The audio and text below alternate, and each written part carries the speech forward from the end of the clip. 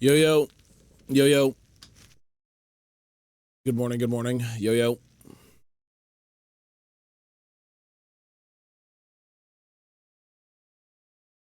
I'm tired, man. I am tired as hell. Oh my god.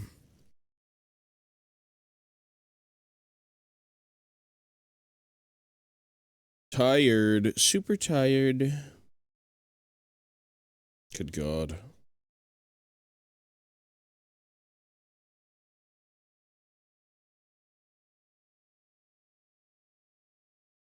Oh man, I'm fucking out of it, dude. I'm so out of it.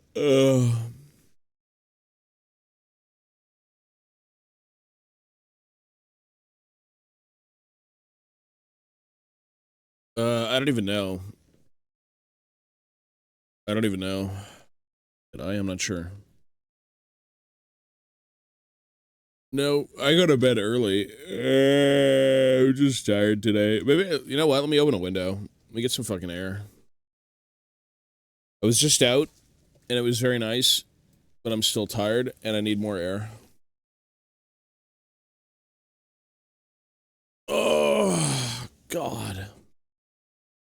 It's kind of chilly out. I need more. Oh, whoops. Fuck.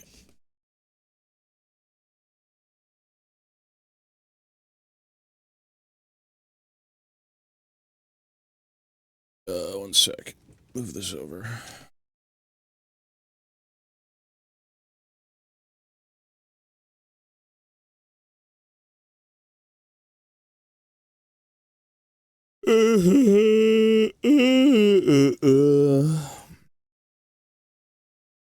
There's no sun out.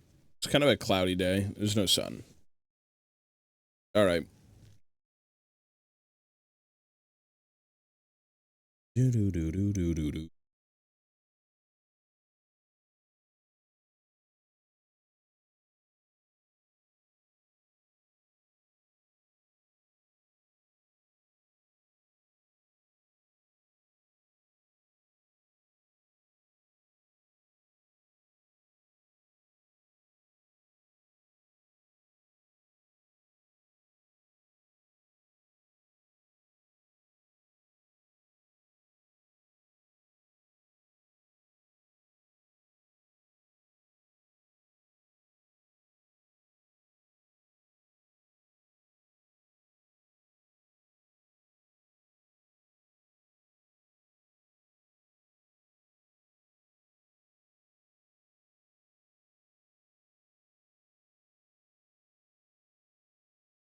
All right, we're probably going to be here for a little bit because today we have the 11th edition reveals at about 2 p.m. my time, so I'm probably going to be on until noon, and then I got to take a break, and then I'll be back on. I'm not going to, like, end the stream or anything, but yeah, we'll be here for a little bit. Because I do want to see those 11th edition reveals. Not that I'll be buying any of them, but I want to see them still.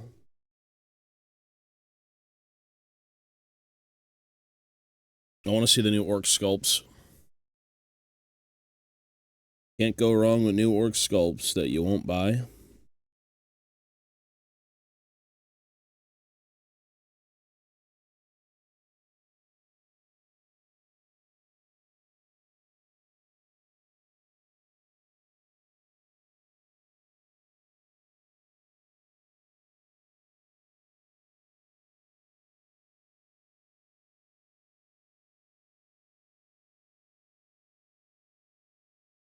You can't go wrong with that.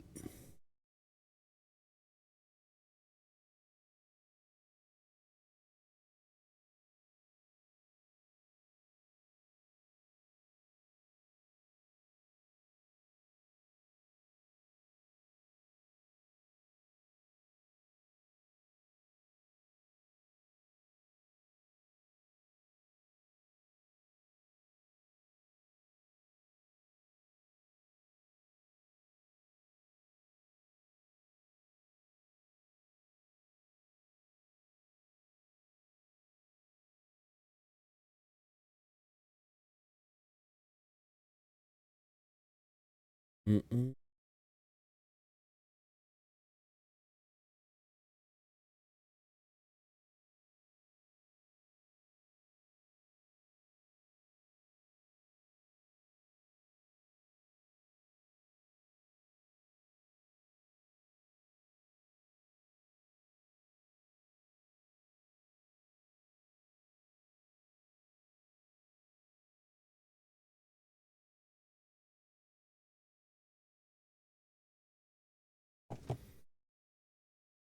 Yo, yo, good morning. Sorry, one sec. Good morning, good morning. Good morning, good morning. Shut up, you dickhead, now fuck off! Hello, Daddy Tobias, long time no see. How are you? Noxian, hello, sir, we're good.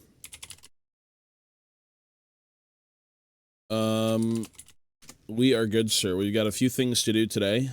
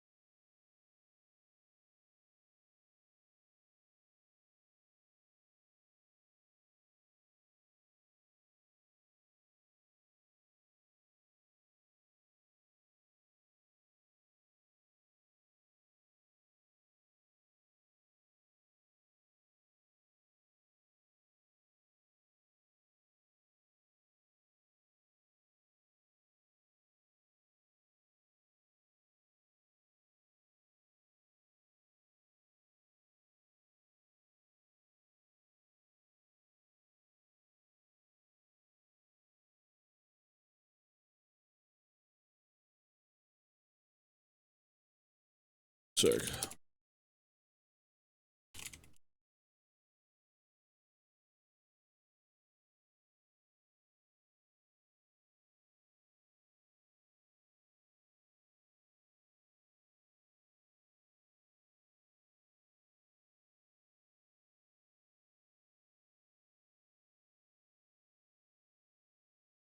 Alright, yo, yo. Yeah, Noxian, thank you, bro, for the 7 months. Thank you, sir. God, man. Tired. I gotta chug water. You know, I feel like I just haven't really been drinking anything lately, too. Maybe that's a reason I'm so fucking tired 24/7. You could post it in, mini pics and work in progress if you want. I mean, I'll take a look at it regardless, but yeah, mini pics and work in progress. Lurking again, and thank you, sir. 30 stream streak, holy shit. I think you've been here the entire month. Thank you, man.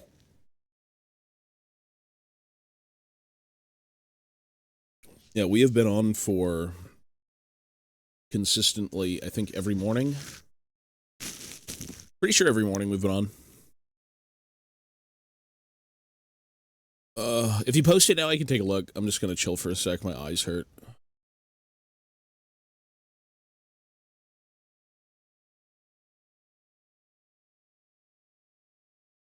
There's a guy posting Terminators as well. That's cool. Are those Terminators? What are they? Saturnine Terminators, I think. Yeah, those are like the old school ones. That's what they look like.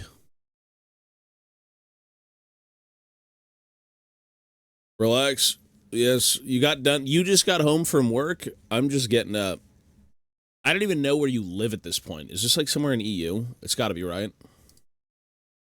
Somewhere in Europe. Because, like, it's 8 a.m. here. Saturnine Terminators with resin bits. Yeah, they look good.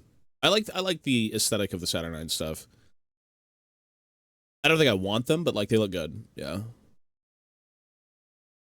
Some things you can appreciate from a distance. That's certainly a lot of Warhammer for me. 2 p.m. in EU. Maybe he works the morning shift. 20 stream streak. This is the chill stream. This is the chill stream. Sweden! I live in the Sweden! Very first mini, let me see. Looks good, man. For your first mini, not bad. What was that guy again? What's this dude's name? Isn't he like a Space Marine captain or something? Yeah, it looks good, dude. It's just the captain? Yeah, yeah, yeah.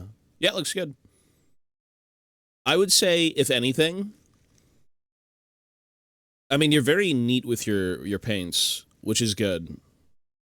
Typically, you can make a mini look really good right out of the gate by just being neat. You don't really have to fill in details, but it's more of like, you know, a 3D coloring book. When you look at something, you're like, okay, no spillage of colors. Everything's kind of neatly blocked in.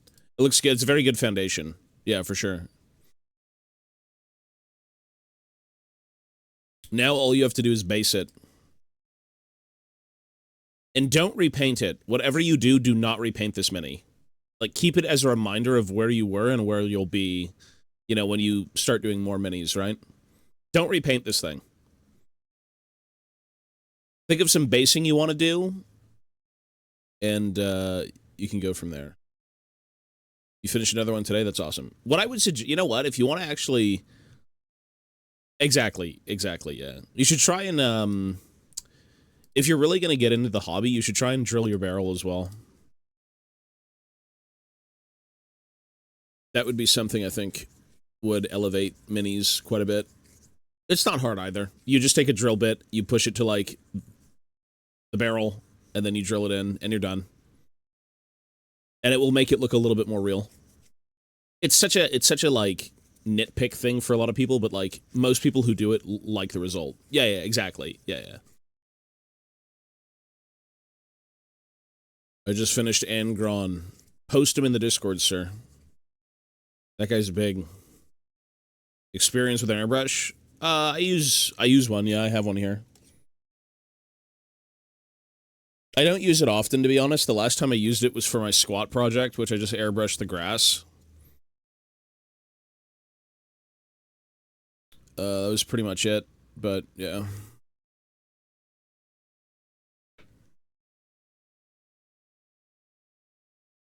Well, drilling your barrel is so easy, though. Especially if you have, like, an electric drill. It's so easy. It's 2 seconds. It's up to you, though. If you genuinely don't care, don't do it. You know what I mean? It's such an excessive thing. If you want to do it, go for it. I think it makes your minis look better. But that's subjective. It'll always be subjective. Is it the second one? The second one, I would say the second one looks a little bit better. Yeah, you can see the definite increase in, like, fidelity. I wouldn't say fidelity, but, like, well, I guess you could say fidelity. It looks good, yeah. A lot of it starts with just foundational work, right? Clean lines and just, like, thin paint. That's basically it. It looks good.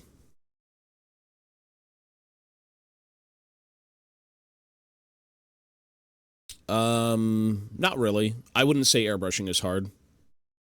I would say when it comes to airbrushing, it's more of how much you're working the trigger of the airbrush itself. Like, airbrush control is certainly the name of the game. And you can get results within, like, an hour of fucking around. Like, you could be fine. I don't use it for any sort of, like, crazy blends or any of that shit. I just kind of block in spaces. I think my girlfriend was doing a bit of blending when she did this guy a little bit on, like, the underside of the pot, but it really isn't, it's not that bad, man. And again, you can get an airbrush for, like, under 200 bucks on Amazon. Mine was under 200 bucks, and I've been using it for a few years now. No problems at all. The compressor is perfectly fine. If anything, I might replace the gun eventually, but, like, it does what it has to do, so I'm not complaining. It's not a hard tool. Let me say that. If you feel like airbrushing is daunting, it's not at all. It is super simple. All you have to do is know how to, like, clean the damn thing, and,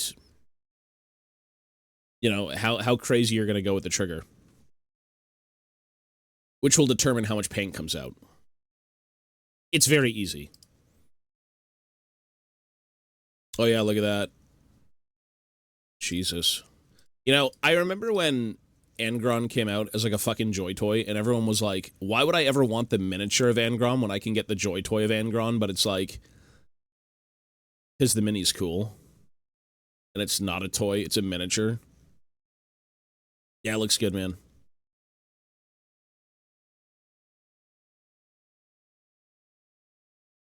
That dude is crazy looking.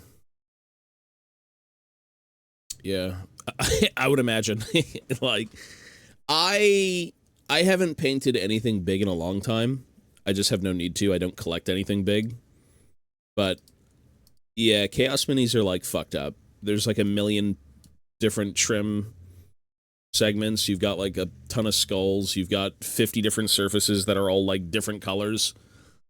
It looks good though, man. All you got to do now is paint the base frame. Paint the base frame. Don't leave it as that. Whatever you do. I've seen so many people not paint the base rims, and I'm like, what? It's just 2 seconds. Paint the base rim. Battle closer. I want to use my airbrush, but the bastard keeps clogging. You got to thin your paints more, or maybe clean out the gun itself. You can pull apart your your gun. Like you can pull the whole thing apart and just clean it. Yeah.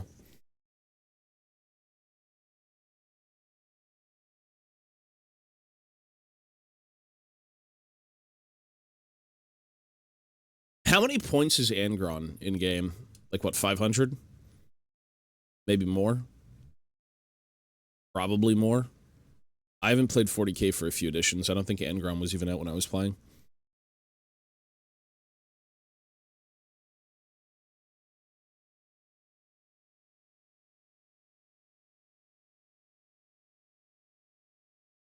$400 to $420.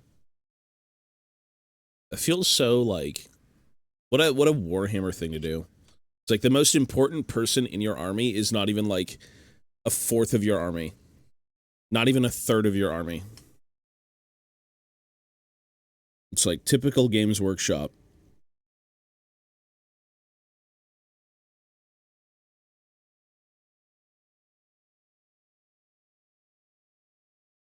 How many more minis do I need? A lot.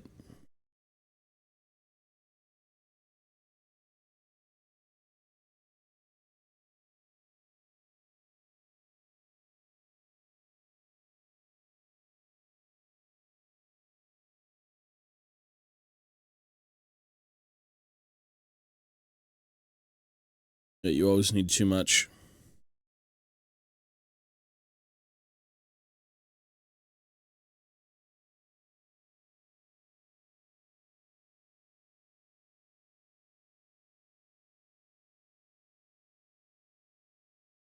I don't play, I just like painting and collecting the cool things. You know what? You might play eventually.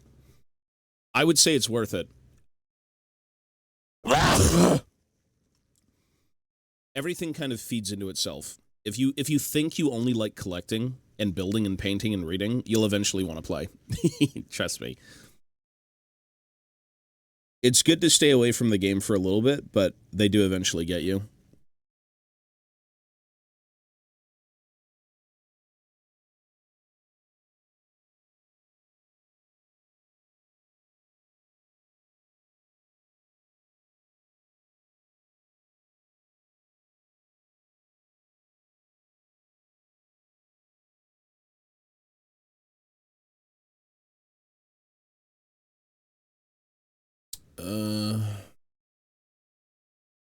Flow improver, yeah. Is always a good idea.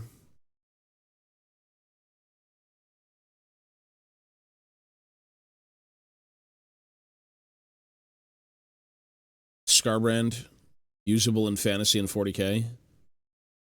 I think he's in Age of Sigmar, right? Pretty sure just in AOS currently.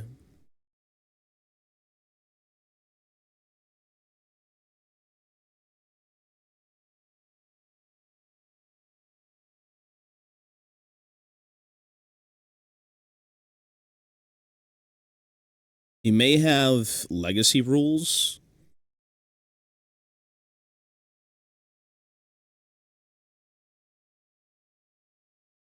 That I'm not sure yet.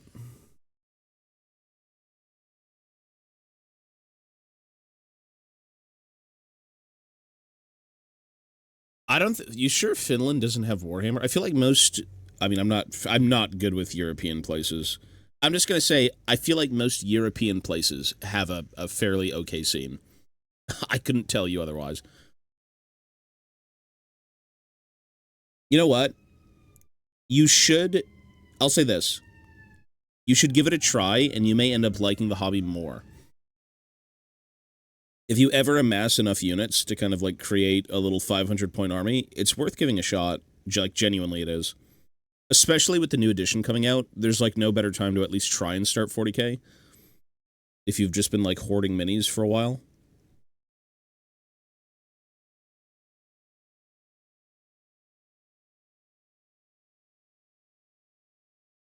Yeah, well, you know what you do? Literally go on Google and type in Warhammer store near me or, like, local game store near me, and I promise you, you've probably got a shit ton of stuff. Yeah. It'll certainly make you want to do more if you get into it more. This is a very self-feeding hobby. One thing leads into another. One thing leads into another. One thing leads into another. One thing leads into another. One tiny... Well, you never know. I'm sure you've got at least one table or something. The thing about Warhammer stores, though, is they're not really meant for, like, existing hobbyists. They're more so meant for, like, beginners. Not to say that you can't go in and just have a good time, but, like, most of it, if you're going to buy anything from there, it's all going to be the same stuff. Warhammer stores are meant for onboarding, not so much like, hey, if you want to buy anything you want, come in.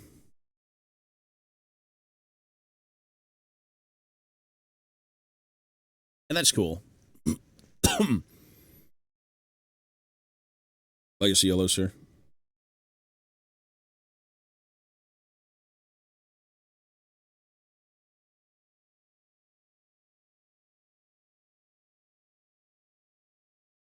But it's good to go in and just try and fuck around with, like, a game or two, you know? You never know.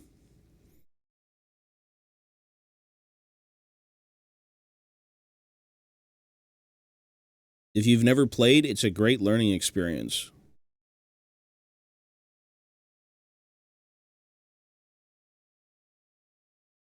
Good, just tired. Very, very tired today. We're probably going to be on this channel for a while because we want to do, I want to look at the 11th edition reveals for, like, the orcs. The Space Marine's fine, but the orcs more so.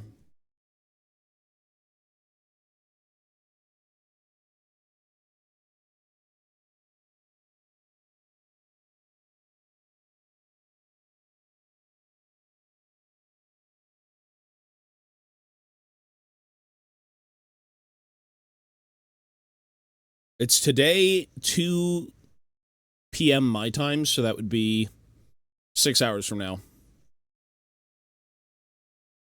Yep, 6 hours from now is when they're doing the reveal. And everything in that box. I won't need the box. I won't be buying the box. But yeah.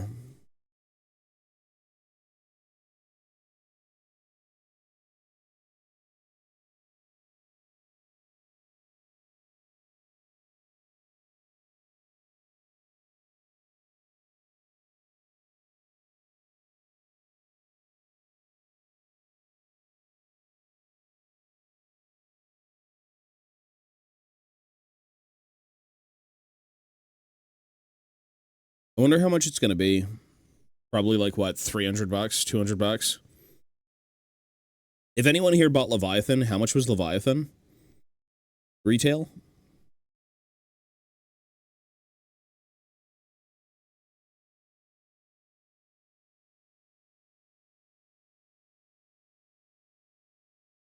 $405 Australian dollars. Well, yeah, but you guys get scammed. So you're not even a real place. That's not even a real place when it comes to Warhammer. You just get scammed. Leviathan was 230 USD. I gotcha. That is a scam. Actually, you know what? What's the conversion on that? What's 400 Australian dollars in USD? I think that'd be a better question. Because I'm sure you pay a premium, but, like, the conversion's probably... Is it still half, really? Well, he lives in Australia. I'm sure he knows firsthand.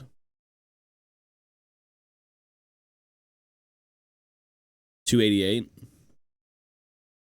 I mean, you're paying a little bit of a markup. I thought it'd be much worse. I mean, that's bad. That is bad.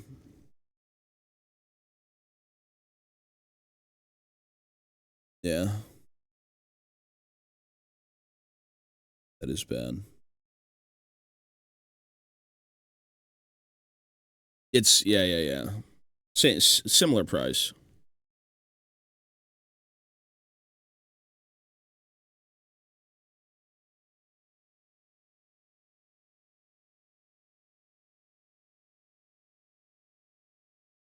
Similar price.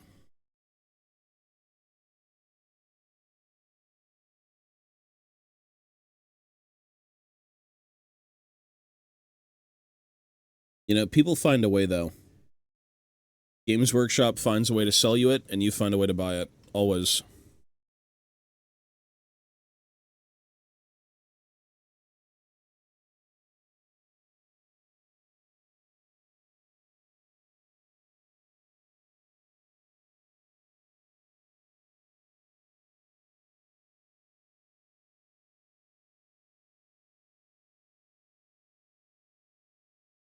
The paints are, you know what's funny? When you get into Warhammer, you don't get into one hobby, you get into 20. Warhammer in itself is a multiple type of, like, hobby setup. Like, the paints themselves will be just as much as the minis, eventually. Like, if you think buying a box of minis is bad, try getting the tools, try getting the paint, try getting, like, everything else surrounding it. And then when you're really into it, and you like experimenting with different things, it gets even worse.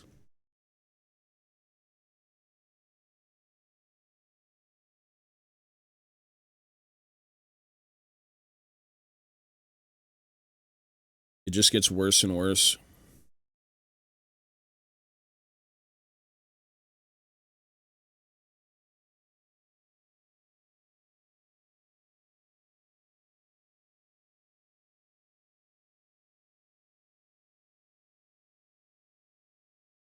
Well, that's you. That's fine. If you like motorcycles, that's great.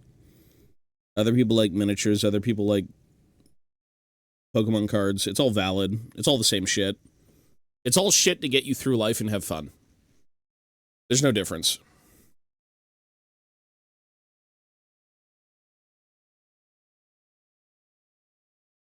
You want to enjoy what you're with.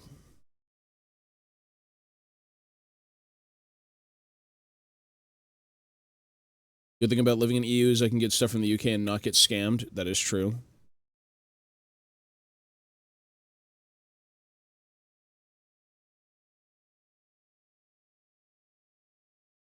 Well, dropper bottles are a little bit better, for sure. GW paint pots are meant to be fucking shit. They've always been shit. Even the old ones are shit. The old ones are, like, nostalgic as hell. I love them. Specifically, like, the, they used to have one that was, like, a black flip cap. Before that, it was, like, a little bolter shell. That one was garbage. That one was a spin-off. You had to, like, twist the entire cap off to even use it. The next one after that was more akin to what we have now, but it was better. The pots were better, the flip cap was better, everything about it was so much nicer. It was made in France instead of China. Like, the quality was a little bit better.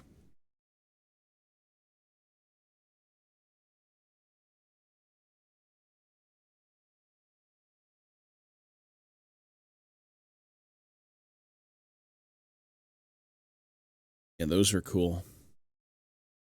So I don't blame you if you want to re-bottle up this shit. Like, this is some ass. This is ass. This is doo-doo.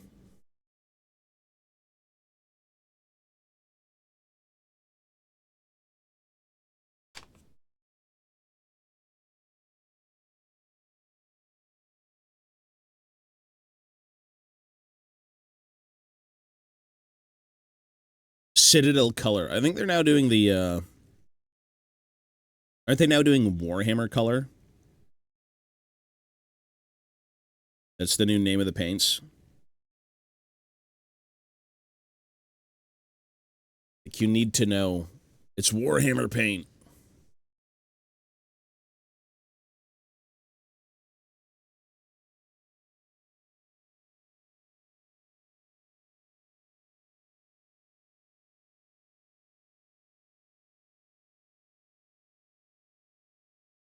Warhammer colors. I mean,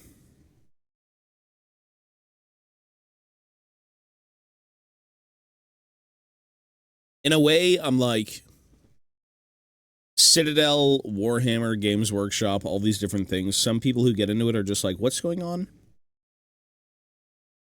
I guess when you're known as Warhammer, it kind of makes sense. You know, it's like, I want to go play Warhammer. Well, it's like, I got to get the Warhammer paints. Like, what's Citadel? What's Games Workshop? Like, it makes sense. I get it.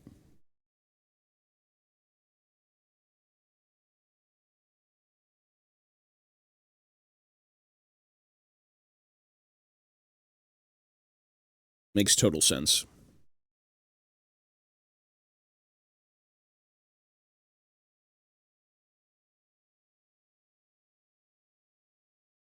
Well, there's always, like, tutorials, right? You can always look tutorials up and things and be like, well, maybe I like it this way or maybe I like it that way, but yeah, you're probably just going to buy a lot more new paints.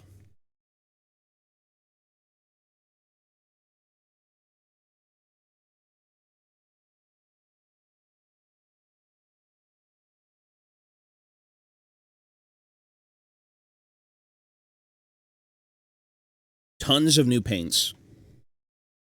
Tons of new things to do.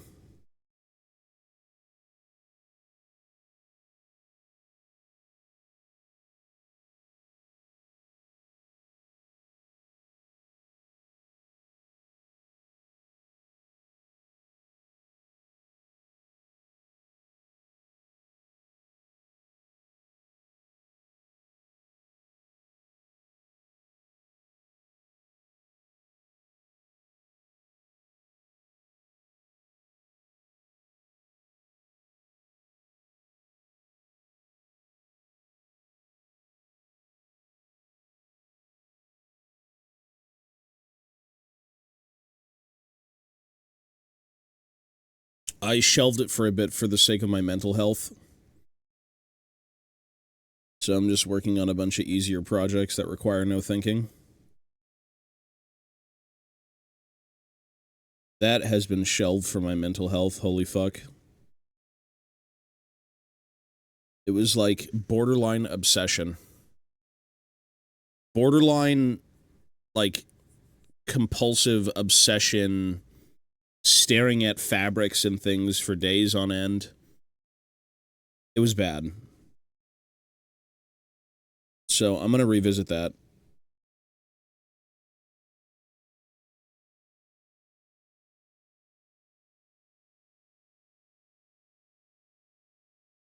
Yeah, that was like heinous.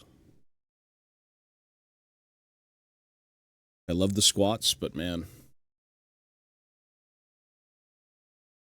when it comes to referencing things, it's like obsessively bad for me.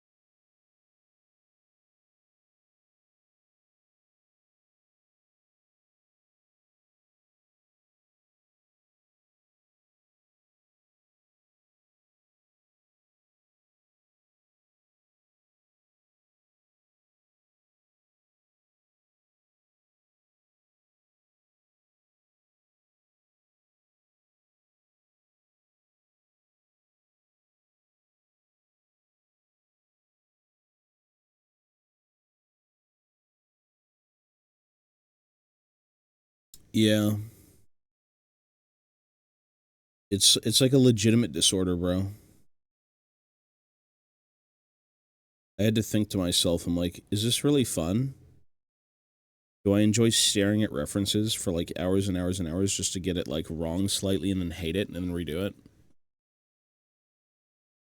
That's for the sake of what I was working on, though. It's different for everyone, but yeah, when it comes to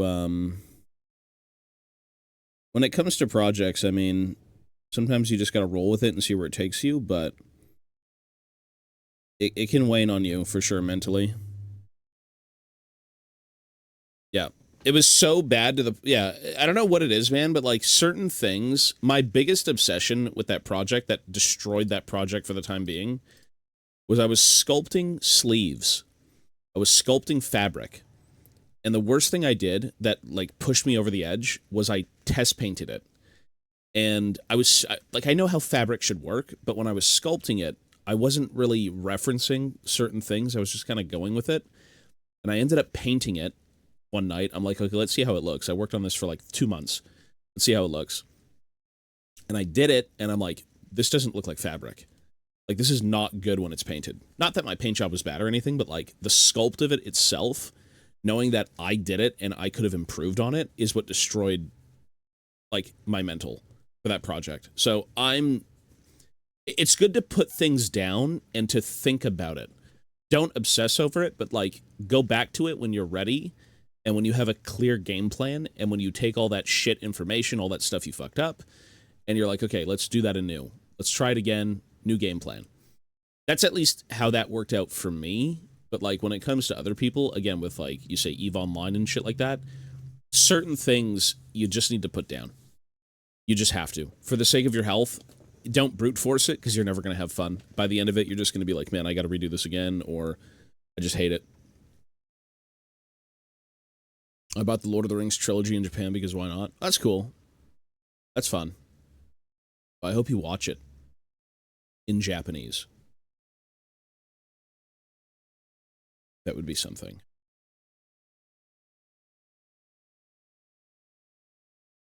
My brain works differently when I'm being obsessive like that. Yeah. It's bad. It's really bad, and I hate it. And you just kind of like think back to yourself. You're like, I don't need to do this. I'm going to try and rethink it and go at it again when I'm ready. Like, brains are fucking creepy, man. Brains are weird. Like, I'd literally go outside and I'd be staring at fabric.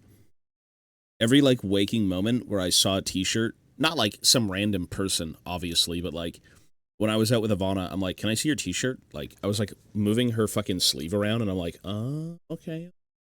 It's just so bad. That's weird, but it was bad. Yeah, let it go. It's bad.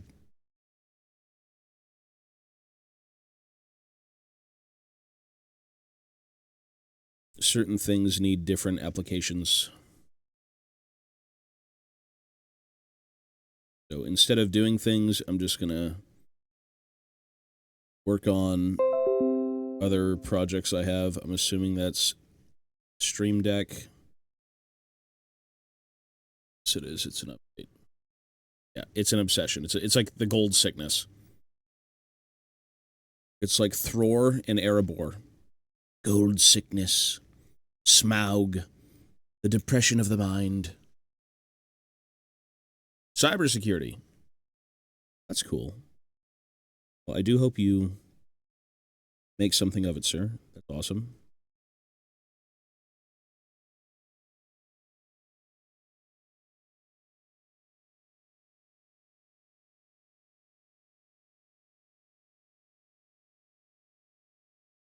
Some things are just horrible for your brain. Oh.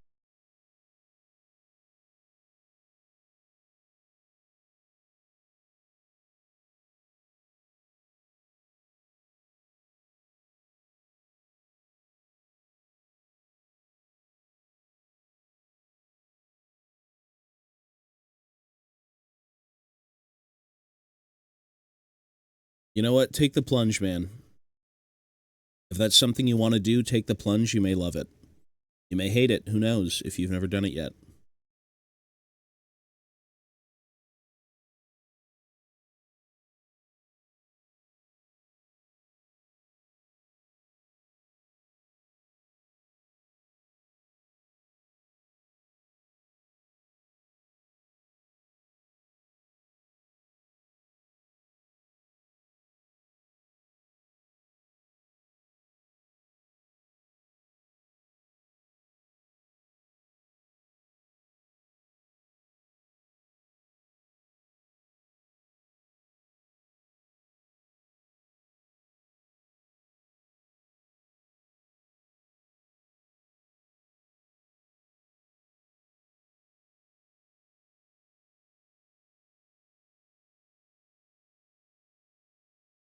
Use your tech skills for good. Again, like I said, I hope you do get something like that, man. That's awesome.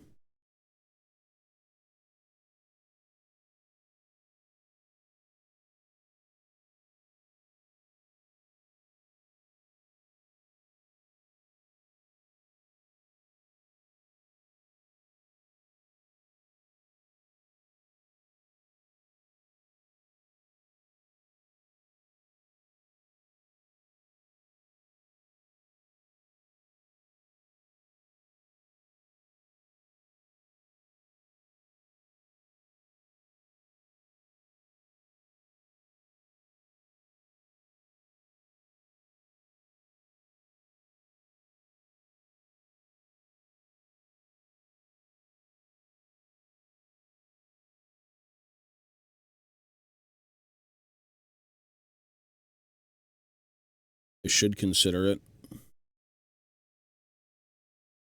That'd be an interesting career swap.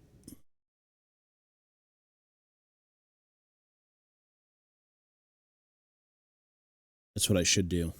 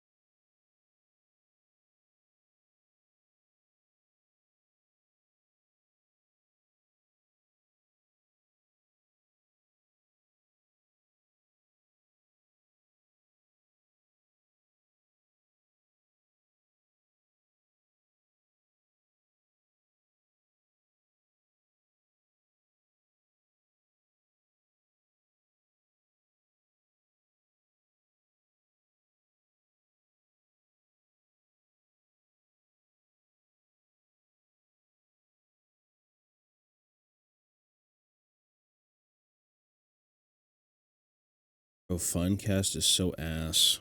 It's always been ass. The ass never gets better. Da poo-poo.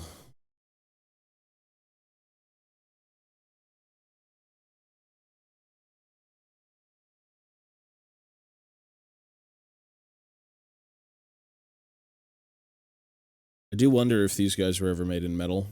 Like, I know they weren't, but, like, if the Finecast well dries up and you have to make more, and they're like, maybe we don't want to go back to this shit, and they decide to make them in metal, that'd be amazing. Like, I know is what it is with Finecast, but give us a bone or something. Throw us something good to use.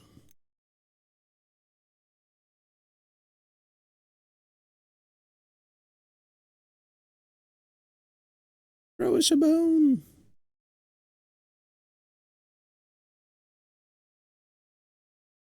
Let's see this. Let's see. What am I chopping away?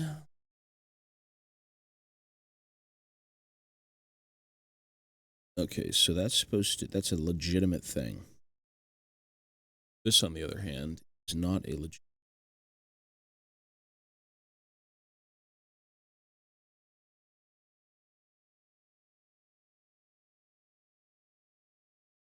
You sometimes don't even know what you're supposed to be cutting away. Like, it just all looks like shit. Like, what here is a problem? Shut up, you dickhead, now fuck off! 100 months on the main channel and 50 here now. Jesus. Sheesh, not even VIP'd Cap. Are you playing any league today or just this and variety? Holy shit. Yo, Babylon, thank you, man. 50 months on this channel. Holy fuck. I think you've been here since, like, day one, dude. Thank you. Okay, here's the game plan for today. We're not doing variety. I know that's unfortunate. We're not doing variety. I'm so excited to play Dying Light 2, but I'm not doing it today. And the reason I'm not doing it today is because we need to watch the fucking reveals for this channel. 11th edition is being revealed at, like, 2 p.m. my time. So we're going to be on this channel for about 6 hours. And then I'm going to get on and play League, finish out the night. Saturday, I have to go take Mochi to get cleaned, and then I'll do variety. So that's kind of the game plan. Day one indeed, yes, sir. Yeah, this channel was a little bit different when we first started it up. I'd say this is where I've wanted it to be for a while, so yeah. Today's just going to be Warhammer, reveals, League. Tomorrow's going to be, I got to take Mochi to get cleaned, and then we're going to do variety. Which I really do want to... Like, I'm excited to play that second game. I'm sure it's going to be dope.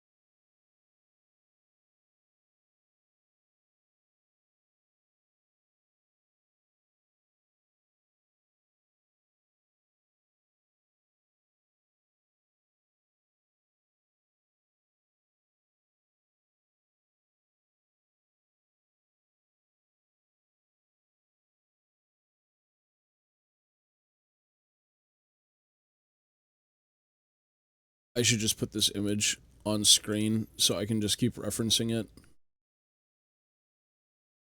instead of looking over. So I have a small monitor to look at.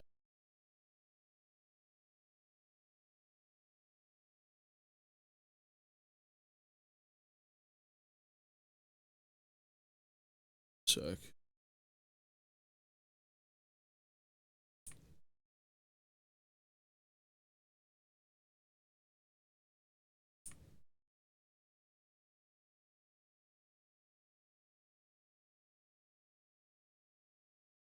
Easier.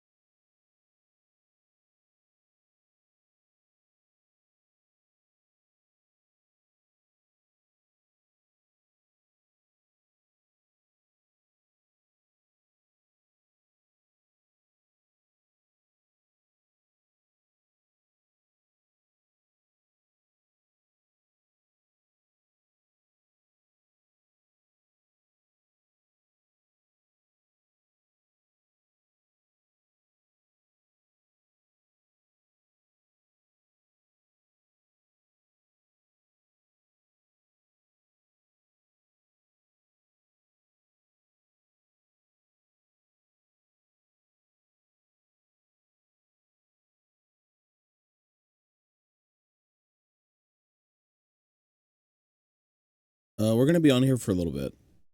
We're going to be on here for a few more hours at least.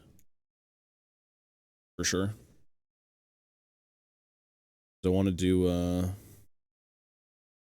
the reveals are at 2 p.m. my time, and it's only like 9 a.m. my time right now, so we're going to be on here for a bit.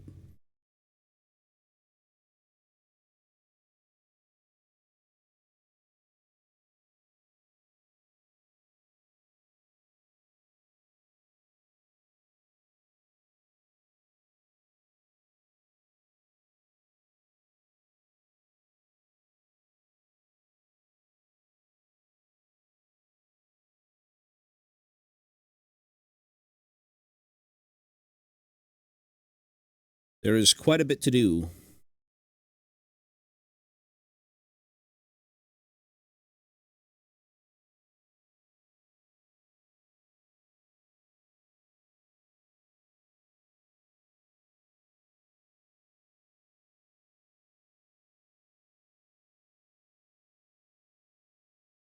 Okay, where is this?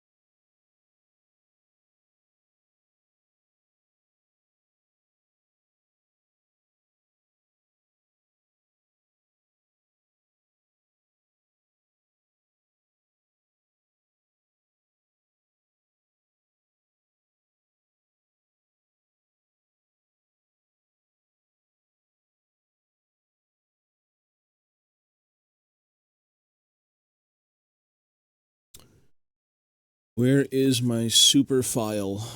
Here it is.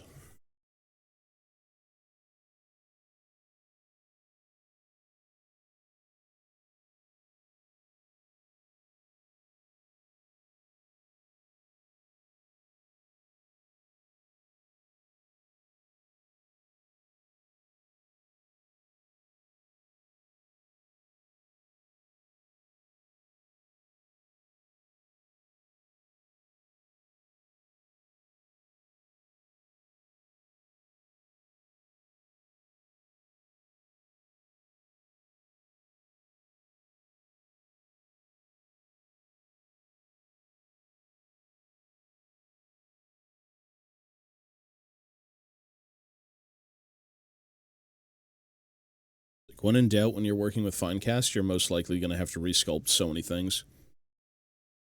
It just is what it is.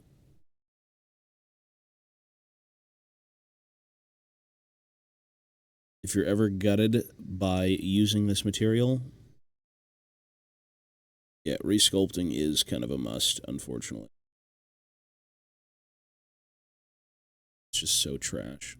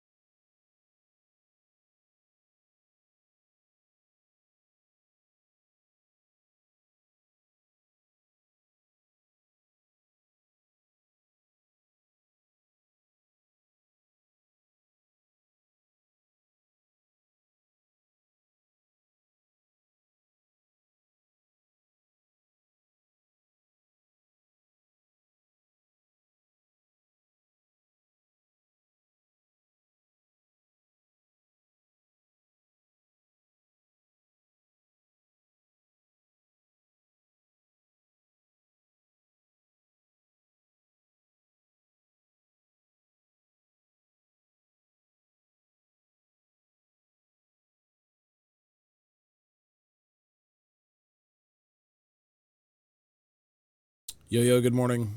Hello, sir.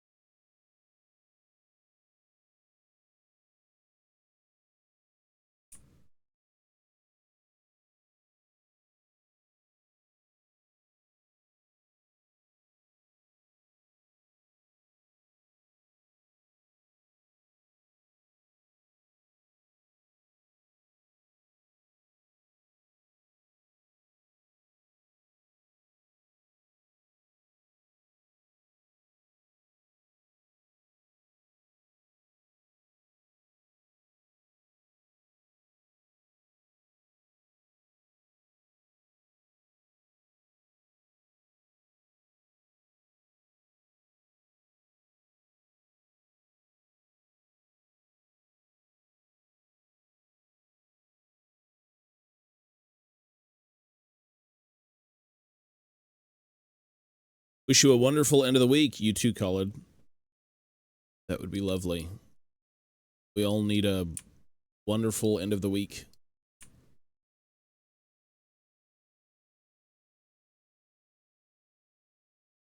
I agree.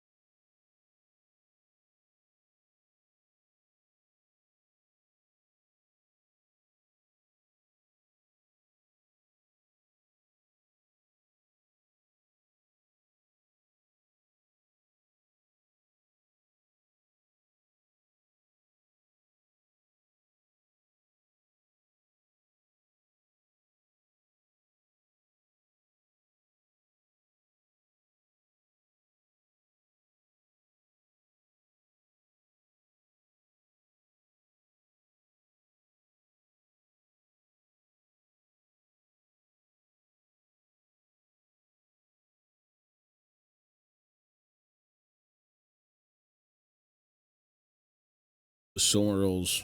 You look like a handicraft jeweler. I mean, is it the glasses? It must be the glasses. I could have better glasses. I could look even more professional. They're just protective glasses, though. They're not even like any sort of magnification.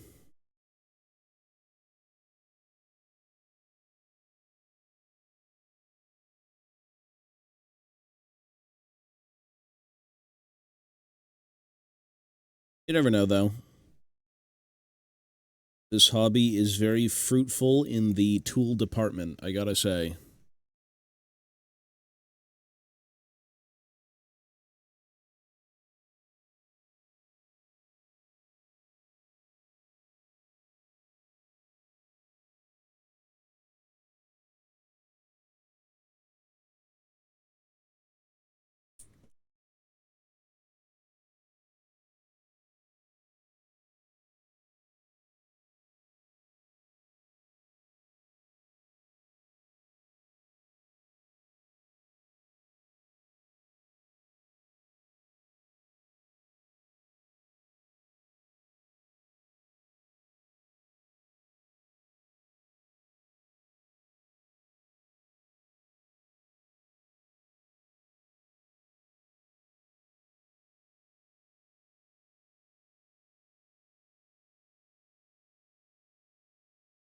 You know what's good for working on this shit is an airbrush needle. That's got to be.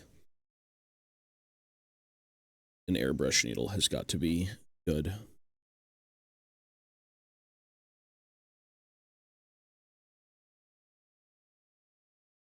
Unless it's too thin.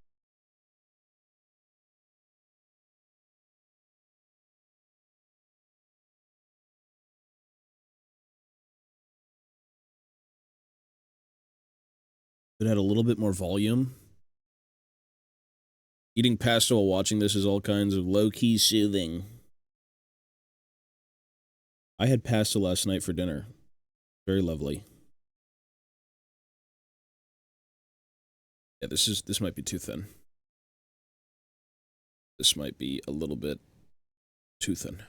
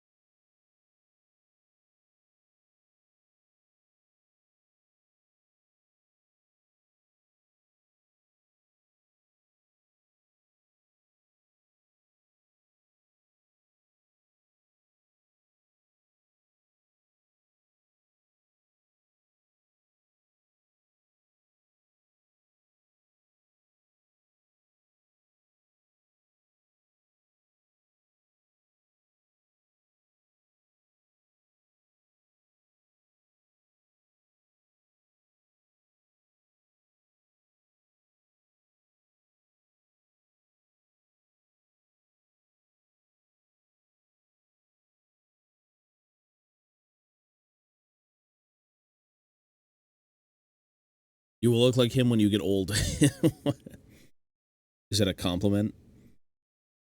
You know, when it comes to this hobby, everyone ends up with the same tools eventually. You've got your magnifiers, you've got your glasses on. Like that one scene from fucking Toy Story where the guy busts out his fucking kit and he's like fixing Woody.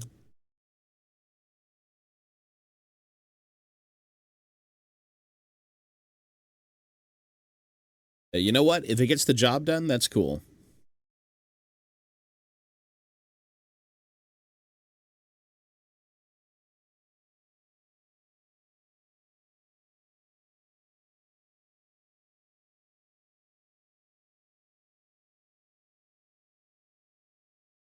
If it gets the job done.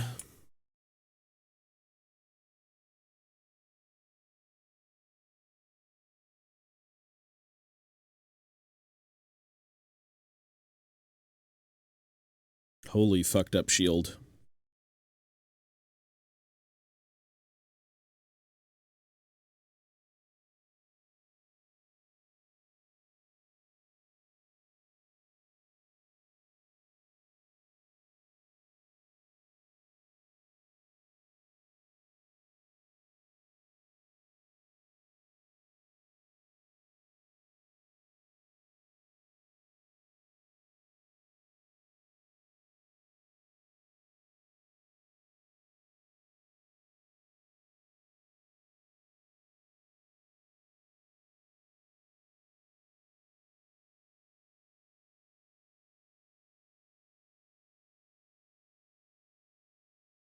Woodworking or knitting? Listen, I know everything you type is irony, but woodworking is cool. Woodworking, metalworking.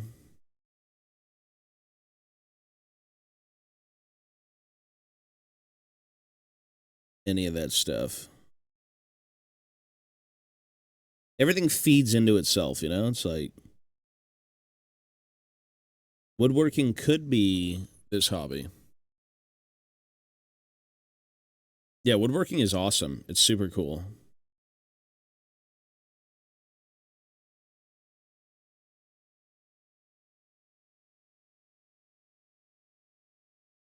Smithing. Well, if you do need that, absolutely, that's also cool. A little bit more laborious, I'd say, but...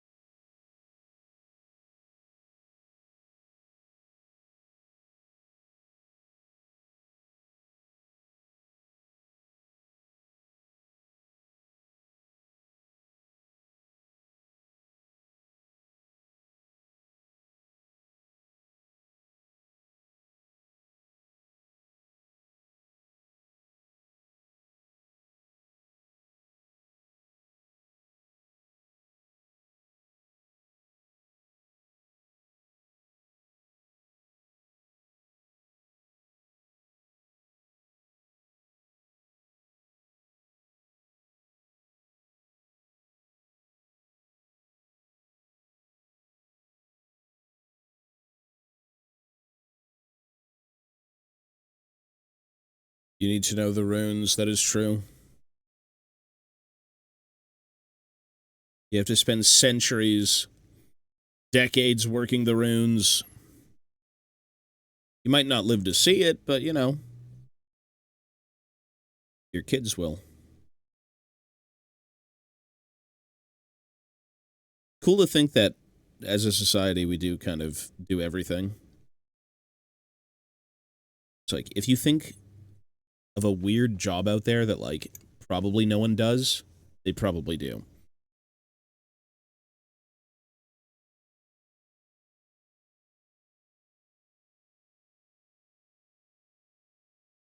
That's what makes the world go round. We all need the expertise of each other for something.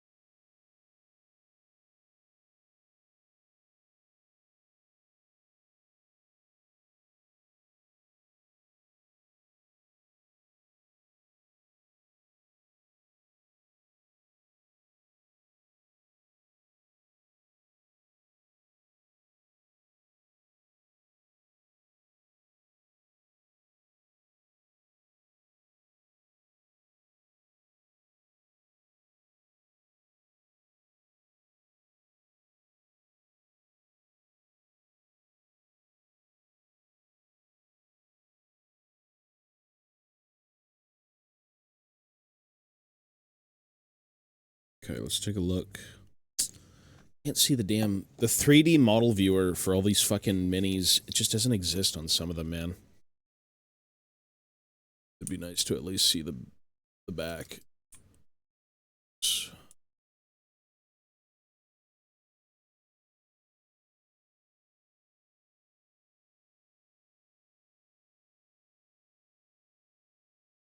Yeah, I mean, that is tremendous. But what we have as society today is, I mean, dude, we're living it big. We certainly are living it big.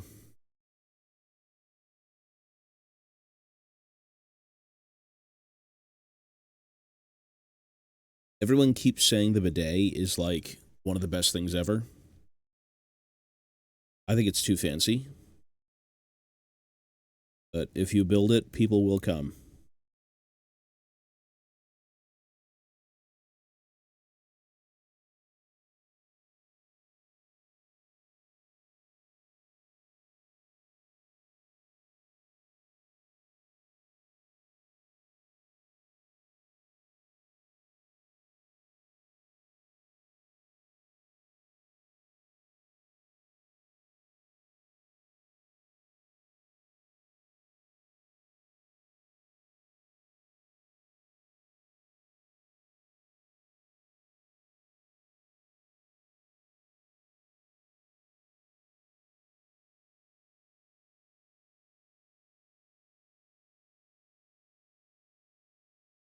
Air conditioning is insane. Yeah, air conditioning is nuts. I have a bidet and I'm never going back. See, once you've... It's like anything fancy. If you've tasted the fancy, you're like, I don't want to go back to that other plebeian shit. I have never tried a bidet, but, like, the thought of it is just... That's fancy, man.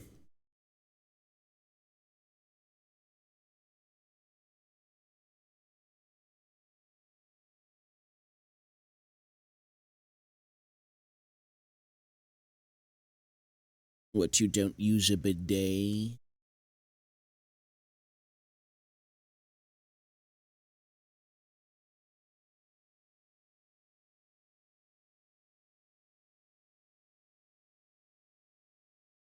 Apparently they're cheap, though. A bidet installation is like, what, a few $100 maybe? Probably less. I'm not sure. I heard they were cheap.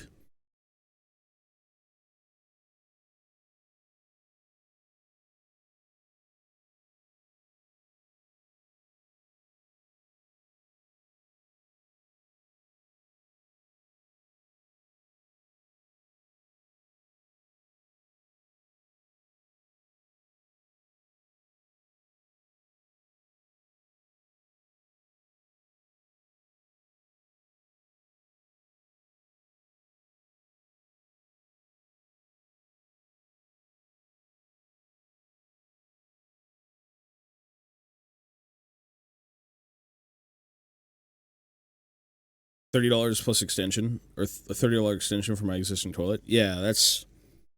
You know what? Well, I hope it's something you love and cherish and use daily.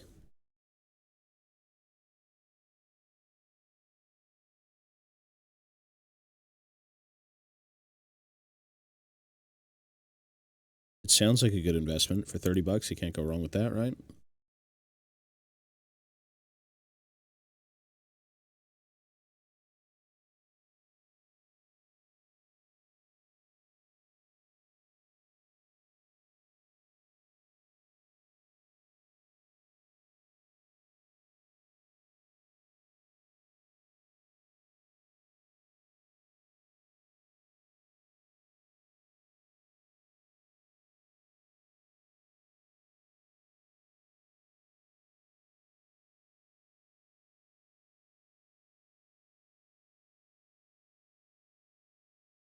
What?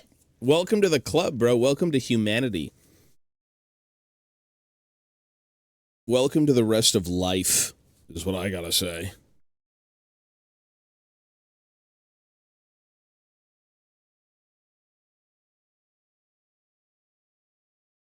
Welcome to us plebeians. Plebeian society.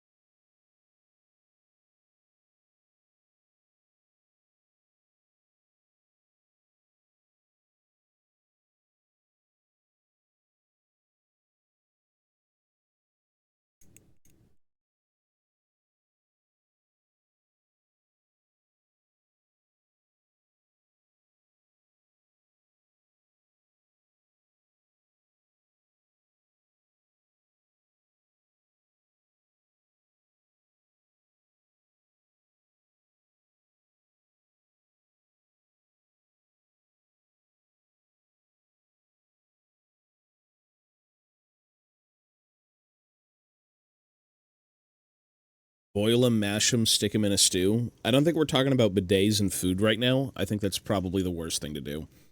Considering I'm hungry and I don't want to think about anything like that.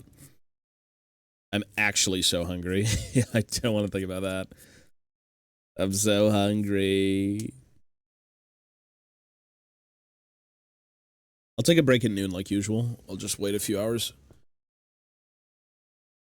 It is. It's 9 a.m. It's fucking 9 a.m.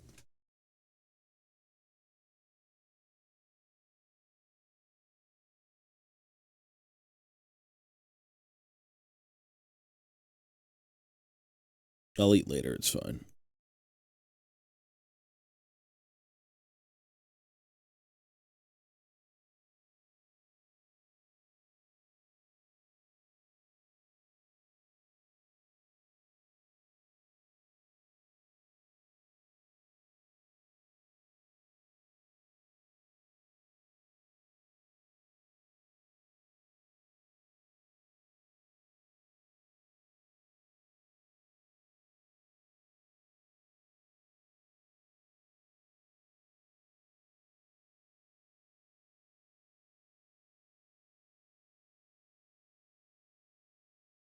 This sword is so fucked.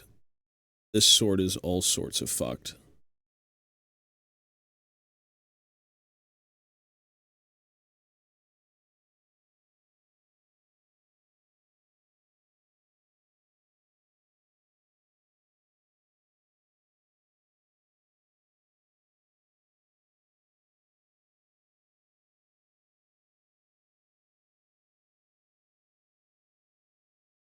The most reasonable thing to do with a sword like this, that it's so bent and too thin and it will snap any second, is to putty one side of it. You bend it back into place, and then you basically putty one side, probably the back side, and you fill in the detail and you just make it look like the sword, and then it's perfectly fine. That's what I would do. Because this is just tremendously bad. Like, what the hell?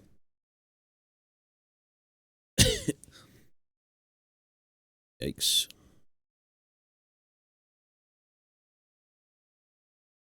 Like, this shit's gonna snap any second.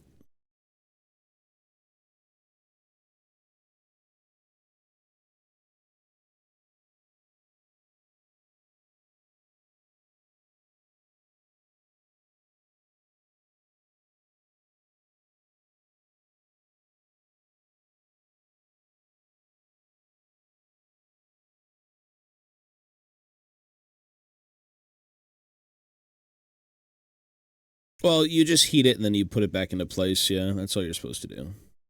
Either way, it's just gonna get fucked anyways. It doesn't really matter. Even if you bend it back into place, it's still gonna snap.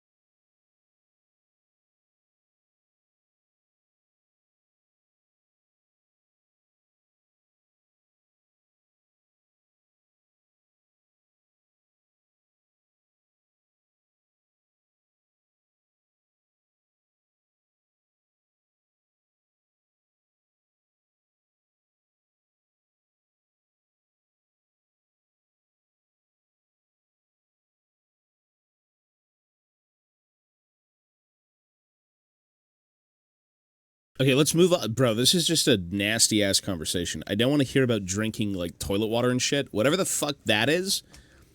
Okay. Yeah, we're moving on. Anyways. Move on. New topic. Talk about Skinny Pop. Just move on, bro. All right, move on or time out. Just move on. Painful Walking Sim. I played that game a while ago. I don't know if I was really, like, 100% mentally invested in Variety at the time, but yeah.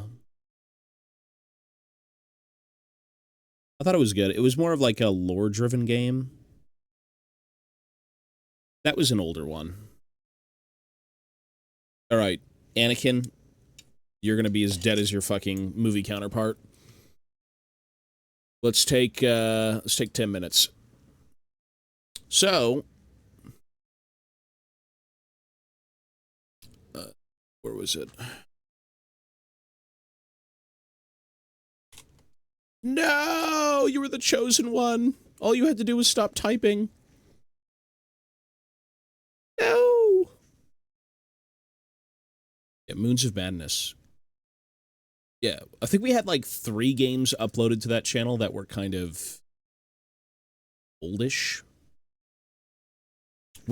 Someone pointed out, I gotta say, somebody pointed out on the main channel yesterday that there was a guy who recorded a few games that none of us had, and we're gonna go steal them. Sorry, not steal them, repossess them, because we own them. We're gonna go repossess the VODs, and then give him credit for doing it. True, it's not even it's repossessing. And we're gonna give the guy credit.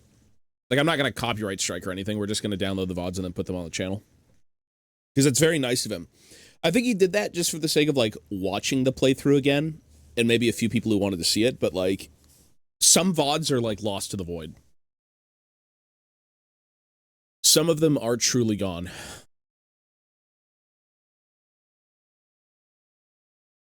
I don't copyright. I don't do any of that stupid shit.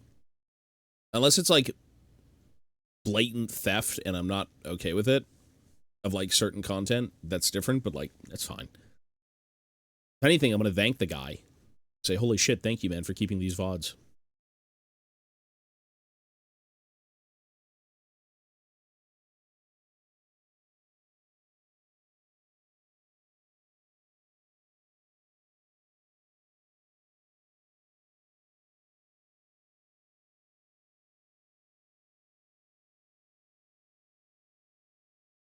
Yeah, we have so many videos. The craziest thing is we probably could have had maybe 500 videos on the VOD channel. Yeah, it's just a clip. We probably could have had 500 videos on that VOD channel, roughly. Maybe like 450. We have 257. That's a lot of videos.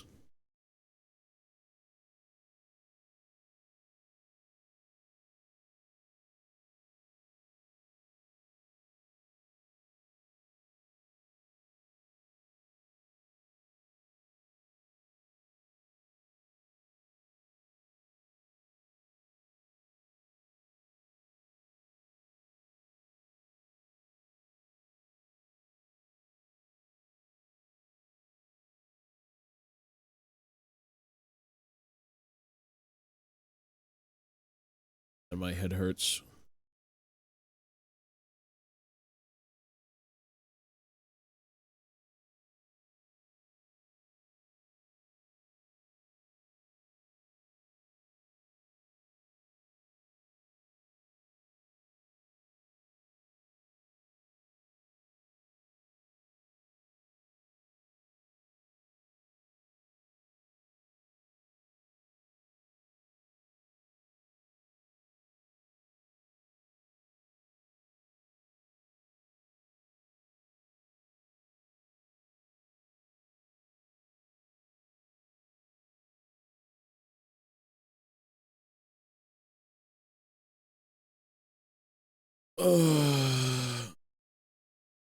Noita. What the hell is Noita? Look at the stuff he makes. It's so skilled. I can take a look. Look at link it in fucking Discord sharing. Link it on the Warhammer channel. Stream sharing.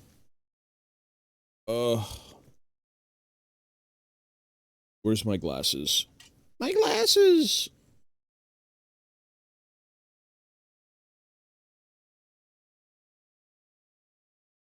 Pixel Physics Simulator, Elementalist, Roguelike. What the fuck? It sounds ghoulish. Is it fun? I'm assuming it's fun.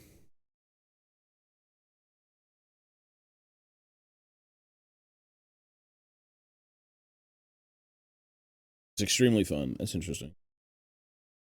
More fun than Red Dead Redemption 2?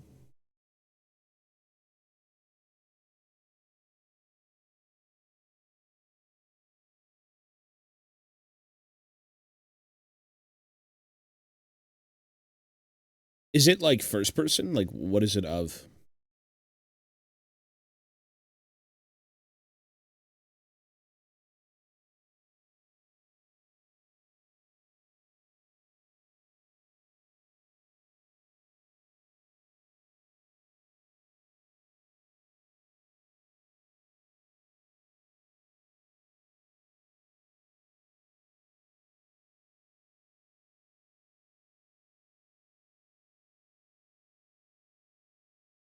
$2D side scroller? Gotcha.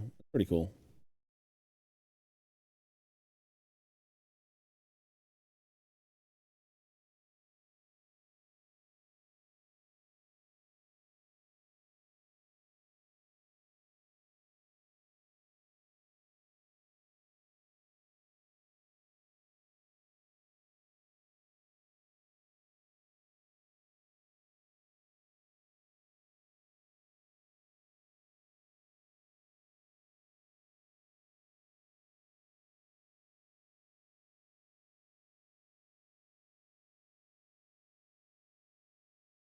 Knowledge is power. I feel like that's a lot of games.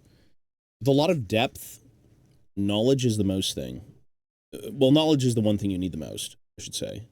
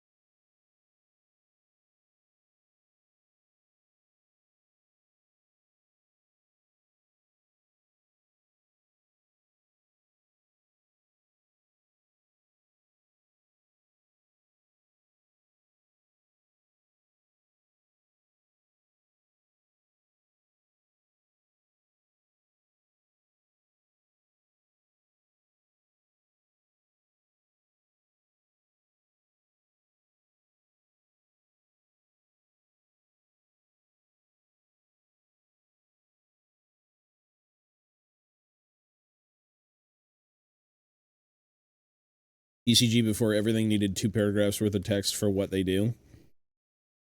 Knowledge is power. Power! Steel! Metal!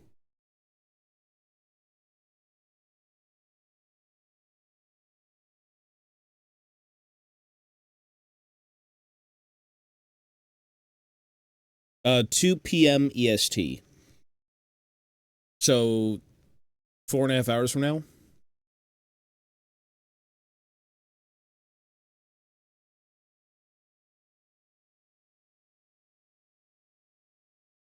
Steel, glory, metal.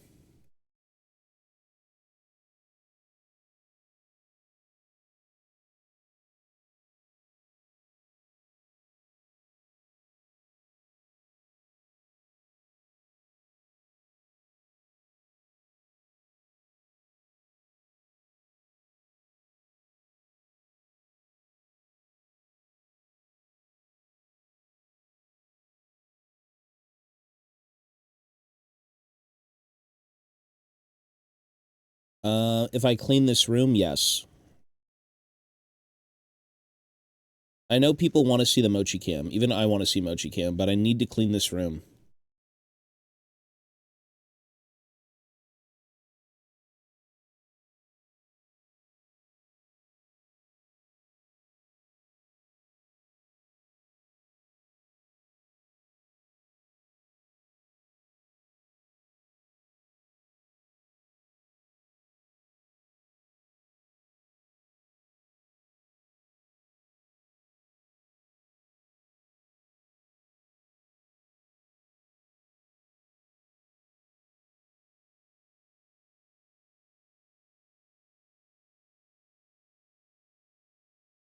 It's not like you have a real job. You know, I'm working the hardest right now. I'm working infinitely harder on this Finecast Mini than anything you've ever done in your life. It's true. Anyone who's ever worked on Finecast knows this is the hardest job in the world. The factual statement.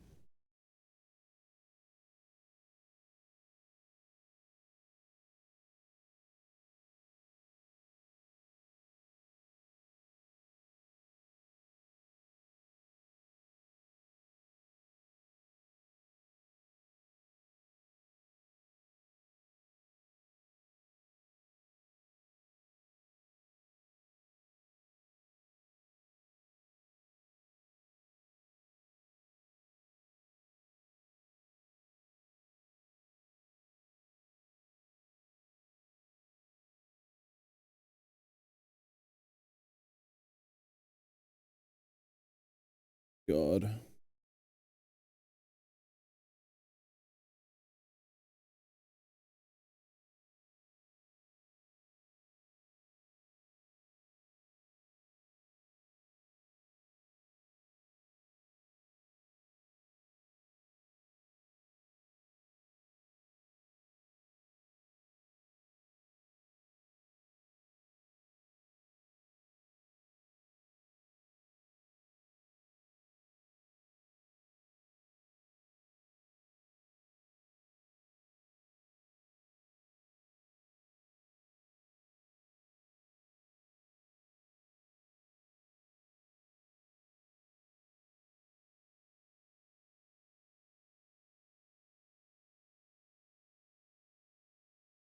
Cool, sure. Hello, sir.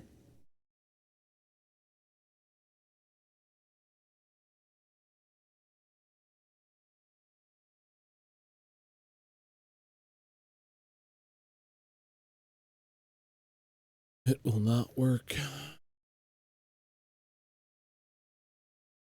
We did. We beat Alien Isolation, and ironically, with you saying that, we found the VOD yesterday on YouTube. We never saved the VOD, and some GigaChad viewer saved it to their own YouTube channel. I believe Monday we should be downloading it and uploading it.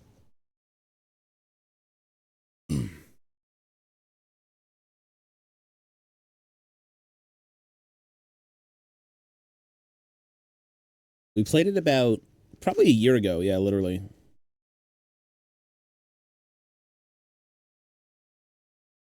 Alien Isolation is such a good game. I think I gave it like a 9.25 or something. I think the ending kind of fucked me a little bit. The ending was like, yeah, it could have been something different, but okay.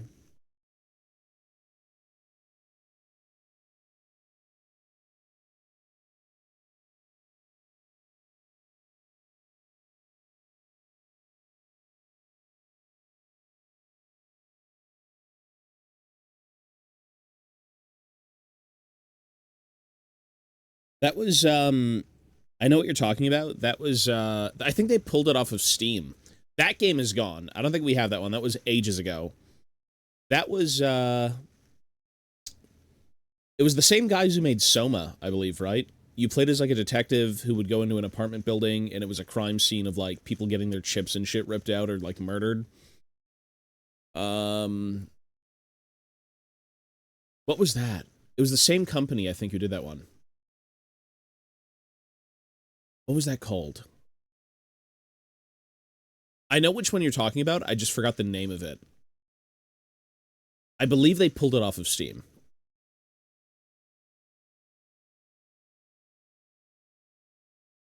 You play as like an old cyber detective.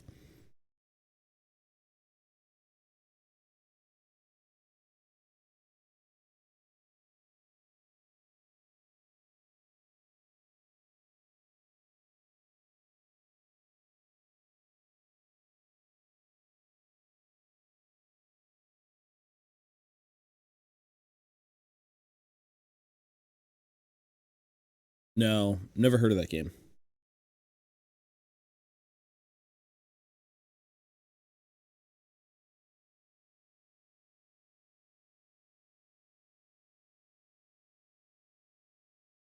What's it called? Oh my god, see, now even I want to look it up.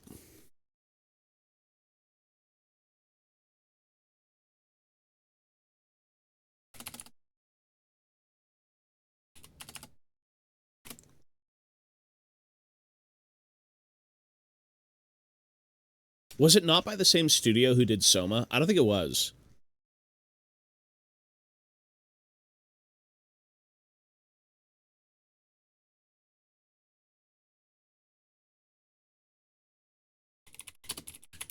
Observer. That's what it was. Observer is what it was called. I'm gonna now look that up. Observer. Observer. That was the game. Yeah. I'm like, it just clicked in my brain. It was Observer. Yeah, that was a cool game. I think if I now played it, I'd probably give it a better chance.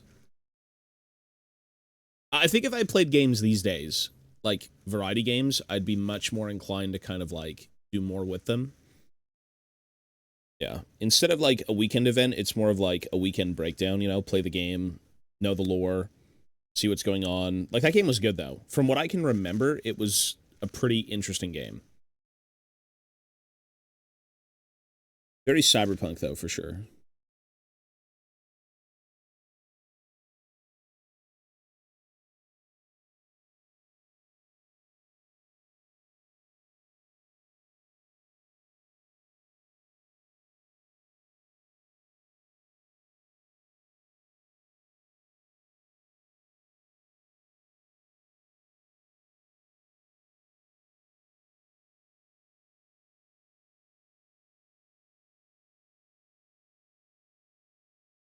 Yeah, I did, but I feel like I'm more inclined to do things better these days, but it is what it is. Nothing's ever going to be perfect the first time around.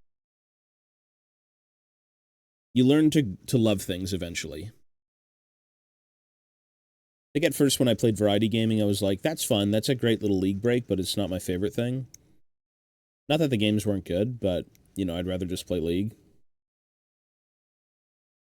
And now it's like, I still want to play League, but I want to play more variety.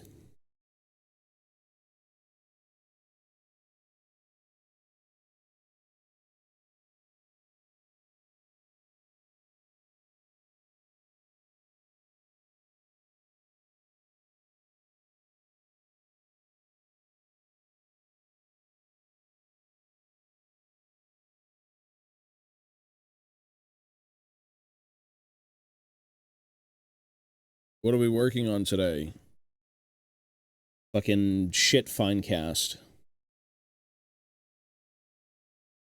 But it's okay. The minis are great. It's just the material's not.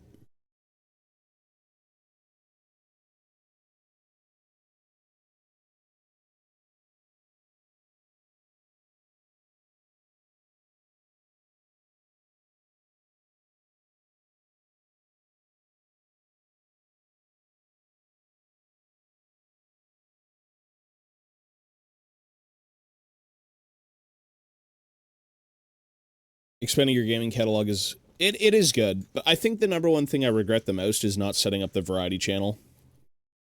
And it's not even that, like, oh my god, what a sick playthrough. It's just like, everything you do, I feel like it should be kind of recorded, in a way. If you do online content, right? Like, if you play variety games, it's usually a one-and-done experience. Like, you want that first impression, you know what I mean?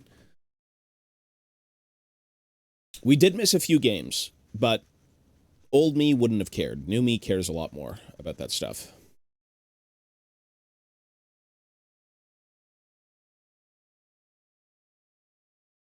We still need to finish Claire Obscure one day. That was, like, tremendously sad.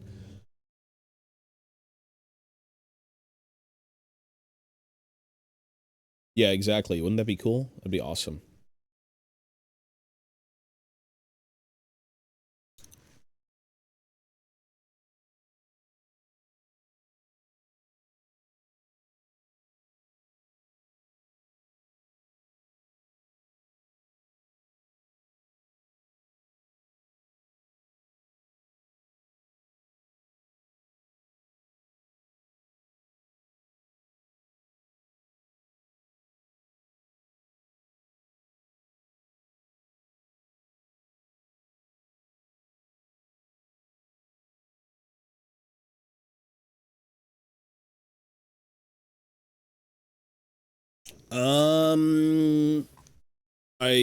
Oh god. We found that giant floating fucking what was his name? Francois? The other guy. A little bit past that. Wasn't Francois the turtle? What was the dude's name? Oh, mon ami. Oh, qu'est-ce que c'est? Ah, oui. SK. Yeah, SK, there you go. Ooh, look at me. Here I come. You're like, what the fuck are you on about, bro? Take off, like, get off the drugs. Francois was the annoying one. Or, sorry, the one that was getting annoyed. SK's the annoying one. So, something around that time. We'll eventually get back to it, though.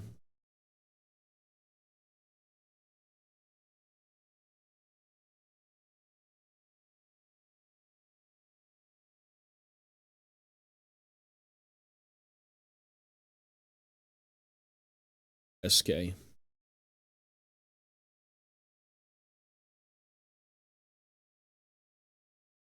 Yeah, we will. Well, we started the game. That was the only game we could never finish because, problems. Yeah. Well, I don't think the game is so hard. It's very interesting in how it plays, but I don't think it's the hardest thing to do. It's a bit of a process, I'll say that.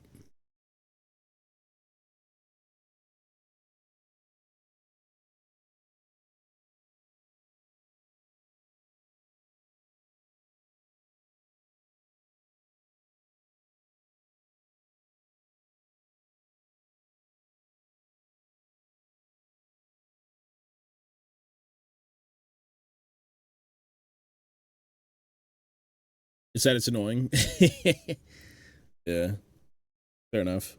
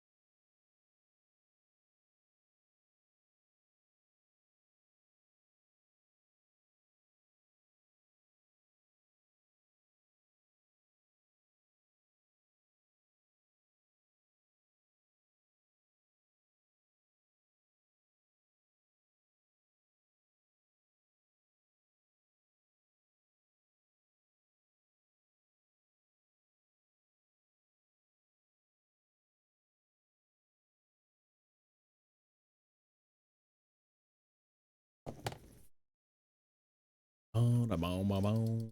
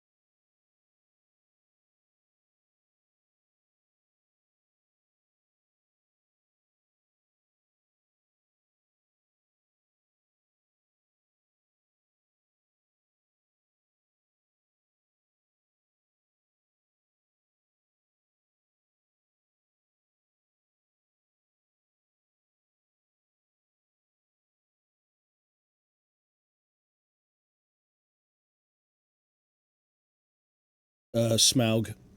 Get Smaug. That's what you need. New project, Smaug.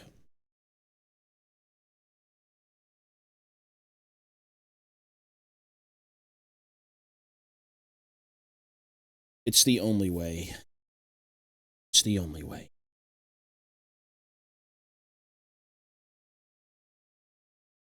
Yeah, finishing a project is nice. I remember those days. That was fun.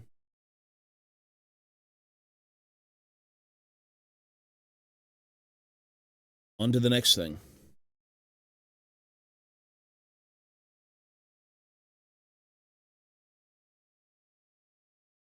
Or better yet, a Warlord Titan. Or maybe something smaller. Maybe not either of those things. Smaug and a Warlord Titan? Maybe not those two. That's a little bit too much.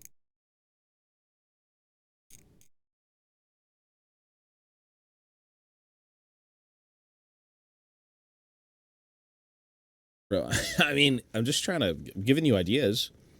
Knight Questorus. That could be cool, too. It's better today.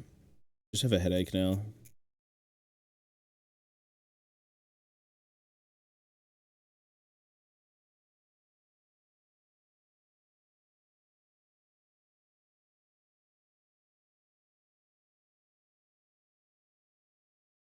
Didn't that one just come out? The Knight Questorus? Whatever it's called? That one just came out, didn't it?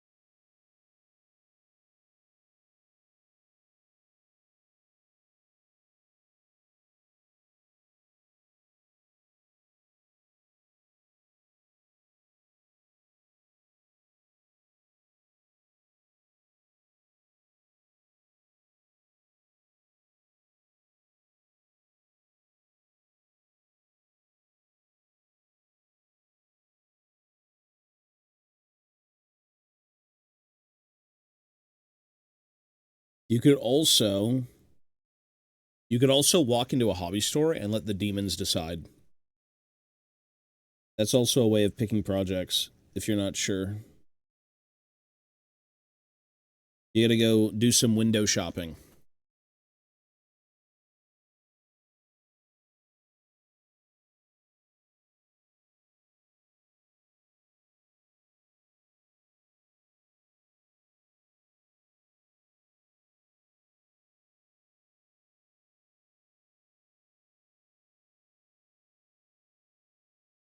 Well, I mean, you pick one thing, set a budget, pick one thing, you're like, that's great.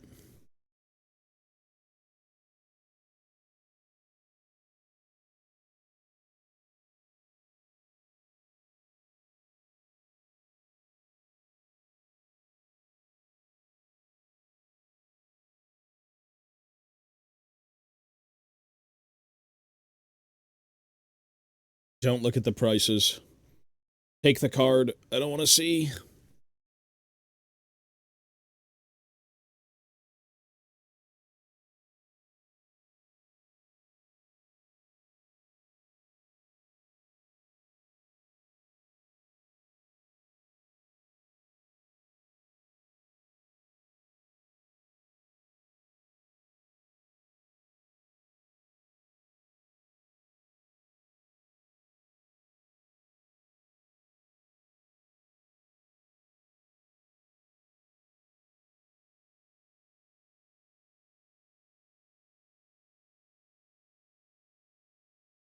Just go in and ask the staff, be like, I have $200, pick me something from 40K. Go. That's what you gotta do.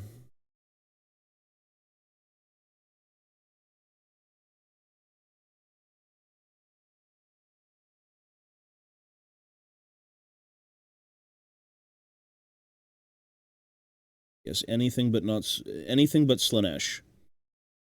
No Slanesh.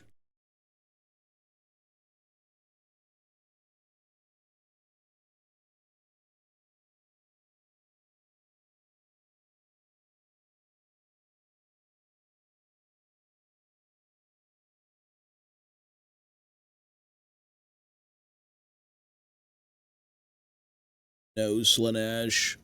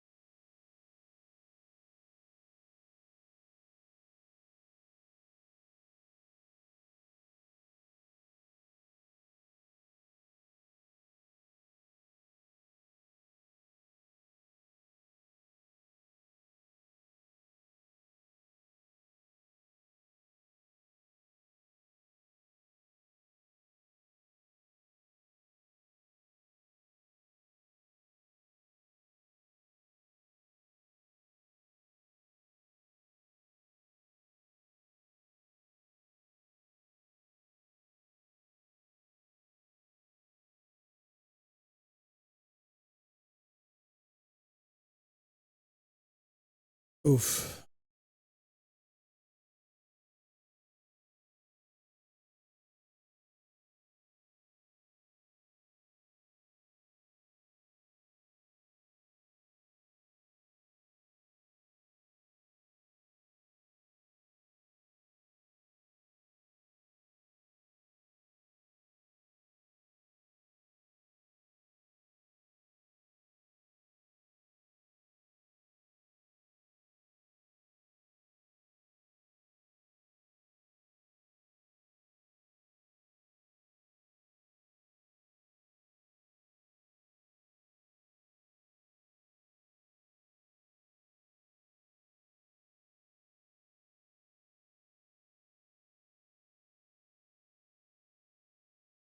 Metal.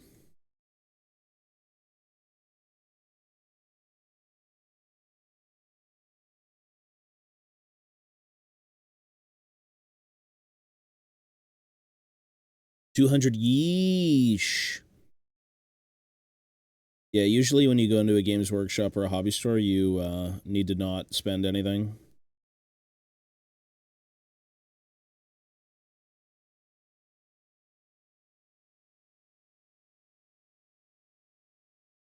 Don't do it.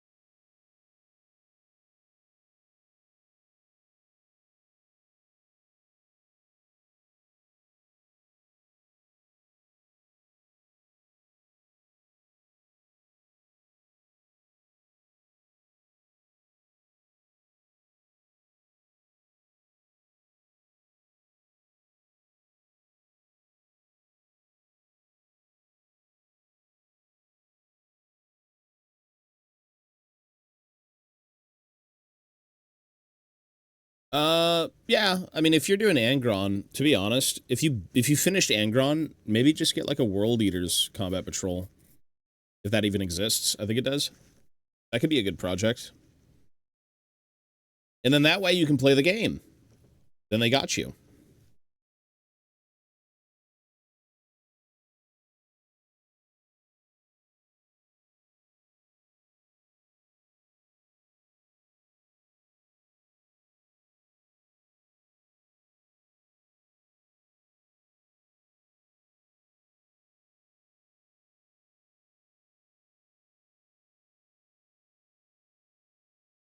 It really is about, I mean, if they get you to play the game, that's where it goes downhill. Financially, it goes downhill, but everything else usually goes uphill.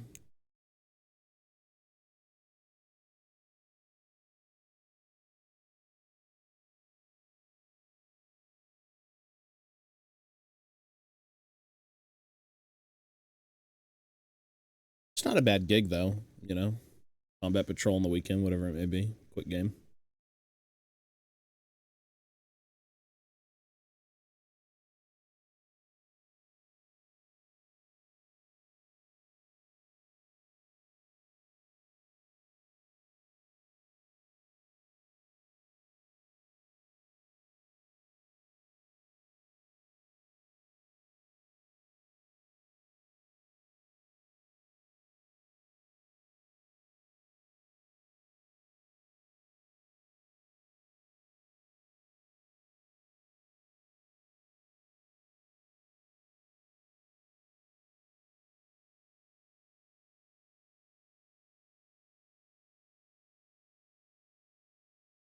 Or even for something different, go check out Gundams. Everyone's doing Gundams. Like, what kind of hobby do you do? Yes. Like, what do you actually do? It's like, yeah. Okay. Eh, I don't blame you. Even, I'm not really a Gundam guy. Gundams aren't really my thing. But I know a lot of people here do Gundams.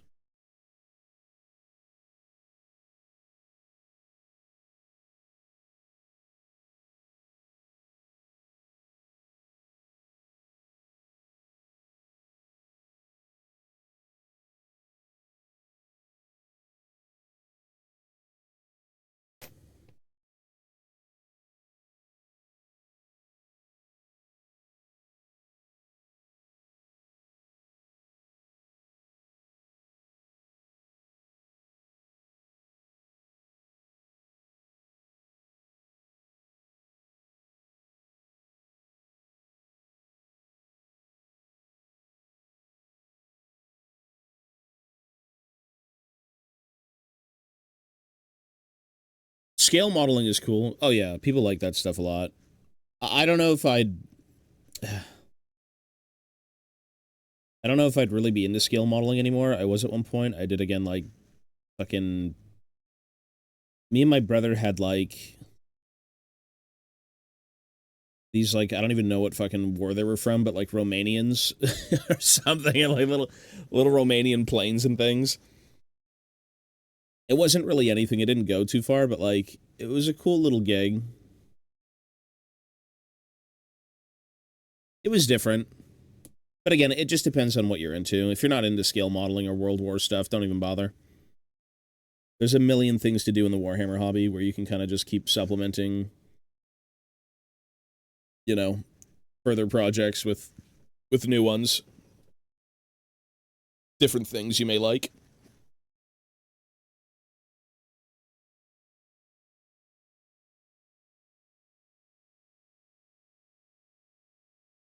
Like tanks, like World War tanks and planes and ships. In a way, you could also call this a scale model. Technically, it's a scaled miniature.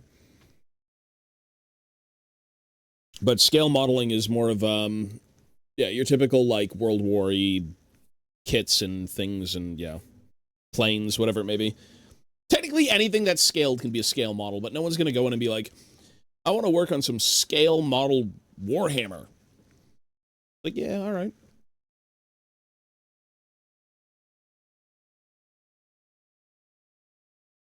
Yeah.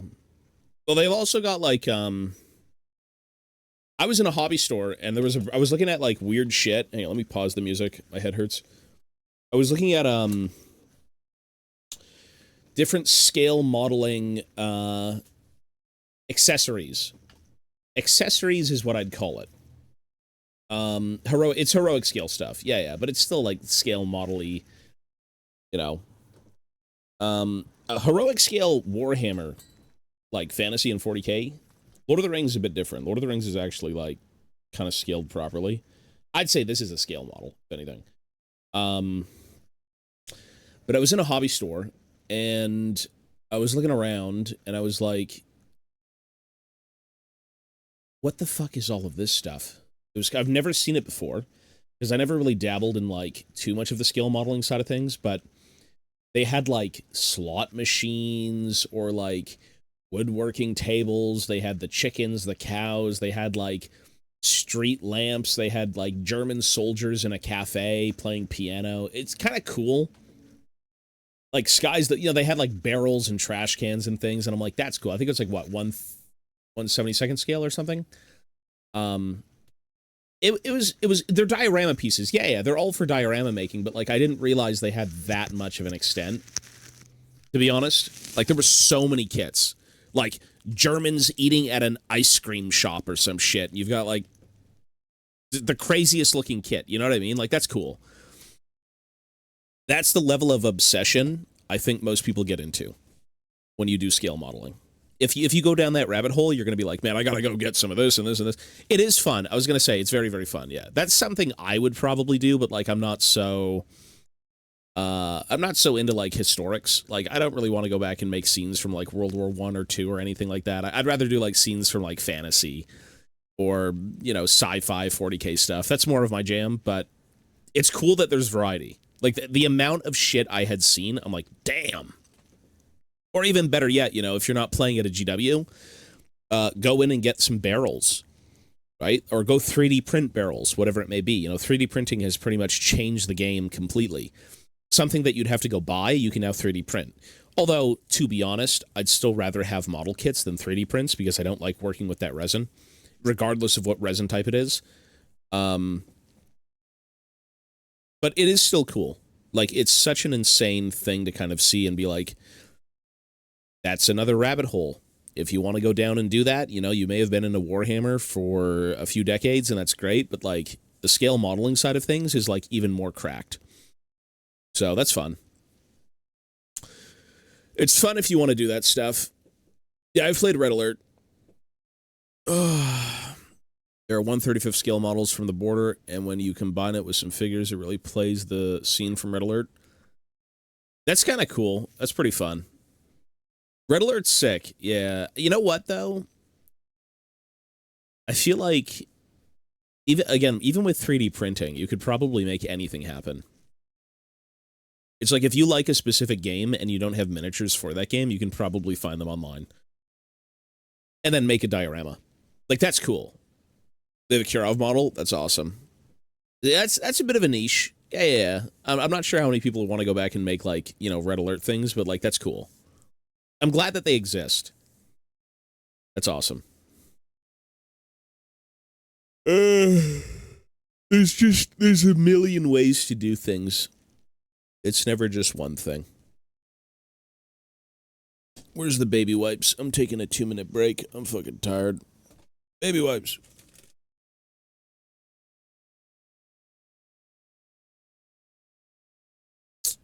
What time is it? 10 o'clock? Okay, so the reveals are in about 4 hours.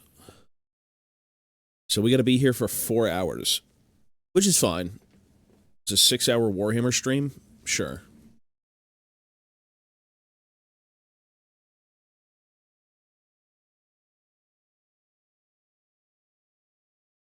We can take a look at the new grots.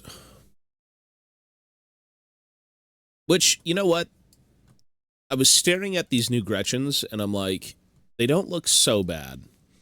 I think the very first one kind of threw me off. The first one looks the worst. Let's see.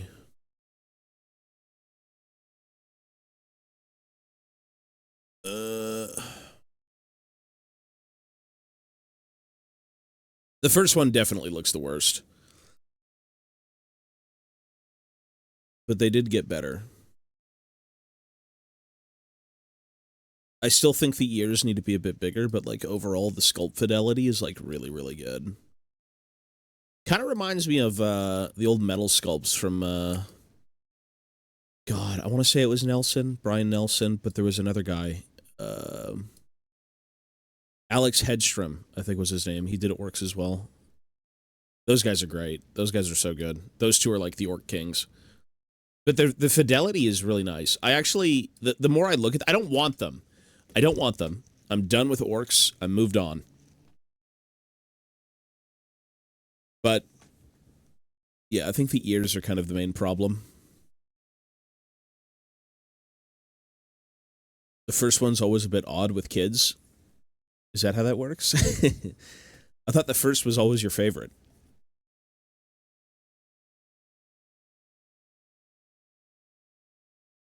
Yeah, they look good, though.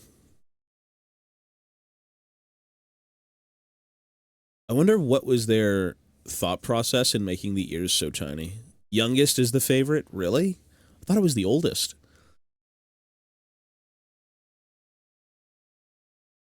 The middle one is cooked. Yeah, the middle child. Is that what that is? Well, I only have a brother, so I think my mom loves us equally, I gotta say.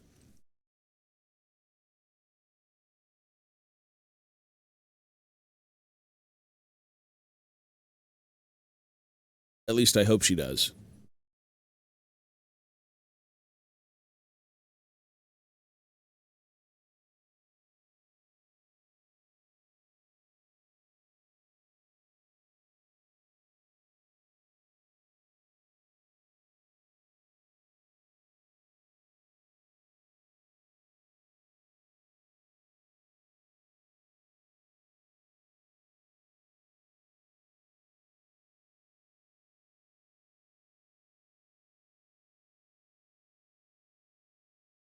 That's what they have to say, is it? That's what parents say. Oh, man. Well, you know, maybe one day we'll see. One day I'll be a father. Do you think you could wrestle with Azog the Defiler? Probably not. Probably not. I don't think any of us can. Maybe if I had a gun. See, that's the difference. That's why the dwarves of Erebor, that's why everyone fell so easily. It's like, you didn't have a gun. Like, you just need a gun, man. That's it. You're good. He's dead. Literally inject a single Warhammer Fantasy Dwarf into Lord of the Rings, into The Hobbit, into any battle, and you've got yourself, like, shit taken care of. Bring Malachi. Malachi with his barge. The Spirit of Grungni. And it's like game over for everyone. Until the Nazgul come, and then it's game over for the dwarves. Whoops. Oh, fucking hell. Nazgul! A brief half second. Maybe you just gotta, like, avoid him completely. And you've got him on the ropes.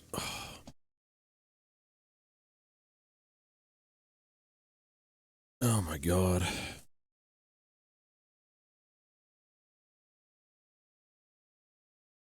Let's put this up here. Let's put this up here.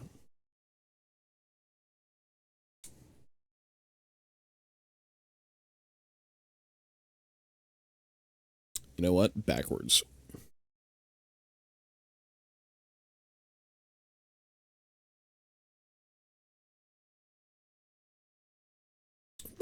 I haven't seen the trailer yet, no. I should watch it today, though. I was laying down last night and I was thinking to myself, I'm like, what should I put on to watch before bed? And I'm like, oh, the trailer. And then I just put on some random fucking video on autoplay and I just fell asleep. That's what it should have been.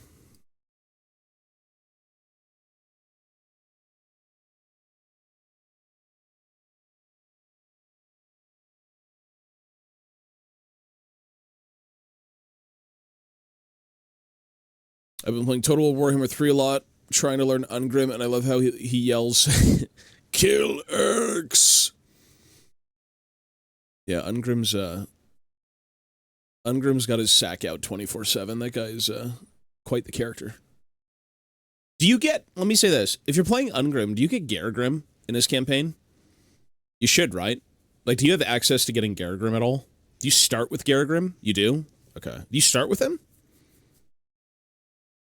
You should start with him.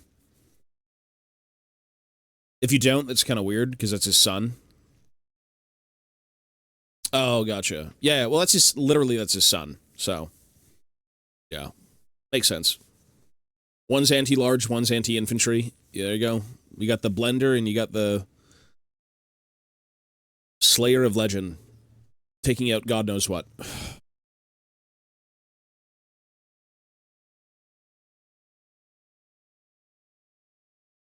Yeah, that was a bit of, I remember when they introduced those guys, and I was like, did they really just do the Storm of Chaos campaign? That's kind of cool. Very unexpected, I gotta say.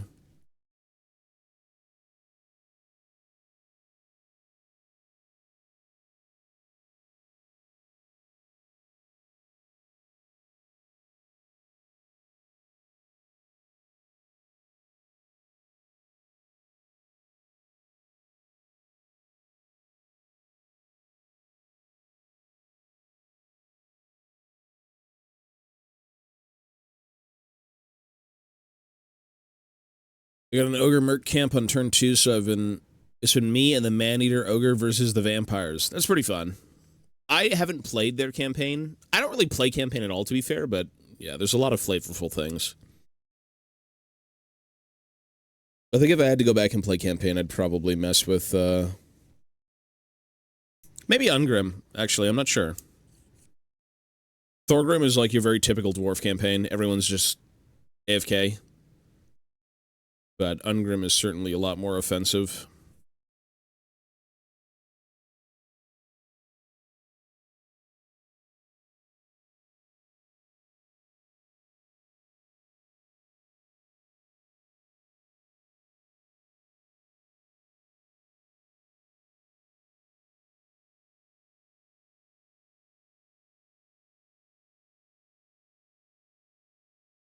Well, you do have to go out and do things. AFK in the sense that, like, most of your battles, army composition is what I mean AFK. Army composition. Like, what is stopping you from just spamming Dwarf Warriors and Quarlers? You know what I mean?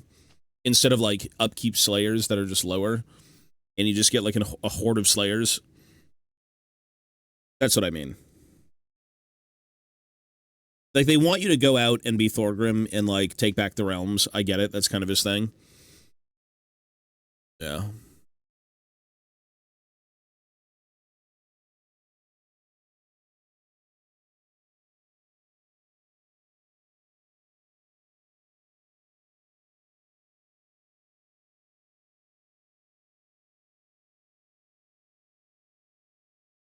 Oh, yeah, you can get it. Well, that's not early game. That's probably late game.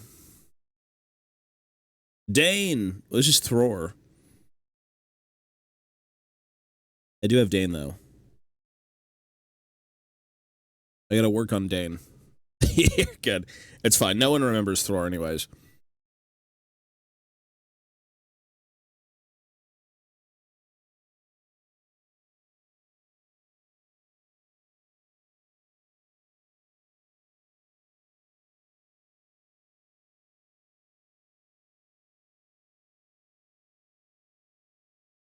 Same tier as Longbeards? That's cool. Well, you'd always want Hammerers. I'm assuming the upkeep's pretty CBT, though.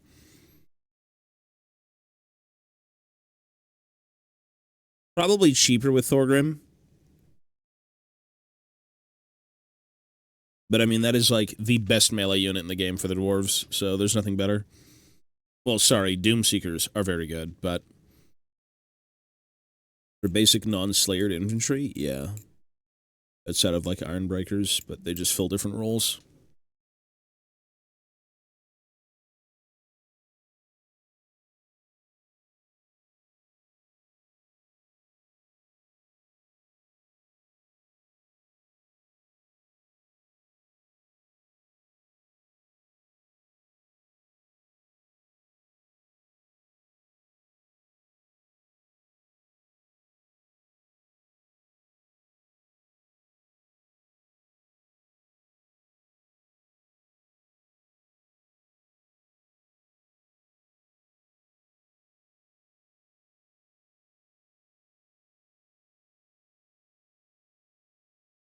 Do you end up getting the Everguard in campaign? Because I think I was playing a modded campaign a while ago, and I had the Everguard. You don't get them? Oh, it's lame. Fuck, it's so stupid. What? That should be an ROR, by the way. That should be a literal ROR. They're SFO. That's what I was going to say. I think that's what I was playing. The fact that the Everguard are not a thing... Well, you get the Peak Gate Guard, but that's not the same. If you pick Thorgrim as a lord, you should be able to, like, get the Everguard, like, 24/7. Like, that is the most lore-friendly thing you can have.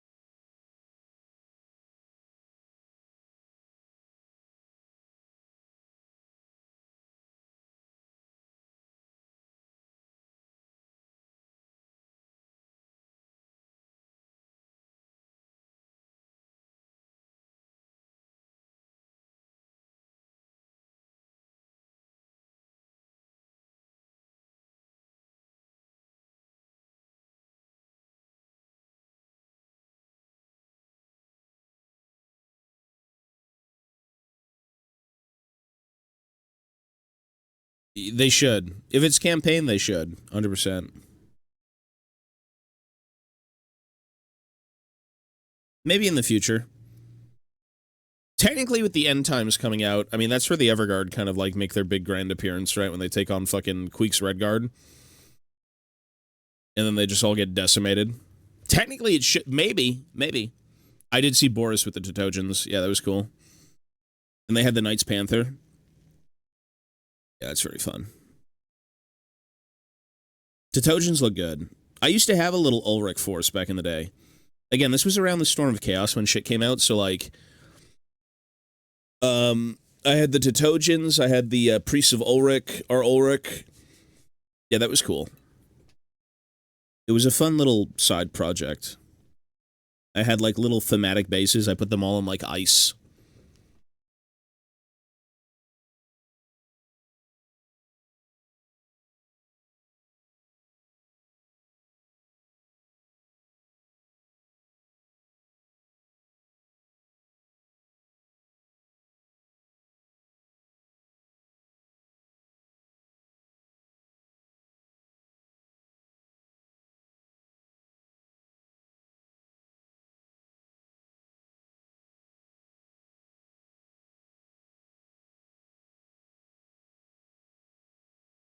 Mad Bro, hello, sir.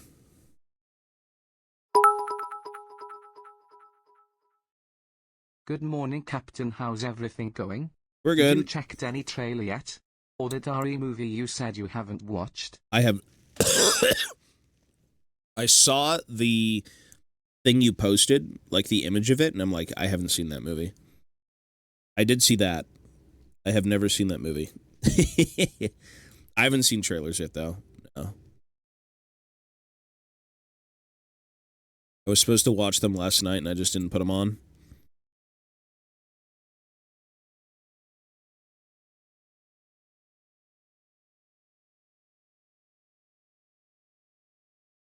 I like how they got, what's his name? I don't know what he does. Like, is he part of the Yogs cast or some shit? I forgot the guy's name, but he did the Boris cosplay a while ago, and it was a big meme. Was it, what was he from, though?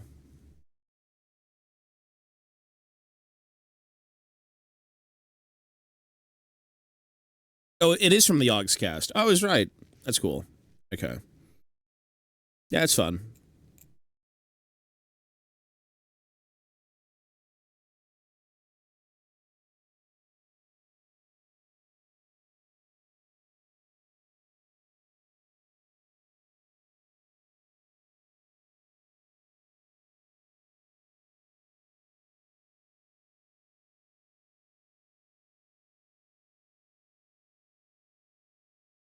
It's toddy. It's fun that that's an option.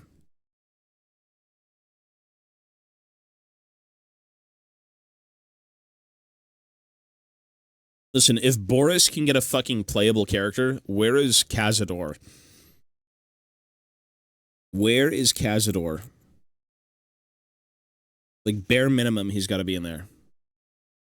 You got Thoric, bring Cazador.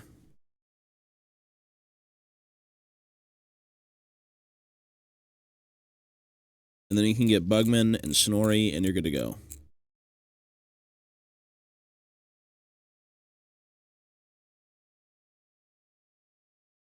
Unit.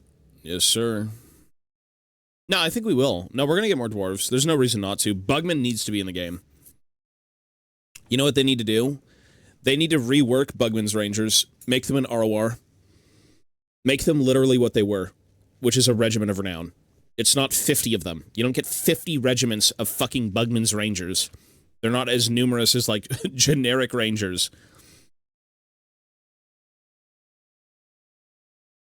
Rework Bugman's Rangers and bring in Bugman. Yeah, I did think they would bring out Thankful, to be honest. I think that was kind of a no-brainer. He's going to be there eventually, because, like, obviously he needs to. Same thing with the Storm Fiends. Yeah. Even the Vermin Lords. Do you get the are the Vermin Lords out in that game right now or no?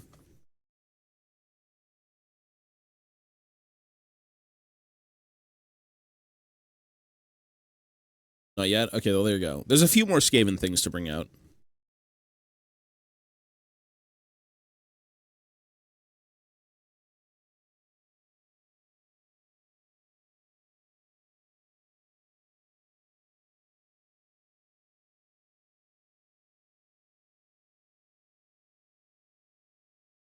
The Storm Fiends.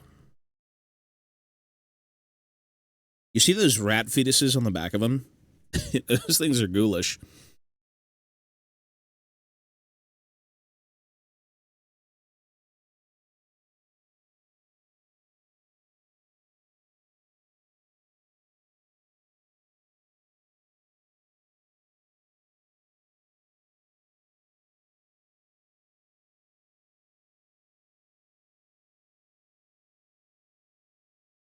Yeah, the brain of the operations.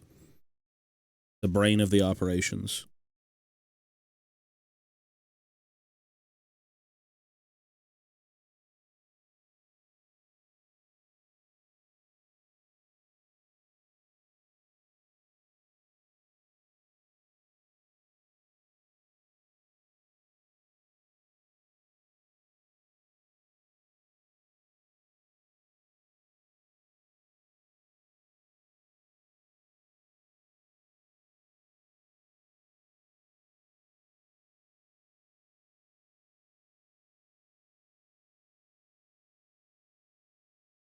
I think I had a dream about working on Thoric. I don't know why. I'm like, I kind of want to build Thoric's Anvil again. My brain has just been so, like, all over the place lately. I'm, like, dying. I don't know why. I have shelves up, and I'm like, I really should probably put some fantasy stuff up there. It's been a while.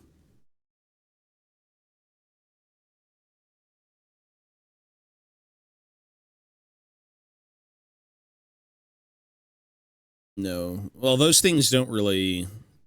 no dwarf mounts. Whatever you do, you don't do dwarves with mounts. That's just so anti-dwarf. It's too much.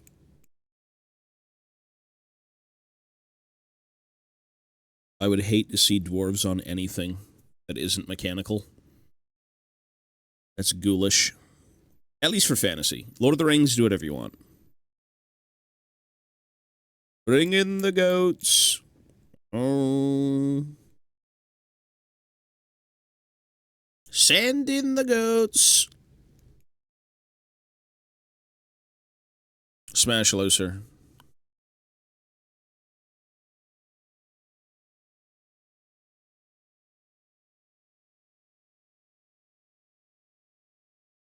I like how it's Billy Connolly, of all people, who played Dane.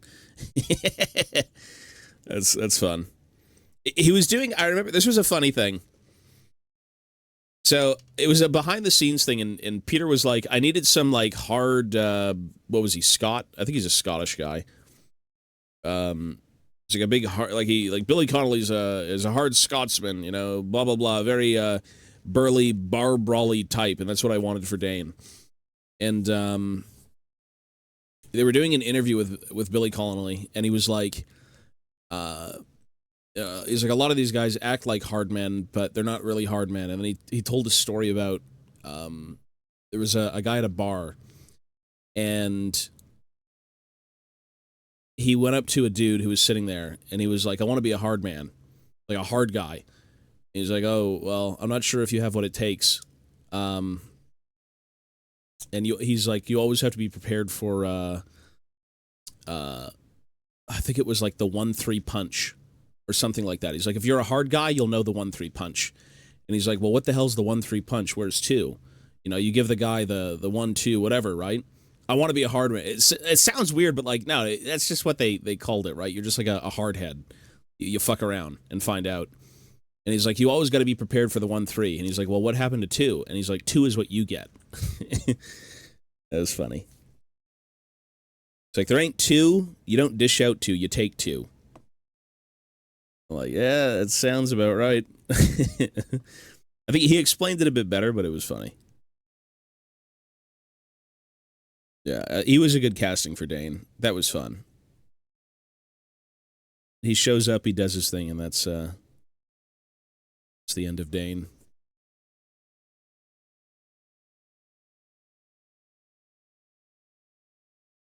Well, fantasy dwarves have never been synonymous with riding things. That's why they should never be on a mount. It's just not normal. It's like saying fantasy dwarves should have no beards. Like, it is their religion. It is their honor. It's like their whole system of who to look for when we need to know stuff. It is very much ingrained in their society. It's like, yeah, you probably don't want mounts. We don't like mounts. We don't like inconsistencies. We don't like things we can't control. You can pull cannons and trade carts and everything and go up your little trade routes, and that's fine, but like, no. Lord of the Rings, that's fine. Not in fantasy. Definitely not in fantasy. If you want to do that in Age of Sigmar, go for it. But fantasy is so established, you just can't fuck with it. You don't want to change things that have already been there for so long. No. There's no... The mic setup on the other channel is a bit better. This one is more of like a necessity for what's going on here, but the other one is just... it's fine.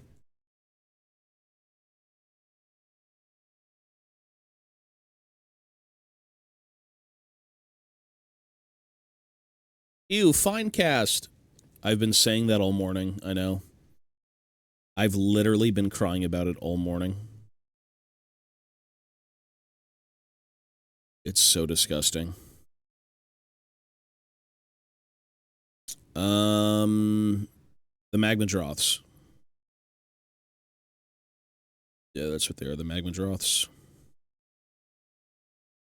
Like, that's fine. Those are cool. If anything, those are even, like, kind of a callback to, like, fantasy. If not just a little bit. When dwarves used to control drakes. A little bit of a weird Fall back.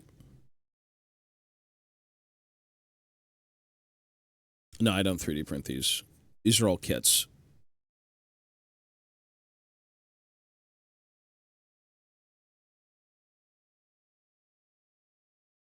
Like, no matter how bad Finecast may be, you'll never be done making this thing. There's so many things you can do to a Finecast kit. It's just insane. You can sit here and clean up miniatures and, like, scrape mold lines. That's great. And then it's like when you're working on Finecast, it becomes a war crime. Finecast is actually a war crime. It is so bad. Yeah.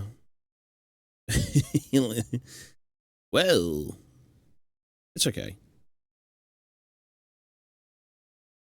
High fidelity. Yes, indeed. For the time, maybe. High fidelity.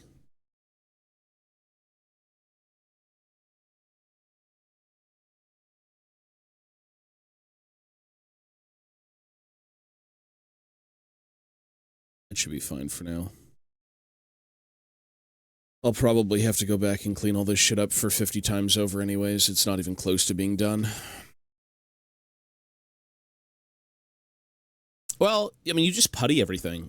There's no reason I'm not puttying the living fuck out of both of these guys, like Thor and Thrain, or Thror and Thrain, but yeah, it really boils down to glue them together, and then once you're done gluing them together, putty the living shit out of all of them. You just have to. Putty them all to death. I'm even thinking of puttying his sword. Like, this thing, first, I have to bend it back into place with heat, but it's so thin that, like, if you hit this, it would snap. And so what I was going to do is just literally putty the back and just make it a little bit thicker. And then once the putty hardens and it cures, I mean, it's never going to move. It'll never break. Because I don't trust that at all. Like, that is disturbing. That is disturbingly bad. Yeah. Well, warm water or, you know, a heat gun, whatever it may be, like a blow dryer. Yeah. Like, I've done Finecast before, but it's just... Lord of the Rings Finecast is a different beast, because Lord of the Rings is scaled appropriately. Warhammer minis, on the other hand, are more so heroic scale, so you're going to have a lot of big weapons and big hands and big feet. Everything is much nicer to work with in other ranges, but, like, Finecast Lord of the Rings is just so fiddly. Because everything is appropriately sized.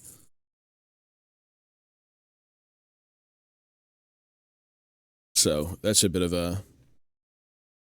It's a bit of a doozy. Well, the Shard Dragons were a small tidbit from, like, an 8th edition book called The Monstrous Arcanum. They're like serpentine drakes. There's no wings or anything. They're covered in, like, a bunch of very hard, very sharp scales. And usual dwarves delving into mountains and things. You find beasts. This particular beast, they wanted to try and, like, use for war and harness its power, so, you know, runic collars and all this other shit were kind of, like, implemented, but it's a bit of an outlier in terms of, like, dwarf lore, in terms of dwarf units. It's very strange, because dwarves, again, they don't want to tame these things, they want them gone. Like, dragon, gone. Serpents, gone. Anything living under a mountain, get the fuck out. Right? But... yeah, for the sake of the Shard Drake, it's like, what if we actually use runic magic to, like, hoax the thing in the battle? Like, actually control it? Like, that's cool in a way, but it's also very strange. Yeah. That's a bit of an odd one. But cool. They never had minis.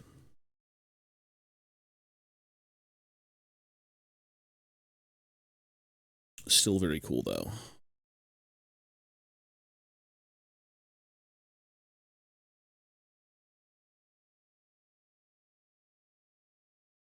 Piece of plastic cost too much money. Too much money. Listen, you said the same thing yesterday, and I said the same exact answer. Too much money. How much does Warhammer cost? Too much.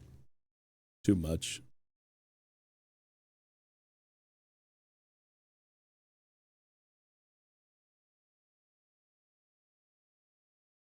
But that sucks now for like 40 euros for a model I don't want to have to putty it. Yeah, you know what, though? To be honest, I think every single miniature, realistically, can probably be puttied. That's the biggest thing. Like, realistically, every miniature could be cleaned up. Like, you've got mold lines. Well, not mold lines. You've got gaps on every miniature you've ever worked on.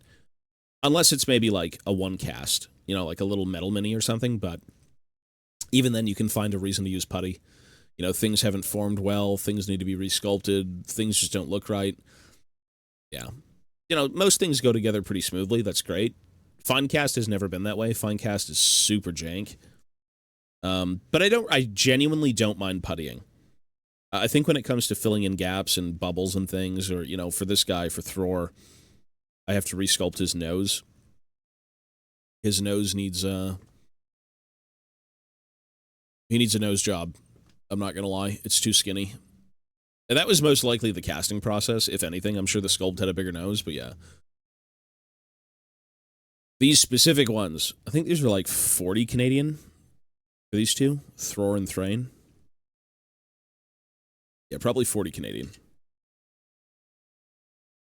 And the craziest thing is they still come in their OG packaging, which means they never sold. It's still the same packaging from when they first got released. There you go. There they are. Otherwise, there's no reason to print that, like, ever. Yeah.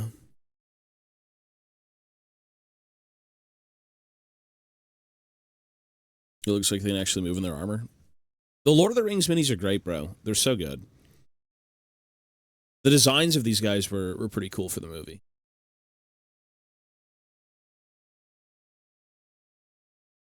You didn't like Return to Moria? Were you playing with us when we were playing? Because we played that game on stream. We played it for quite a while, too. I think it was like a week. No, you didn't? One of the funniest things in that game was we were playing with a playtester. He's like, yeah, I worked on the game a bit, and he was showing us stuff. And we encountered a problem where you needed black diamonds, and the only way to get black diamonds was to go into, like, the depths and deal with, like, the fucking nameless things and other crap, and then you'd pick out the black diamonds. And they only generated so many in each world, so if you ended up losing one, you couldn't progress with the game, and the guy was completely stumped. He's like, I don't know what you do here. I think you're just fucked.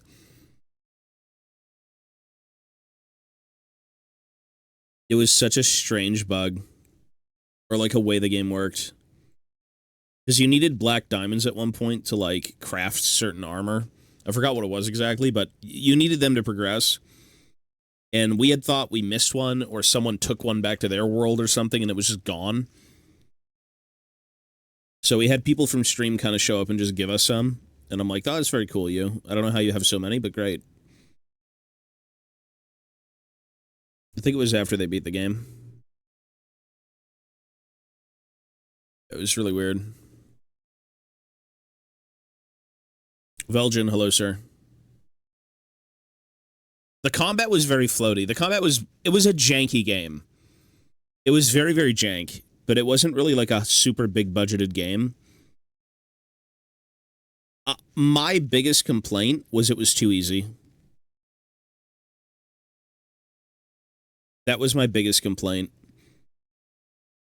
For a game about reclaiming, like, the most treacherous fucking hold, the most important, like, well, I guess for the sake of Lord of the Rings, mansions, it should have been more hardcore. It was certainly more of like a family-friendly, you know, hey, little Timmy, you're the age of 5, let's reclaim Moria. Yeah. Let's go reclaim Khazad-dûm and sift through Dwarrowdelf and... Yeah, that's cool. You know, bring your kids, right? It was a bit too easy. That was my biggest problem.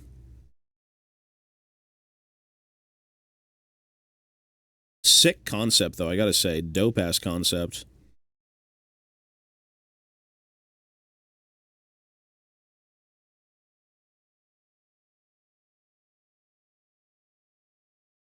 Yeah.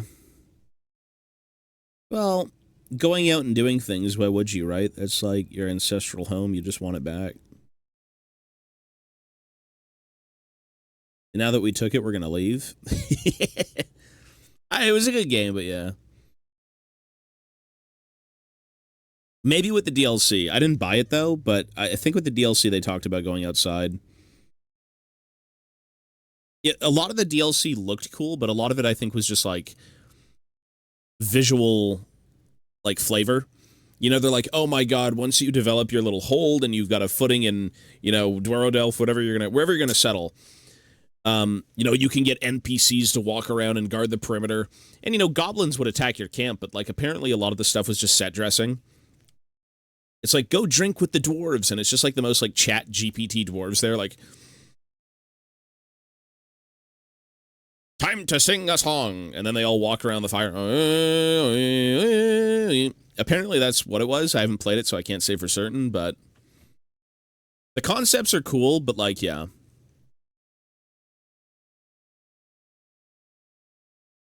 I did too. The thing with the nameless things though is that less is more.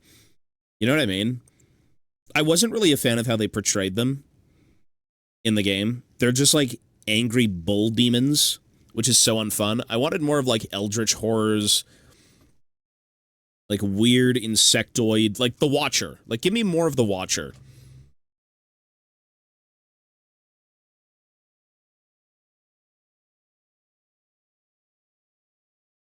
If the Watcher was a nameless thing and if it was drummed up from like the deep, great.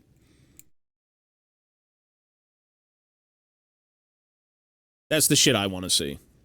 That to me is a nameless thing. Like, how do you even, what do you call that?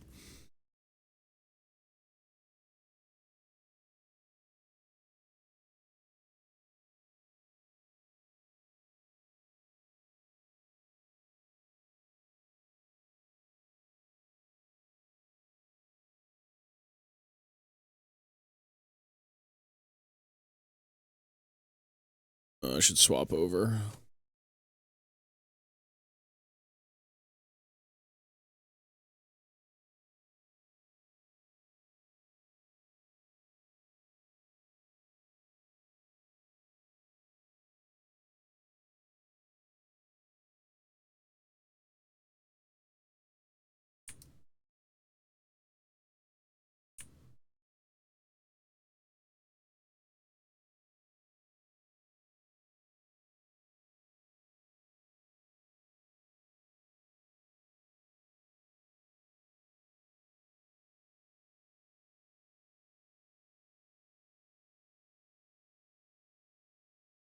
That'd be very cool.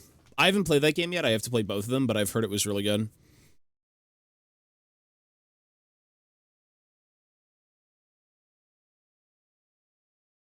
I guess, you know what? It is probably one of the scariest things to tackle anything Tolkien. Like, the amount of hardcore fans, the amount of weight that you have to bring to these games. It's like Warhammer. I feel like it's pretty hard to make a good Warhammer game. Like, you really got to kind of dial it in, and you have to be super faithful. Not that people don't know their shit. You know, people study and just love this hobby until the bitter end, but like, yeah, it's certainly it's a big undertaking. Yeah. Play the GBA Lord of the Rings game. What is that? GBA?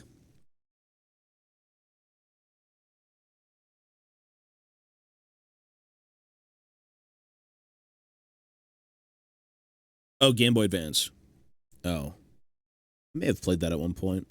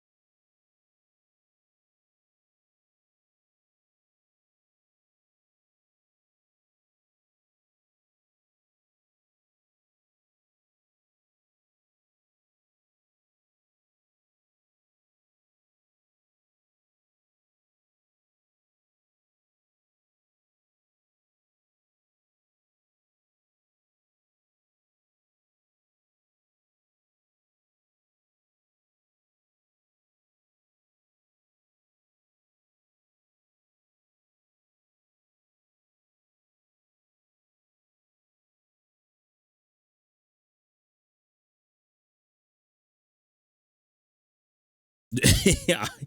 I've never played it, I can't say. When you're younger, you get scared by the stupidest of shit. The most scared I've been as a kid playing a game, I remember this so fondly. I rented it from Blockbuster, and it was one of the Men in Black games for, I think, the PlayStation 1 or the PS2. And the first thing you do in the game is you spawn in a dark alleyway full of fog, and you have to walk forward, and you hear, like, noises, and I got so scared. I don't know what it... I don't know what that was about, but I couldn't play that game. We returned it, and I got a different game. These days, you'd be like, oh, okay, whatever. Anyways. As a kid, things are just different.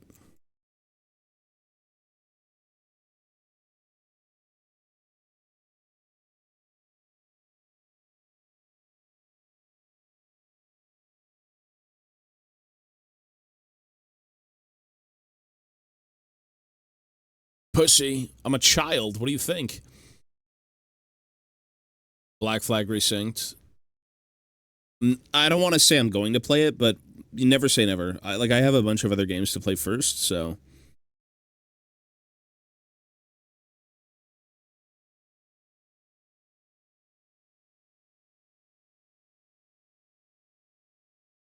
Never say never with games.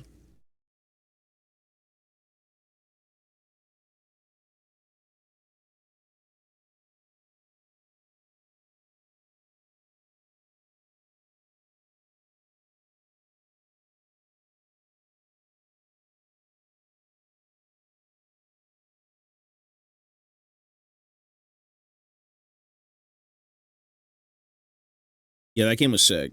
The movie tie-in games were so well done.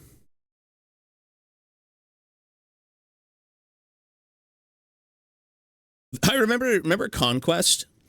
It was the guys who did Battlefront, and it was a Lord of the Rings Battlefront, and you could play like the fucking Balrog in the Shire and kill the hobbits as the Balrog and like Sauron. It was a very interesting like what if scenario. Really goofy, but like fun.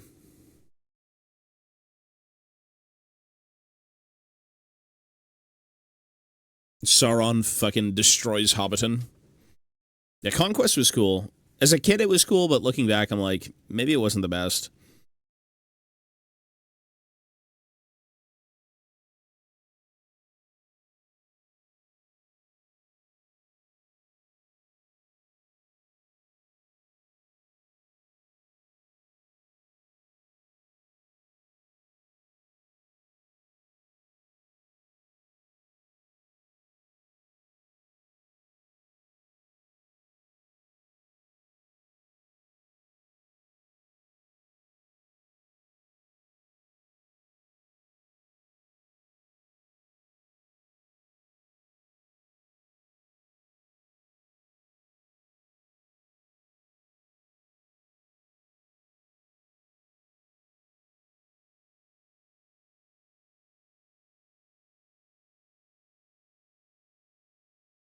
The demo of Conquest. Bro, they used to do demos. Oh, man. Do they still do demos of games?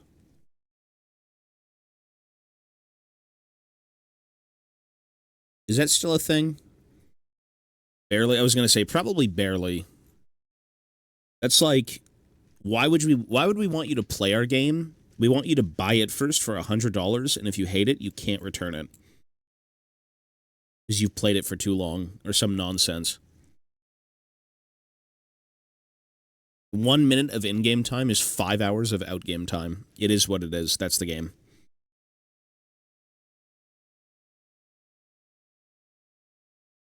I don't think that's the case, but you know what I mean. CDs in a cereal box. I used to get a lot of my demos from gas stations. The old Xbox magazines and shit. That was fun.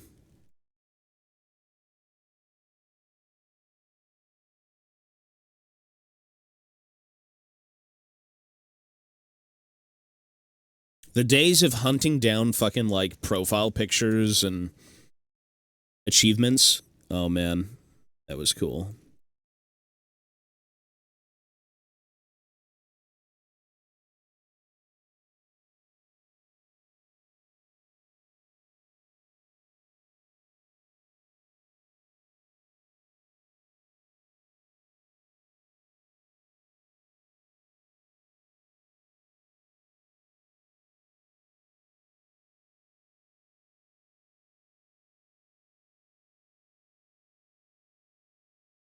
Discord.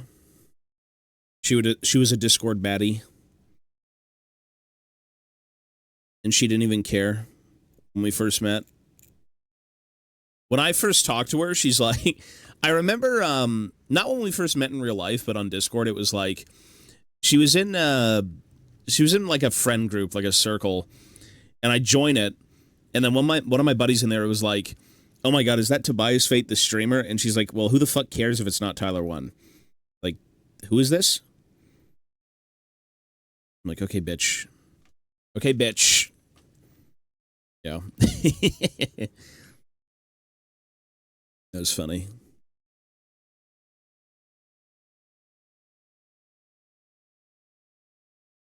Yeah, she's not like that, though.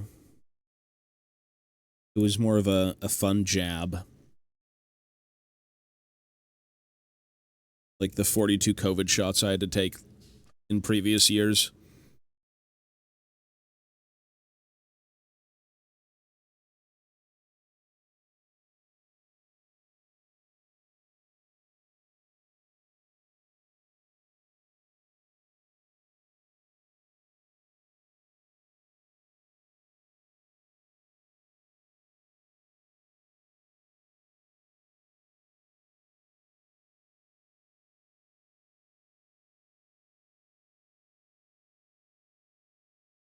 Listen, I got her to play Warhammer for like a month.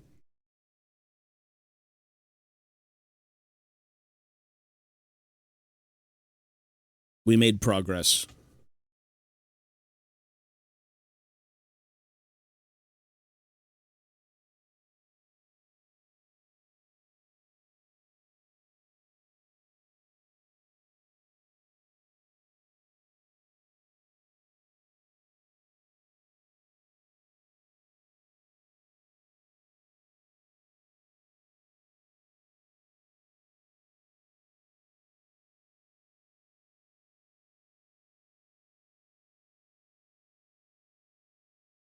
I don't know anything about that. I'm not gonna, no comment. Whatever that shit was, COVID was awful, man. COVID was the doo-doo times. It sucked.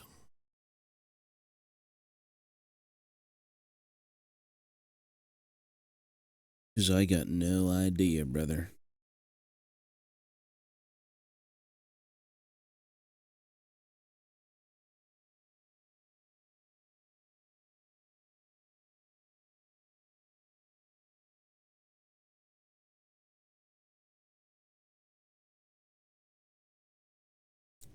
I don't. COVID is no joke, though, man. People did pass away from that. I know people who passed away. It's no joke. Staying indoors and being isolated, that's one thing, but like, yeah, it was like legit not a good time.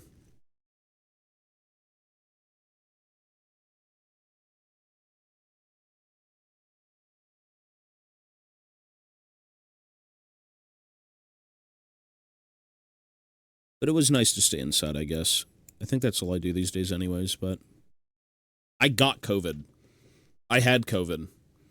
Ivana also had COVID. I remember I would be, so when I had COVID, I was confined to a couch, and I was in the corner of the room, and whenever Ivana would have food, she'd throw it at me while wearing a mask and gloves. Like, she looked like a nurse. Like, what is, Ivana, it ain't that bad. And she would throw food at me in the corner. I'm sitting there, like, scrunched up like a slug. Yeah, but for some people, it was really, really bad.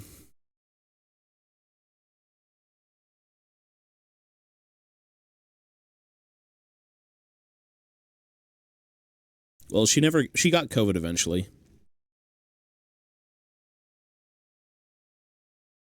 She got COVID during the worst snowstorm I've ever seen in my life. I've never seen a snowstorm so bad, ever. Going outside was a hazard. You would literally, like, be at risk of dying if you were outside.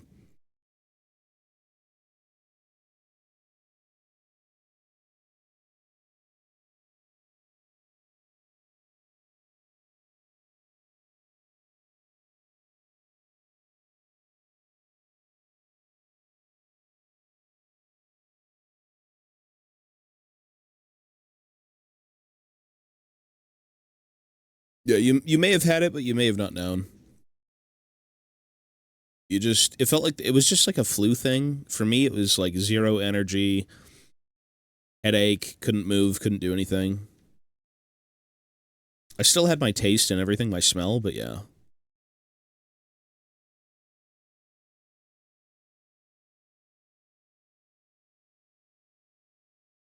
Yeah, it just depends on, I guess, what's going on with your body and how different it was for each person.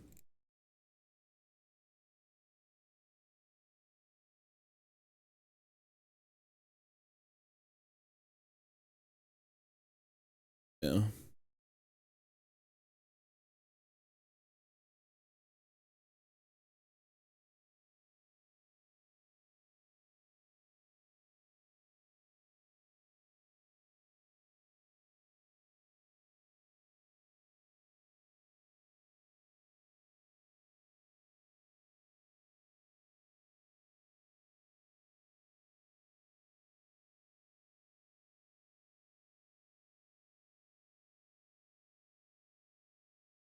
Spank closer.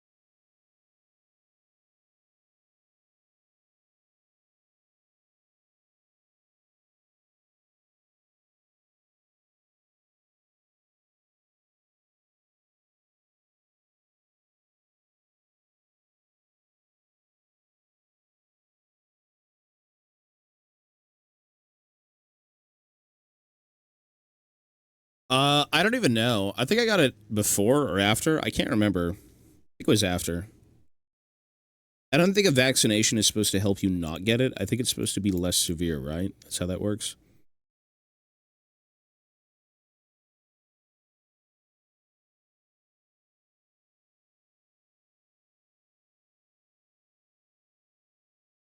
You're not, like, immune.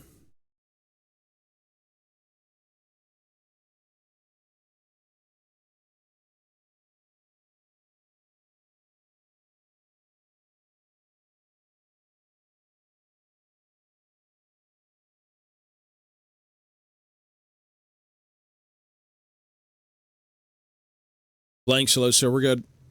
Did you ever do the squat? You ever draw that thing? If you didn't, I wouldn't blame you. You shouldn't have. Oh.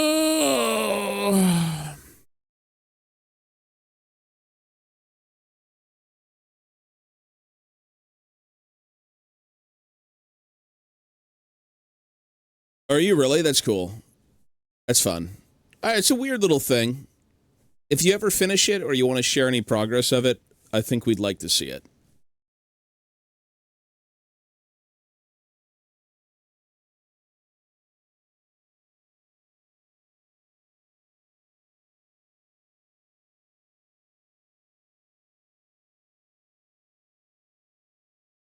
So vaccinations are pure prevention, but generally viral vaccinations help with how bad it will affect you? Yeah. That's good. I can't speak on any of this. I'm a drone of society. If a doctor says get the vaccine, we'll talk. You know, I've had like one COVID vaccine, and I was good. I didn't need like 50. My grandfather was like, shoot me up, Senny. Shoot me up. My grandfather's got like 95. And he's 95, I'm pretty sure.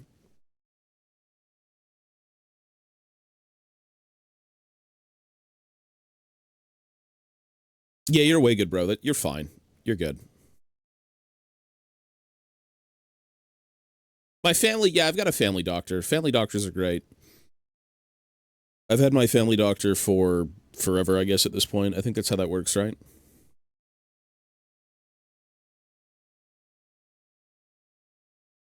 Trust the science. Trust the science.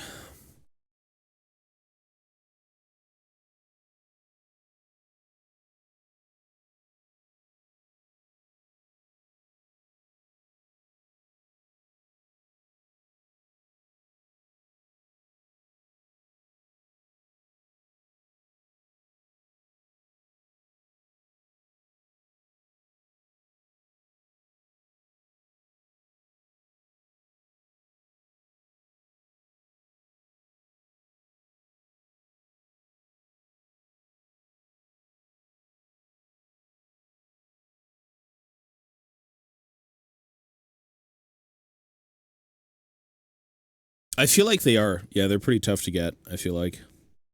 That's at least what everyone's been saying.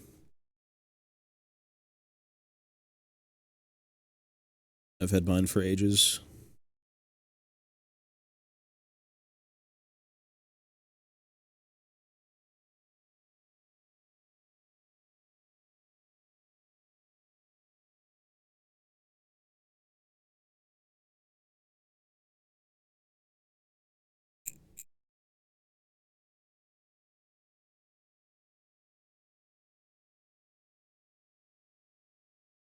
All right, I'm probably going to put these guys down for a bit. I don't want to work on any more Finecast. It's just so crap.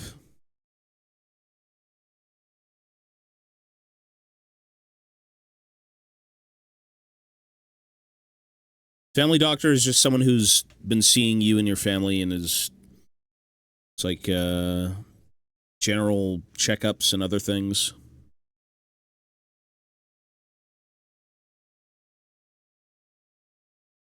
Not like private doctors or anything. It knows your history. There you go.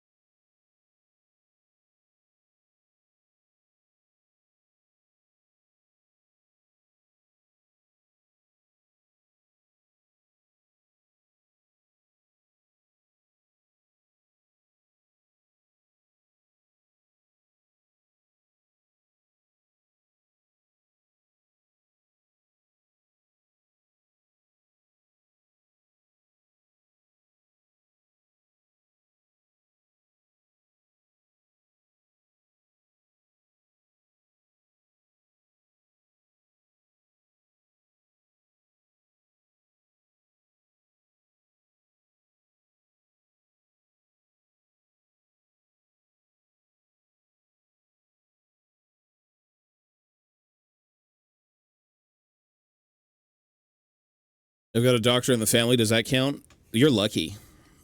If you have a doctor in the family or any sort of like profession that you can always like count on, man, that's like, damn. You're not just a patient, you're family. Family, Arthur? Isn't that what we are? Family. How you gonna go betray me, my son? My son, my boy.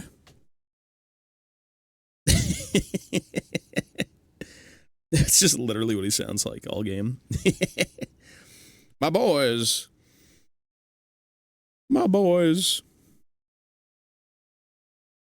Who is betraying me?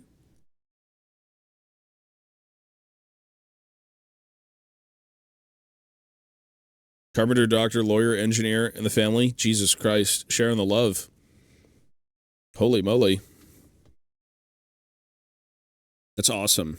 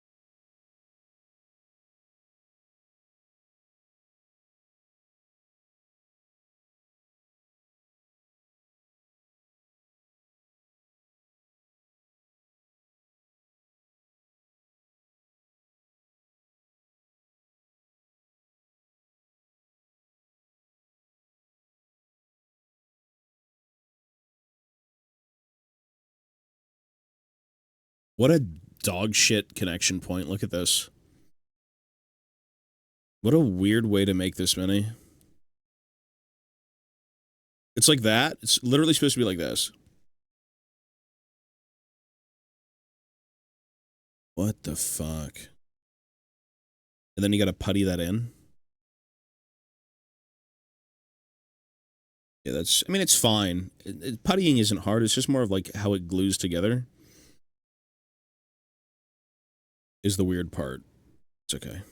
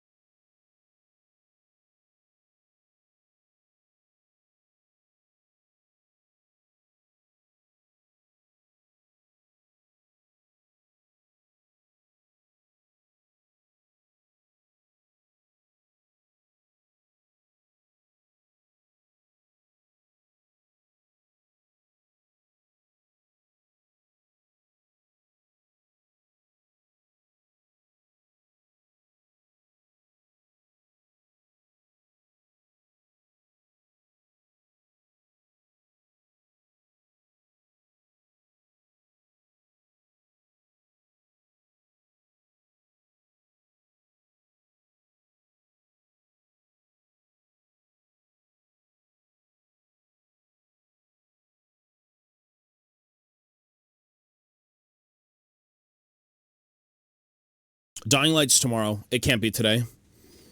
I realized we have to watch the reveals at 2 p.m. today. And then by the time I get on, I have to play League, just because it's not going to be enough time for Dying Light. So Saturday is going to be Dying Light. It's just Warhammer reveals. 11th edition box is being shown today. I won't be buying it, but I want to see the orc sculpts. I want to see what they look like.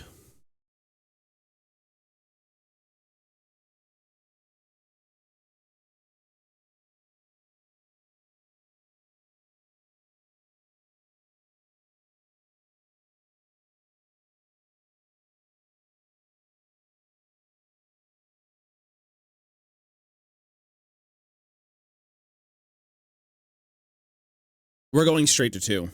Yeah, we're not going to do a recap because apparently there's so many spoilers for the other games in these recaps. So we'll probably talk about the whole franchise when we beat the franchise.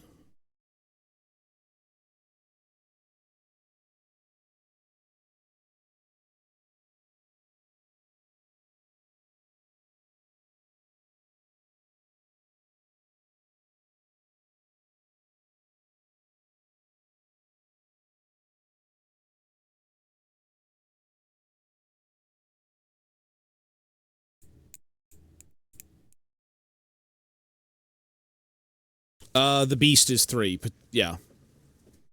The Beast.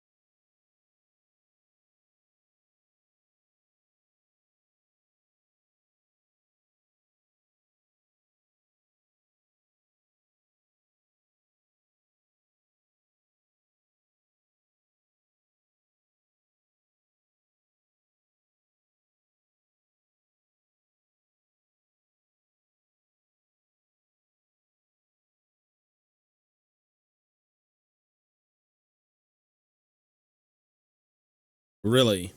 Well, I don't think it'll be releasing the day that I finish it. I mean, that we'd do that, probably.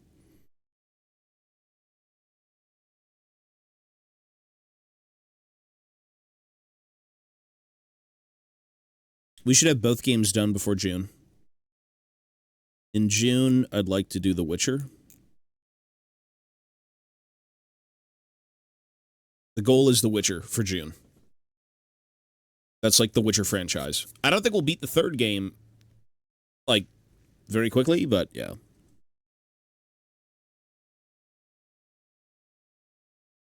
Very curious.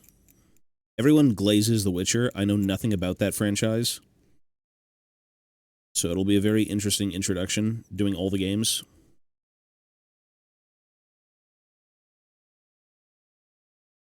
Yeah.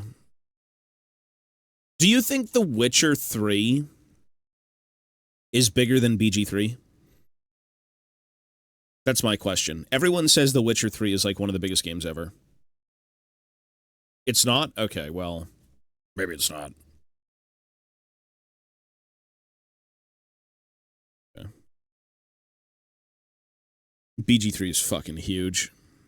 Such a big game. It's a great game, though. BG3 is fucking awesome. Tugrek Fent Dilva. That was fun.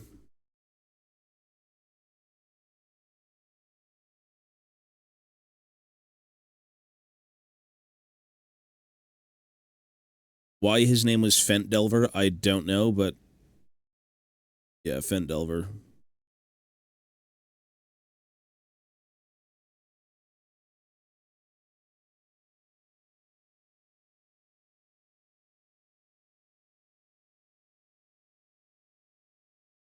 I'm going to play the hardest difficulty. Yes, I'm doing the hardest difficulty on every game I play. We have to. It's the only fun thing to do. There's no games are not fun when they're too easy. They need some sort of challenge, some sort of like mental stimulation. Mental stimulation, well, through button presses, I should say. Don't say anything. Don't say anything. I don't want to know anything.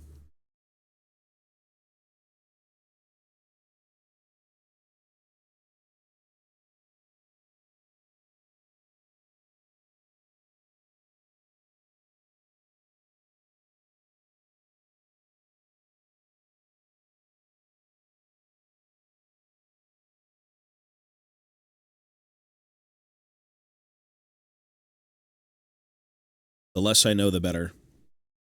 I know nothing about the Witcher franchise. I know that, like, Henry Cavill was, what was his name? Geralt? Gerald? That's all I know. I know the main character's name, Gerald or Geralt, and I know that guy fucking portrayed him. Geralt. I don't know his name. Jerome. There you go. Geraldi. Gerald. What's his name? How do you pronounce it?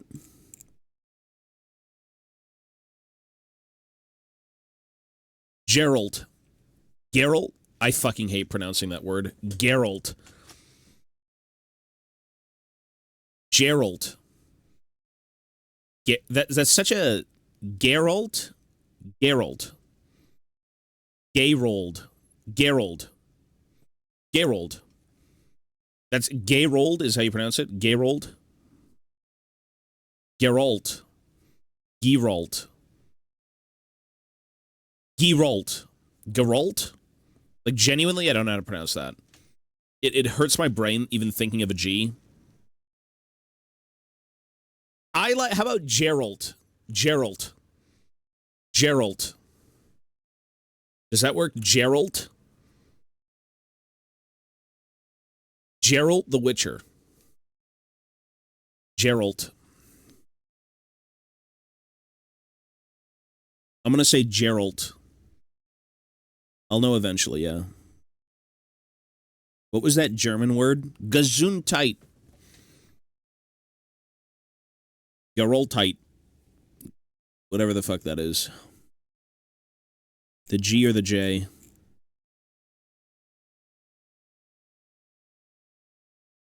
I just don't know, man. I'm sorry.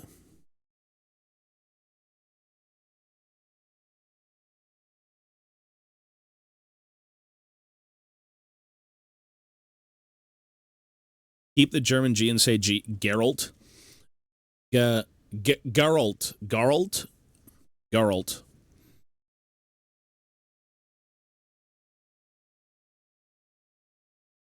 Geralt. Oh, Geralt. Is that really it? Geralt? Geralt. Geralt. Geralt. Geralt. Geralt. Geralt. Geralt. Okay, you idiots need to... Okay. Geralt.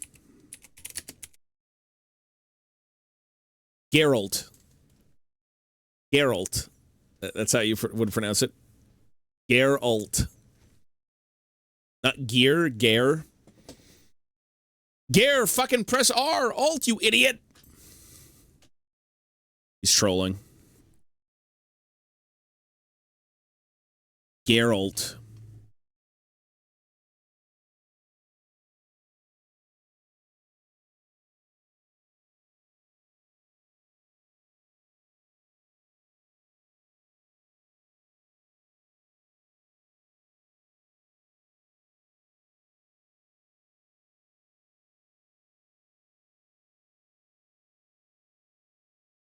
Geralt. Geralt. Gare. G-A-E-R is how I would pronounce it. Geralt.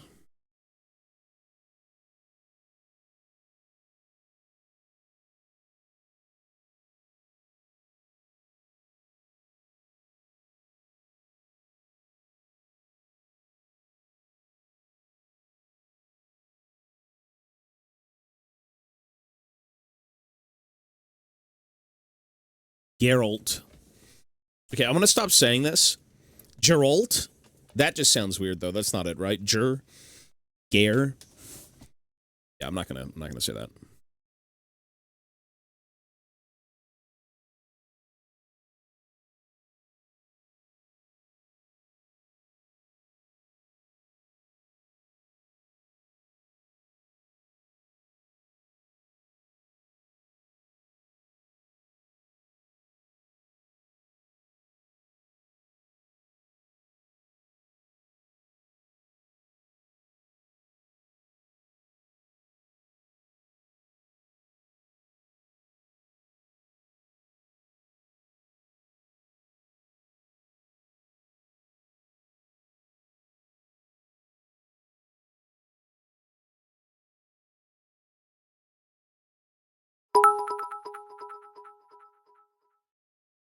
Geralt. Gerald of the Riviera, Jerome of Rivers, Geraldine of. Geralt. Look, just say Geralt. You Geralt. out. Geralt. Geralt. Geralt. Geralt.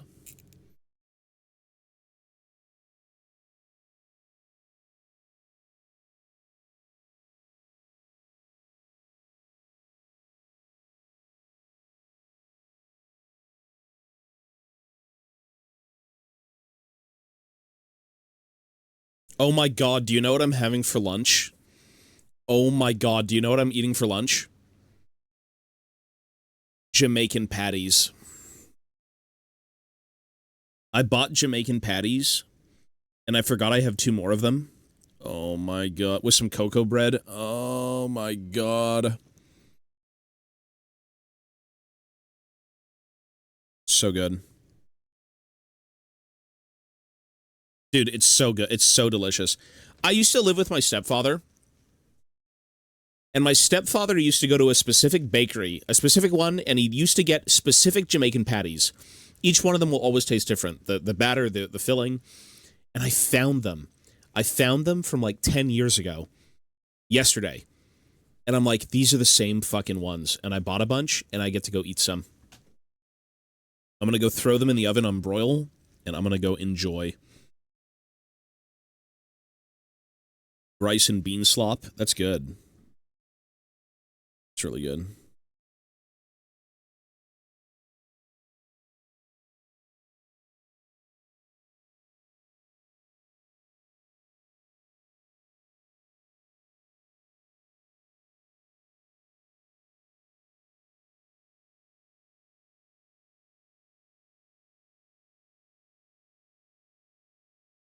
The Jamaican patties are the exact same taste from 10 years ago, yes. They're so good. It's such a, like, nostalgic flavor explosion.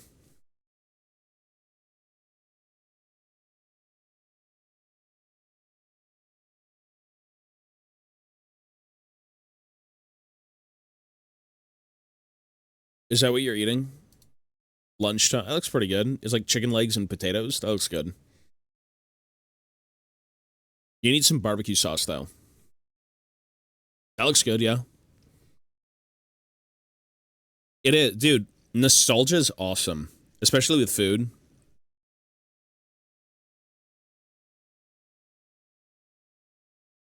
Especially with food. Vaseline is good for sculpting, yeah. Exactly. You should use Vaseline for sculpting everything you do. Barbecue sauce is full of sugar. Hell no. Oh, fuck, you better enjoy something before you go. Jesus. It's not that deep. How about some, what are some other sauces you eat with, barbecue?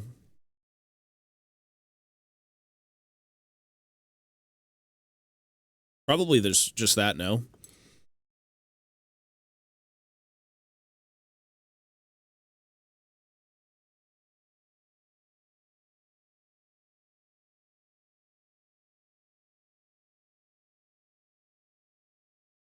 What about, what's that double A sauce? What's that shit you eat with steak? 2A?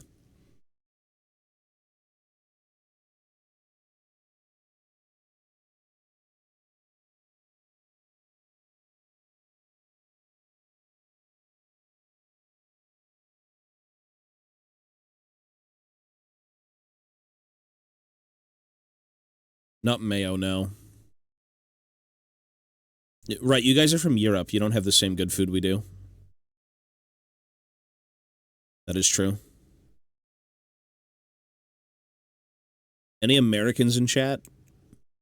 Any connoisseurs of good food? Well, technically Canadians. I don't think there's any Canadians here, but I think this is mostly a European chat. Okay, buddy. I know you. You're American. Wait, are you?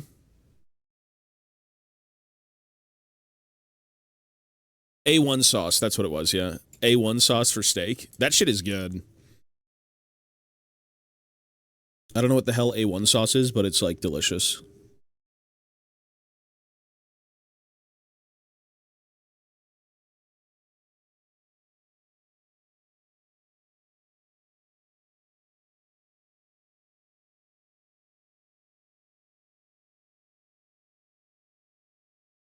A1 sauce. I don't even know how to explain it. It's like a tangier barbecue sauce. Oh, you're not? Oh, never mind. I thought you were American. You know what? I don't think there's any Americans here. I think Blanks was American. The Ameribros are not on this stream. Our version of brown sauce is Sorta. What is that, in Europe somewhere? It's good, though. I quite like it. It's pretty good. South American. Rucked, you're American. America! Or I should say Canada. I'm not from the U.S. My family is. Kerrygold? I don't think we have Kerrygold.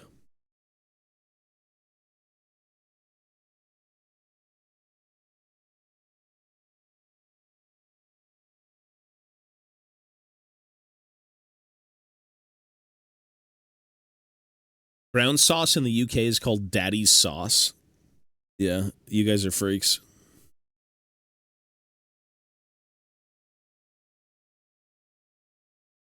I don't think I'll be coming to the UK.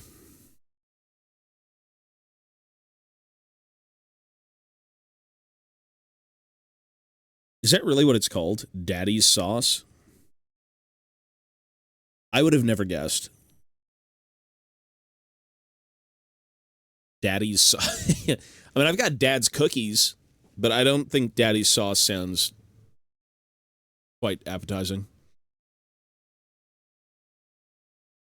It's like, yeah, hook me up with some of Daddy's sauce on my meat. It's like, all right, maybe not.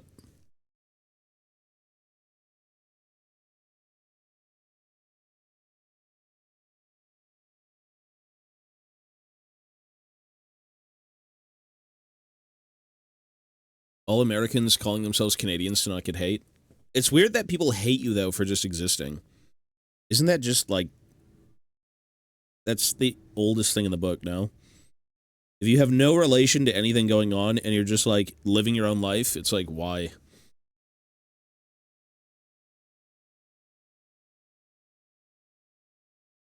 Pixie, hello, sir.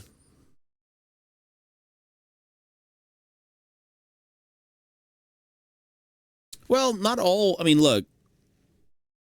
Just because you're an American doesn't mean you believe in everything over there, you know what I mean? Doesn't mean you support everything happening. Yeah.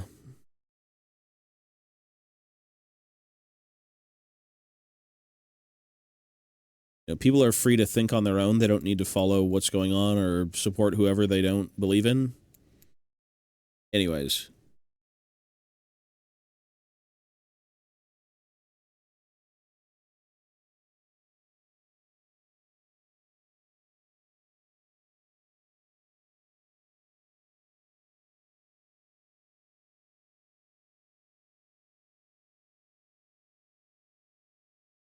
Doritos bag meme? I don't think I've seen that now. I have no clue what that is.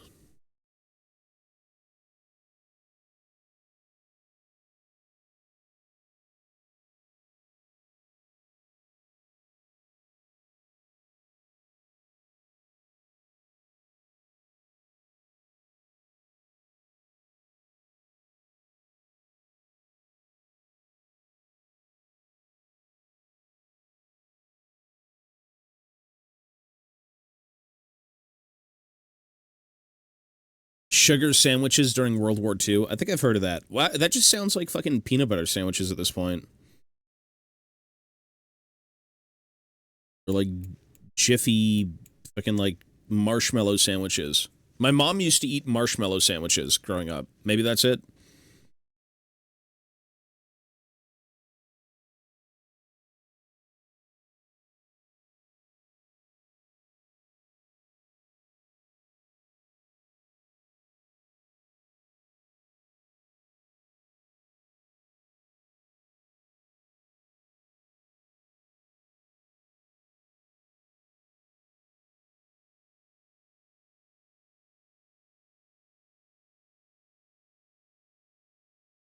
Butter with sugar sandwiches are good though. Oh my god.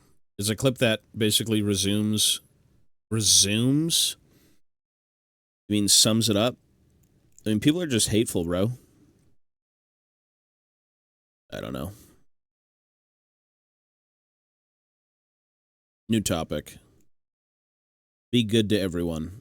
Unless they're bad to you, then you have no reason to be good to them. Just walk away.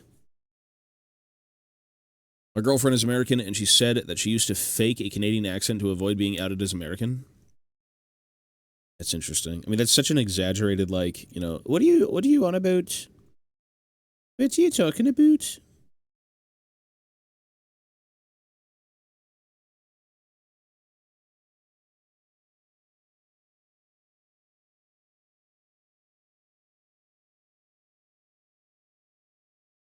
Hey, you know what? Whatever works, right?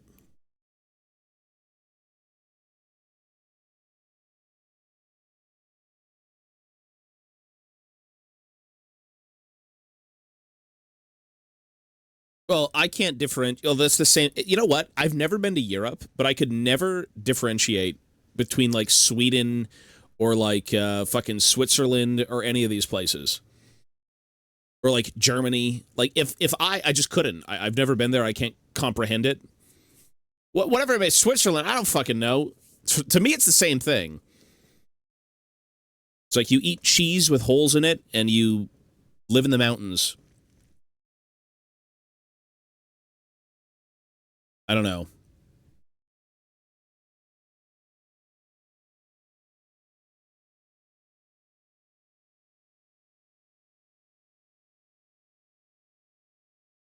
Sweden is IKEA and meatballs. To me, though, it's the same thing. I've just never been. I don't know the differences in culture. IKEA is cool, though. The Swedish people, they know what's up.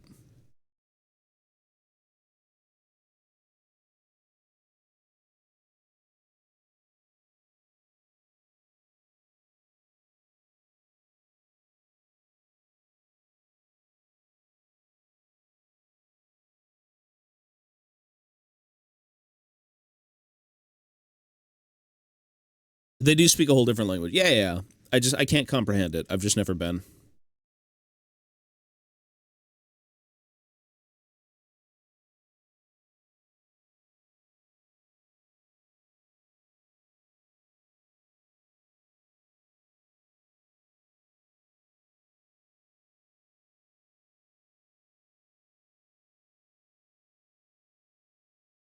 Listen, everyone in Europe just hates each other.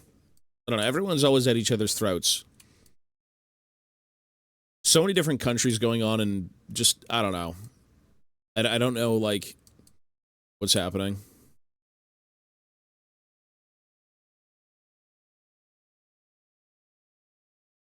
Europe has a rich history. Yes, it does.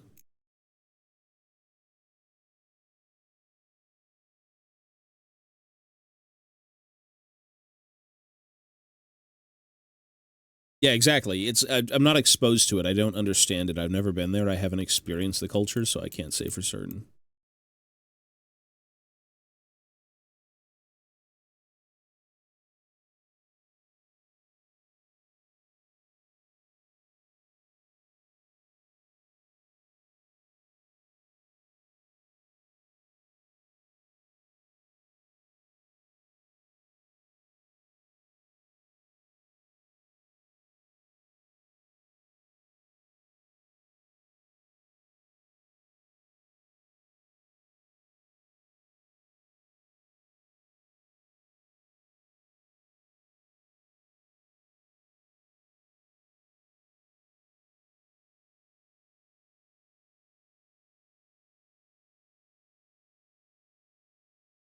Americans think Dutch and Danes are the same. Dutch. I mean, I know Dutch from, like, Predator. The Dutch. Isn't that something in, like, Germany or something? I don't know. Fuck, I don't know anything. I don't know anything about it. I think it's in Germany. If you're Dutch, it's like you speak like a dialect of that. I don't know. I don't know. Fuck you telling me. Bro, I'm Canadian. The Netherlands. To me, it's all the same place. I genuinely don't know. To me, it's the same place. I don't fucking know. Until I'm there, I can't fathom it. It's like, oh, you're from Europe? It's like, what part? It's like, I'm Dutch. Like, Vanderlyn? Hell yeah, brother. Come here. I don't know. I don't know. Yeah.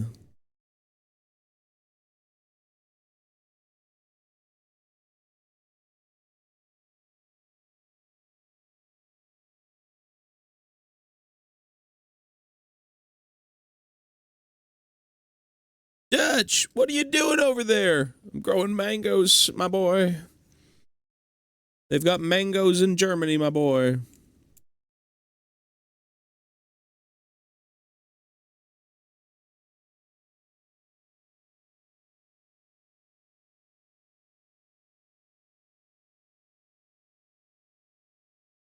Tahitian mangoes.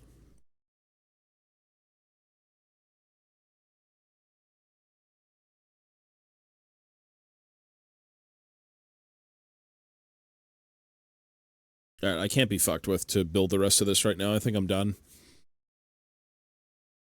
We've been building these two for probably, what, 4 hours? Which, they're not even close to being done, but it's a good time to take a break. Take a break, put them on the shelf. When I want to work on them again, I'll pull them off. It's fine. Tahitian mangoes. W. Toby. Yes, sir. Well, that's because I guess everyone's very proud of where they come from, as you should be. I don't mean it in, like, a mean way. I just don't know anything about Europe. So I'm just like, cool. Like, I go to IKEA. Like, you guys are freaky, bro. You've got, like, 50 weird, like, letters for, like, meatball.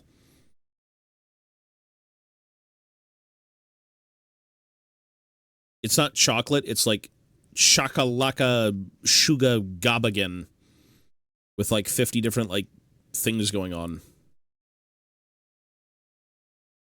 It's fancy. It's like, oh, this is fancy Swedish chocolate imports into Canada. We don't buy tables, we buy like the wooden flattened Nailenberg.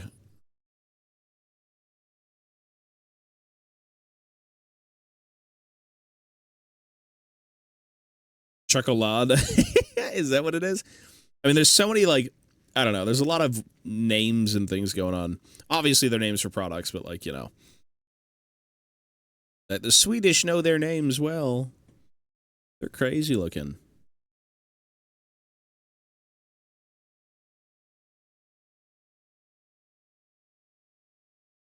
Well, I must have had them a while ago. They're good, though. Whatever that food is, if it is all imports from Sweden or, like, bastardized versions, I mean, it tastes good.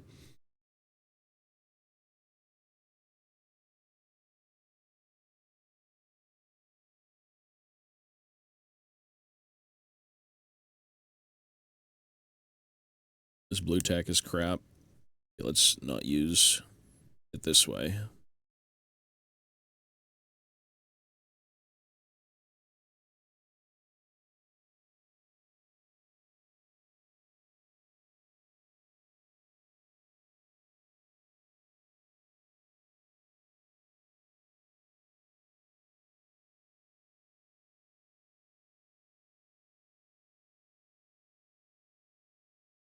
These are resin, yeah, fine cast. Like resin, plasticky dog shit is what it is. It's trash.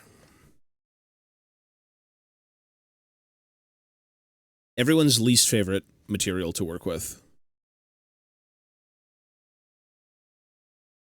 You don't know what half of it is you're looking at, and then the other half is just like warped and broken. You have to like recarve and sculpt out, clean up. It's certainly more labor intensive than like metal minis, crazily enough. But it's still doable. Nothing's impossible.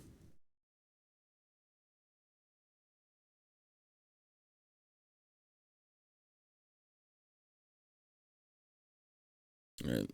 Should be fine for now until I want to return to them. Which we will return to them eventually when I want to get them done.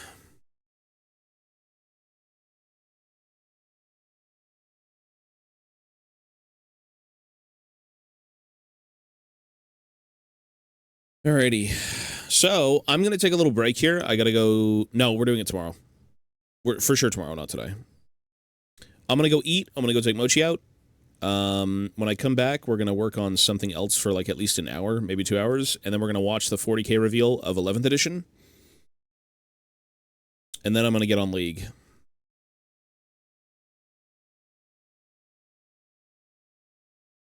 There we go. We're watching it on here. Yeah, I'm not getting off this channel. I'm just going to put the BRB on for this channel.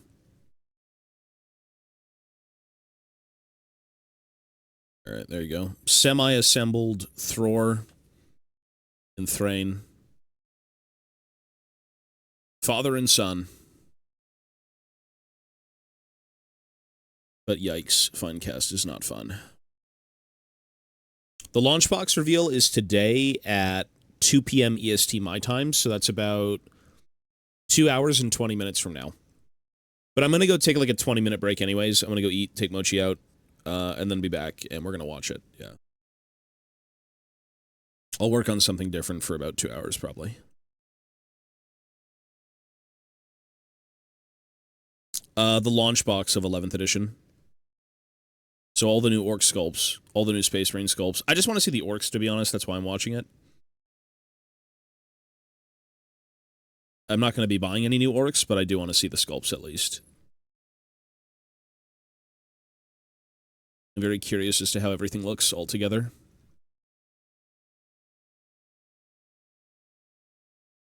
It's orcs and blood angels. Yeah. They showed a fair few things. I mean, the Oryx will always be more hyped than the Space Marine sculpts, just because it's more Space Marines versus, like, new sculpted flesh orcs and, you know, God knows what else. But, yeah.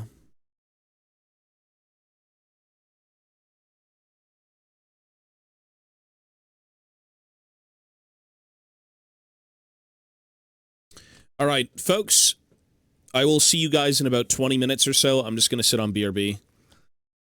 When I come back, we'll work on something else. And then we're just going to wait until the reveals, and then we'll watch the reveals live, and then after that, we'll just head off and go to the main channel. All right, so peace. I will see you guys in a bit.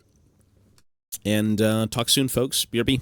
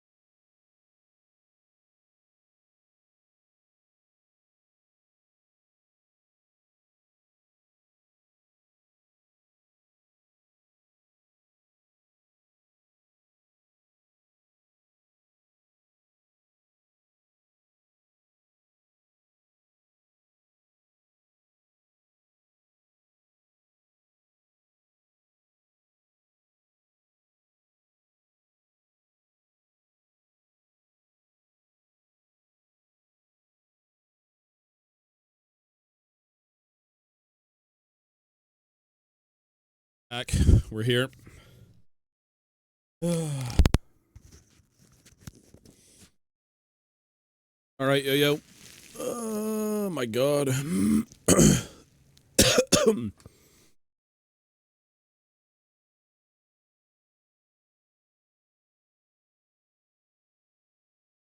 Fucking headache. I have a bad headache still.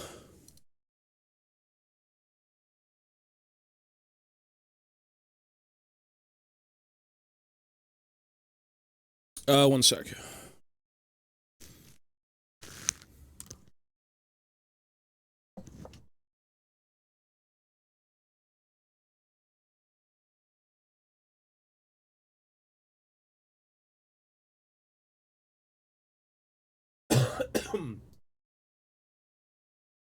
All right, we're here.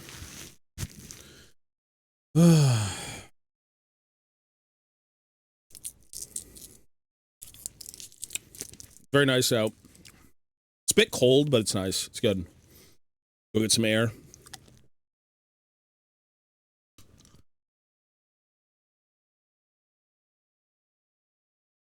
This one is Ode to Fury.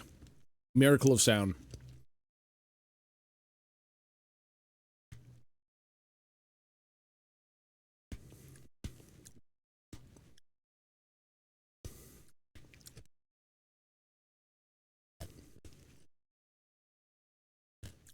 Tomorrow. It won't be today.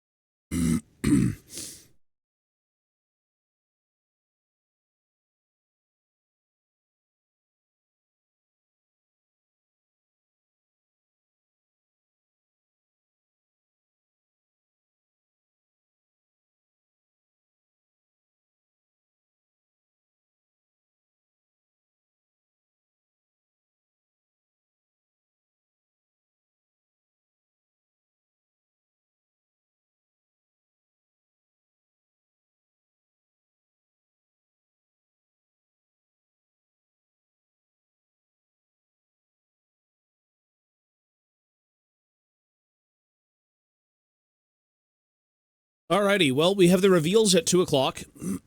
So we've got like an hour and a half, roughly. An hour and a half to, wait. So I'm just going to work on these, and then by the time that's done, we should be able to, see what's up with the 11th edition box.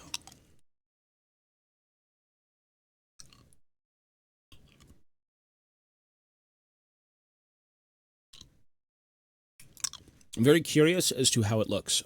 How the orcs look specifically. And I'm not going to buy them, but I do want to see them. I do wish to see them.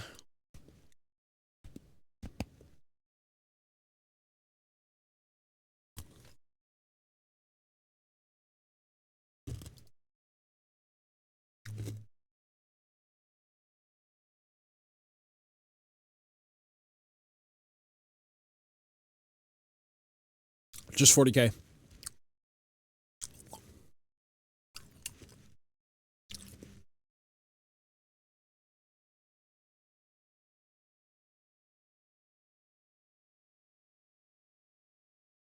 You talking about Warhammer? Like, this is the first, like, edition you've got into?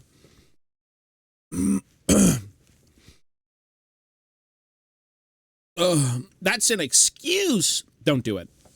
You want to buy it because it's the first edition since starting the hobby? That sounds like some weird justification to buy more Warhammer.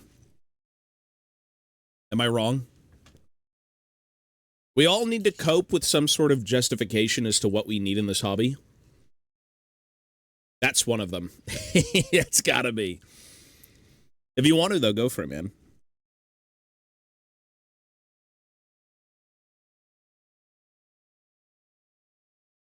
It's like, what more could I use? Let's see. Everything.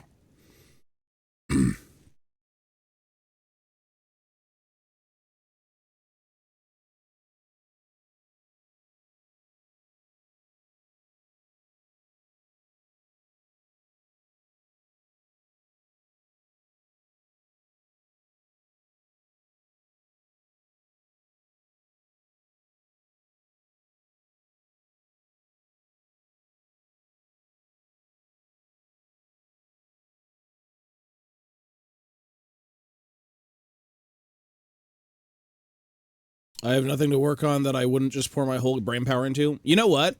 Lord of the Rings. Work on Lord of the Rings. Well, I'm only suggesting things, and it's also because I'm working on Lord of the Rings, and these minis are awesome. Your nostalgia. You're not wrong though. Converting everything is a headache. There's a reason I'm just building kits and not converting everything. I'm still gonna convert, but like, it's good to just kind of roll with something.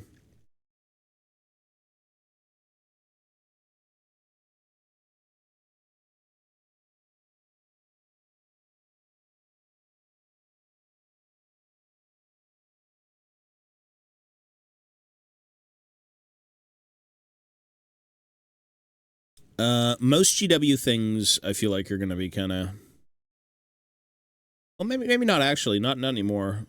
They used to be quite push fitty for a bit for like, yeah, first edition stuff. So maybe.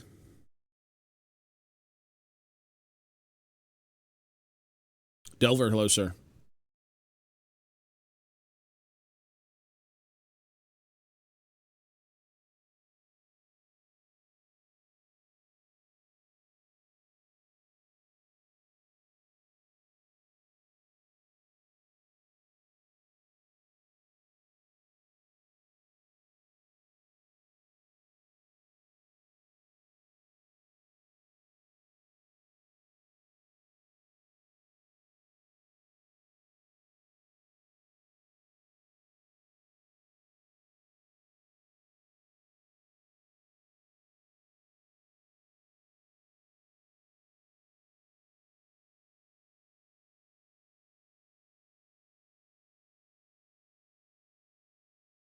It is good to work on things that don't require brain power.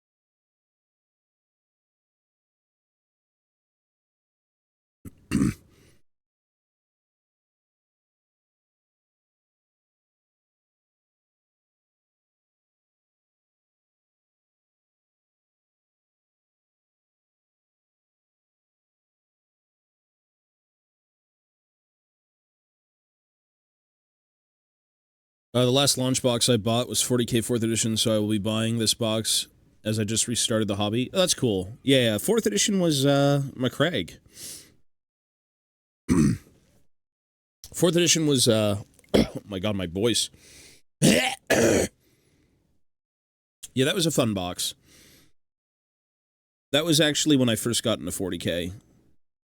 Or rather, that was my first launch box, because, like, I was in the hobby for 3rd edition, but I specifically got 4th edition myself. My stepbrothers had 3rd edition, but 4th edition was my jam.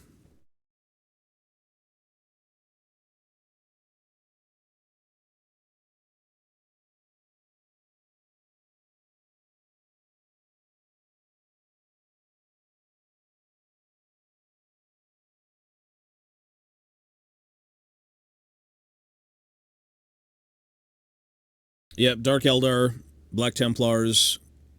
Yeah, that was when they first had, like, the severe updated minis. Like, it was the whole new grimdark era. First and second edition were always very just, like, fun, bubbly, colorful. I guess maybe not first edition. Maybe not Rogue Trader so much, but, like, second edition was very much that.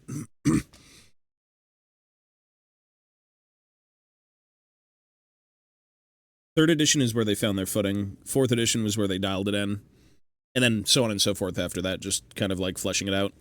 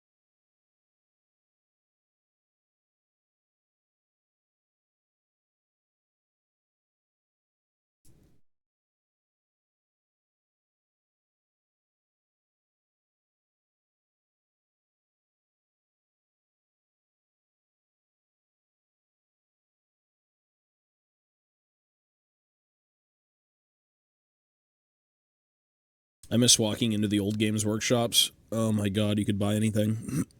Not that you had the money for anything, but, like, they had so many cool things. The walls of blister packs, all the fucking kits. They supported Lord of the Rings in store more. Like, damn. That was cool.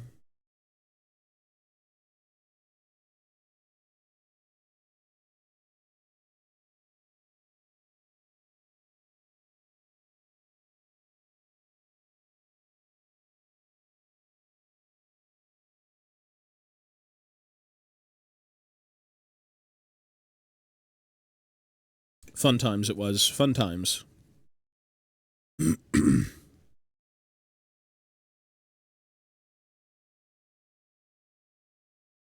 There's still, some of them are still called GW. Yeah. The branding is now Warhammer, but, like, some stores still have it. The one I go to still has Games Workshop, which is cool.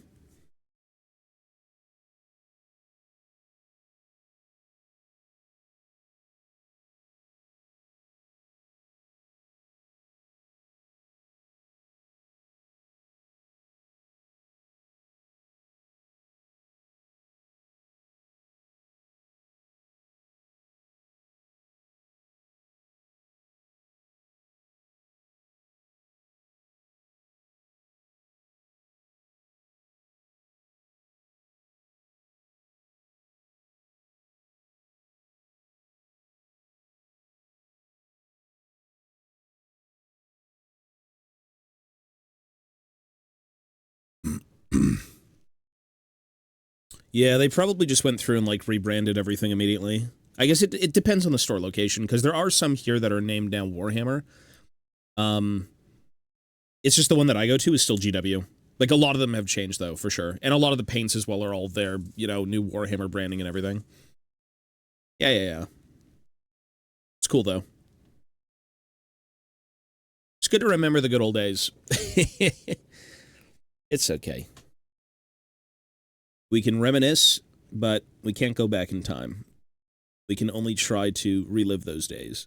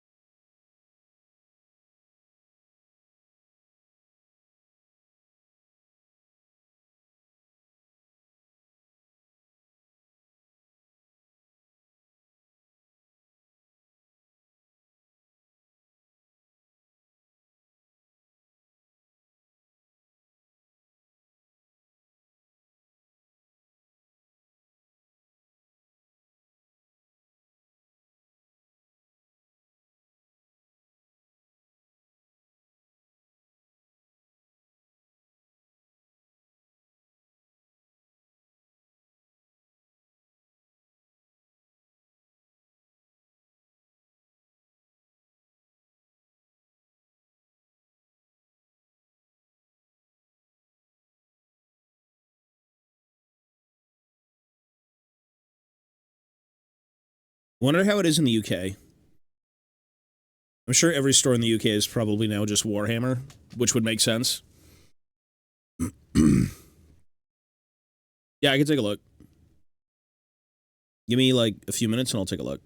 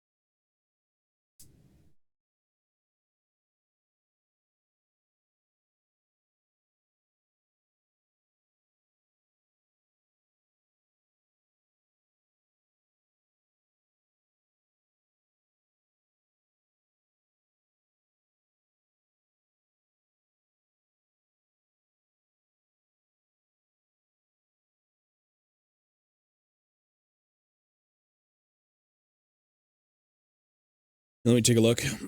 Oh, a fun surprise for me when getting back into the hobby was finding the same guy that worked at my Games Workshop 15 years ago still working there. That's cool. Some of the guys who I used to go see, like some of the managers and whatnot, they're still in the scene. Some have moved on, but yeah, that's cool to see. People love what they do sometimes. Take a look.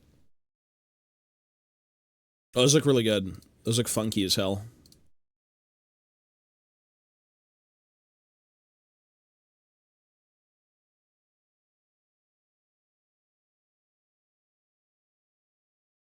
I like the holstered crossbows. Those are cool.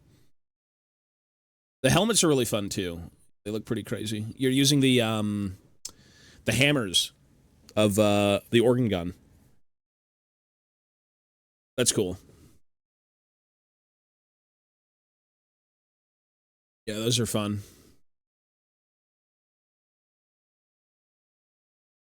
Yeah, holstered. You know what? You don't need two of the organ guns. Yeah, that's fair enough. I remember I was working on some Engineers Guild stuff, kind of in a similar vein. Or maybe not with helmets. Let me see. I did these a while ago.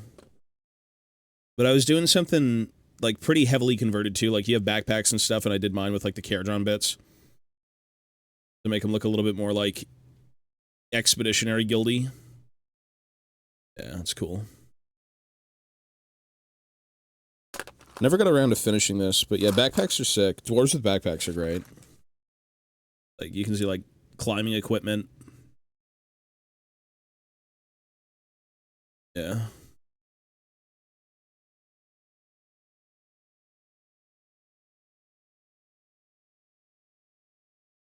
I think I'm gonna revisit these one day. I think they were actually pretty good conversions.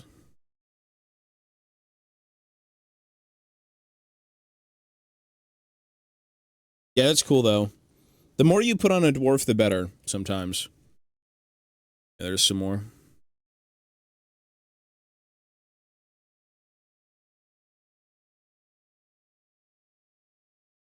Yeah. This guy. Big fucking beard.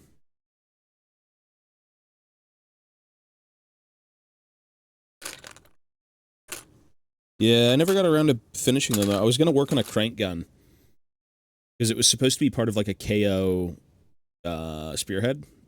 I was doing the crank gun. I never got around to finishing it, but it was cool. Yeah. I think I'd just read... You know what? I still have the old Mordheim minis. I still have the old, Mordheim kits that I'd probably just kind of bust out. I think there's... Is there one here? Goblins. Yeah, somewhere. Those are from... Those weapons are from Arcanaut Company. So they were supposed to be Arcanaut Company conversions. So, like... You would literally just take the pistols and the... You'd cut them off at, like, the wrists. And then you could kind of have, like, Engineers Guild-looking pistols and, you know, hatchets and things. Yeah. Yeah, they're pretty cool. I think I'd go probably crazier if I had to redo these, which I think I will. They're cool for what they are, but they're not, like, perfect. Yeah. I was in the process of, like, making an airship, but good luck with that. Especially in the vein of, like, the old fantasy stuff. You can also chop away. What I was doing was I was chopping away the wrists that were connected to the torsos so I could actually model in arms that weren't connected to the body. So, like, I extended the arm here that's usually supposed to be for the shield. Literally this guy. This guy. So, like, instead of having the shield go in front of him, it was going in... The arm just kind of went forward. It's pretty cool. I might revisit it, but... The concept is there, and I'm fine with that, so, like, I could get back to it whenever.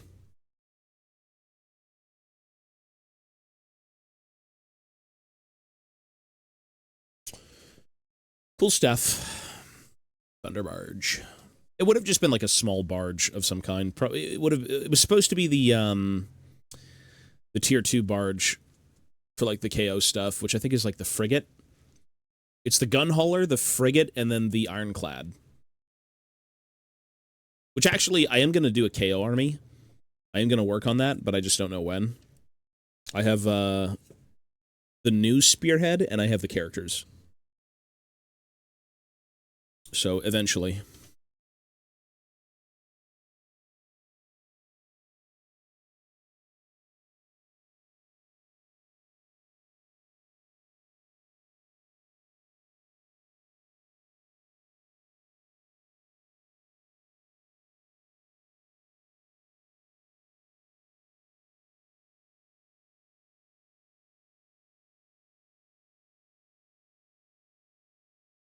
Yeah, he was, I'd love to reach out and just see if he has any photos of it, because, like, some masters were made of that piece. It's out there. Some of the people I'm sure who worked at GW during that project actually have the masters of it. It was molded. Fuck, there was a guy who apparently painted the crew of it, too, which has never been shown. I've never seen them. So, yeah, that'd be very cool to see. I would say the best place to start with making a dwarf tank, crazily, well, it wouldn't be so big, because, like, the one they wanted to release was supposed to be, like, a troop carrier / like, Anvil of Doom, weird, you know, Runesmith Guild fucking, like, platform. But the ones that I've seen were done for AOS. And the AOS ones are really cool looking.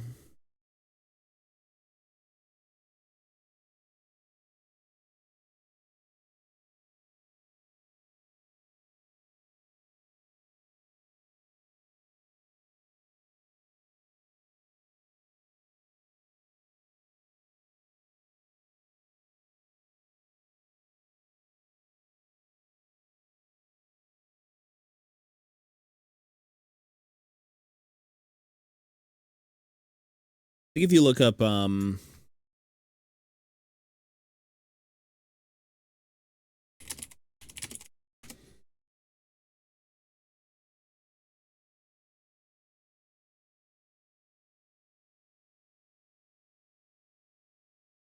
yeah, this one. And, dude, I've seen so many people do this. But, like, it actually looks like a fantasy tank. It's so cool. This is using the, This was part of a 40k, terrain kit. Like, that looks great. It looks like a little steam engine and everything. It looks good. That looks really, really good. I don't know about the treads, but I guess you never know. But it was supposed to be from one of the terrain sets for, like, the Mechanicus. I've seen a bunch of those floating around. It's a cool little thing. Dwarven steam tank. That'd be cool.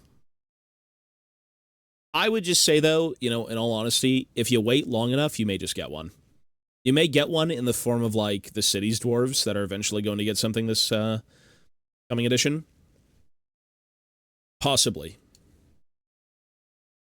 I think it's safe to assume that is on the way, to some degree.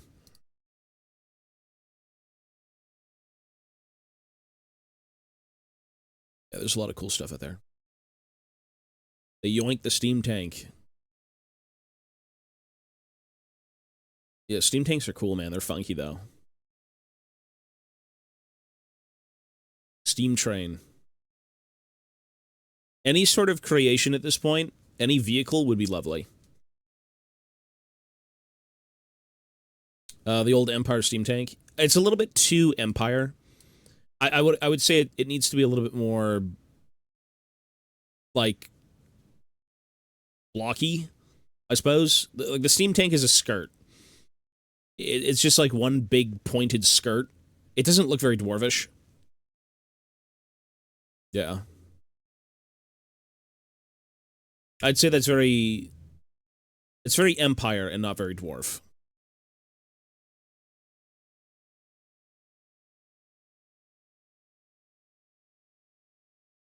This one, though, was pretty interesting. I still think, this one was actually using the steam tank. This guy used a steam tank. He used dwarf cannons. He used the new resin death roller from Blood Bowl. That's like the whole front piece. Yeah, it looks cool. Everything always looks better when it's painted.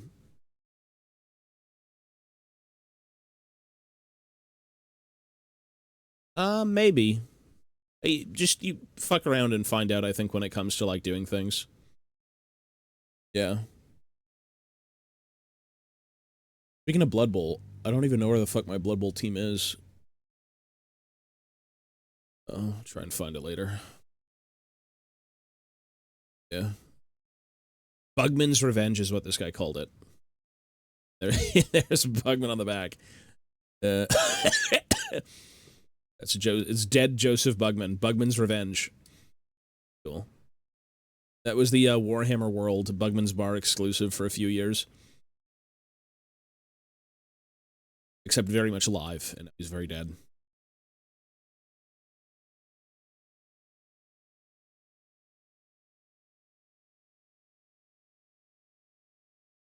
Yeah, I mean, I don't know if he'd be that chill. I mean, technically, if there is any dwarf who wishes to, like, genocide the greenskins, specifically goblins, probably Joseph Bugman. Bugman needs to, like, murder. Yeah, he's got to murder some stuff. Okay, someone actually sculpted this. That's cool. Someone made the weird, let me snip this. The one thing I want to see the most, if I ever was to get a new Fantasy Dwarf mini, would be the Hammer Golem. In one of the older artworks, done by David Gallagher, you can see it in, like, the Arcane Journal, but it was in, like, previous books. I think anywhere from, like, what, 6th edition? It may have been in 6th. I know it was in the 8th edition book, but maybe in 7th too. But anyways, what is this?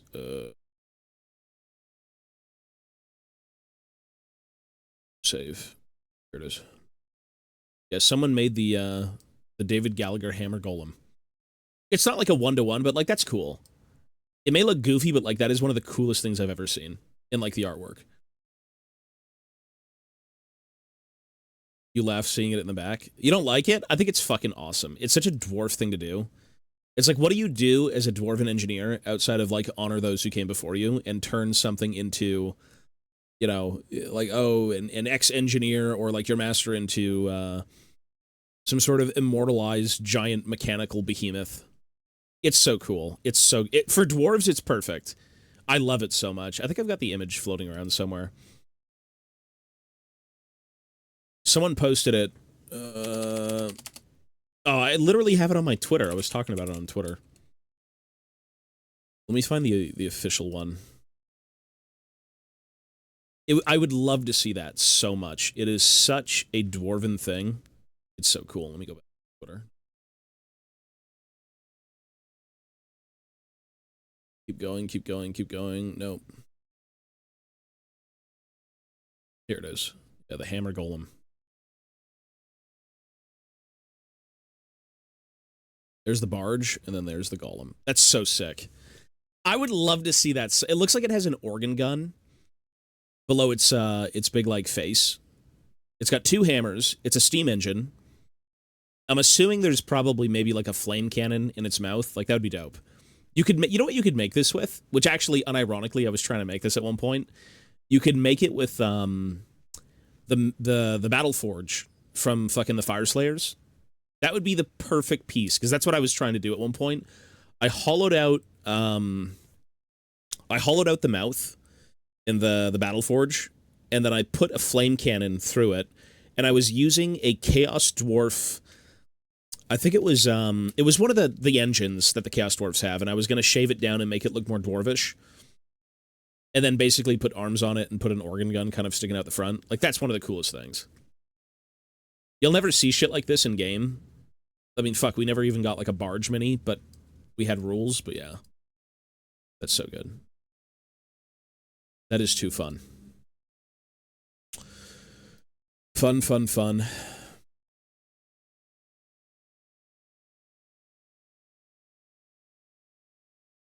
All these artists putting cool things into pictures that you'll never get. The usual. The huge.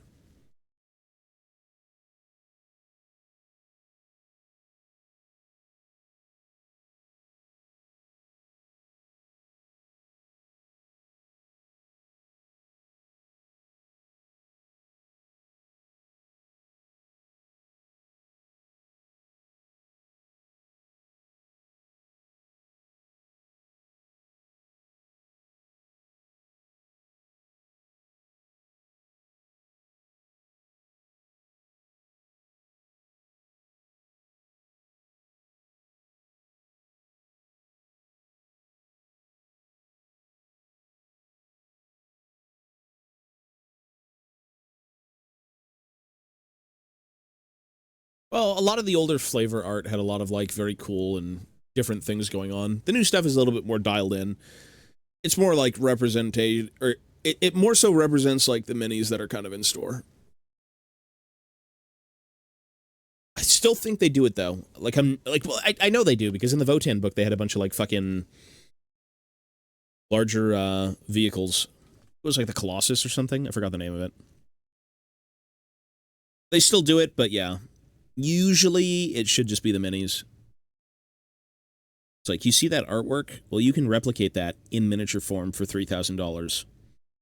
I'm sold.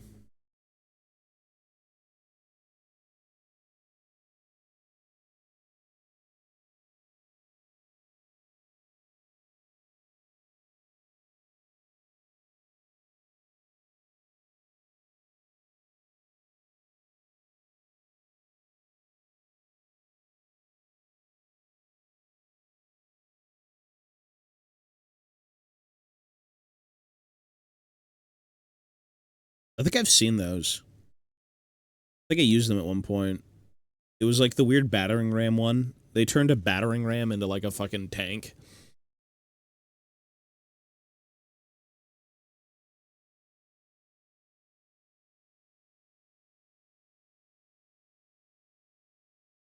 Yeah. I mean, the third one is ridiculous. The first one's the best. The first one is the best. The second and third one are, like, straight up ridiculous. The first one makes a little bit more sense.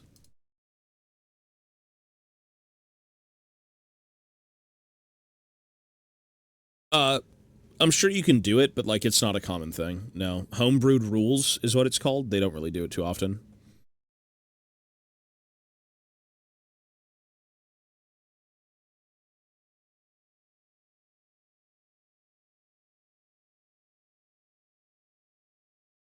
Nothing's going to stop you from doing it, though, but yeah, you probably do want to use some sort of middle ground when you're with your opponent, being like, hey, I want to try this out, it's just for fun. Like, all right, maybe, sure. Like, that could be cool. Like, if you were to design a dwarf tank, you should probably base its rules off the steam tank, right? I think realistically, that's like the baseline of where you should be. Like 100% the steam tank.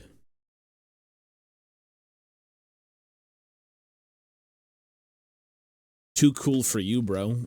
Okay. True, too cool. It's the Slayer rat.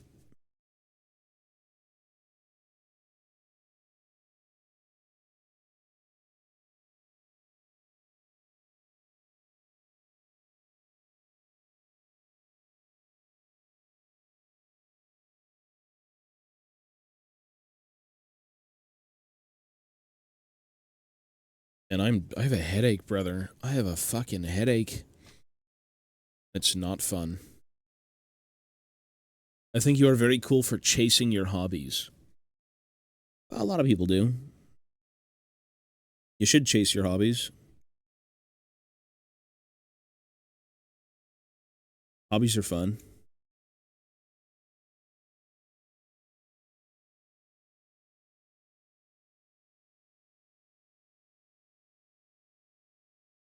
The second one is just too much. It looks like a weird, like, Metal Gear thing. Sometimes simplicity is the best. It doesn't need to be over designed or complicated.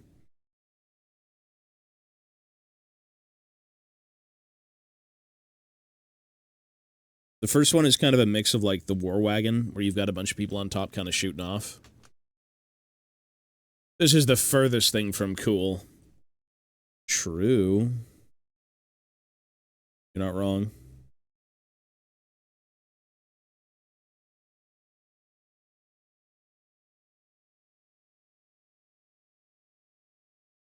People who like what they like and don't give a fuck is the definition of cool. True. Okay. All right. Wicked, bro. Wicked.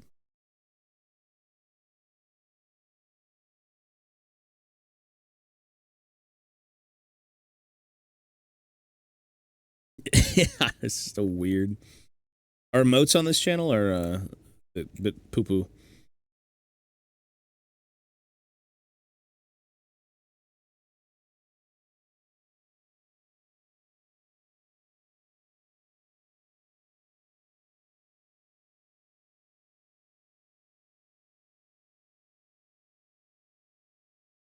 Surprised we don't have the tweak emote here, do we? I think it's tweak. Yeah, we don't have it. Imagine giving people mod and they don't enable tweak.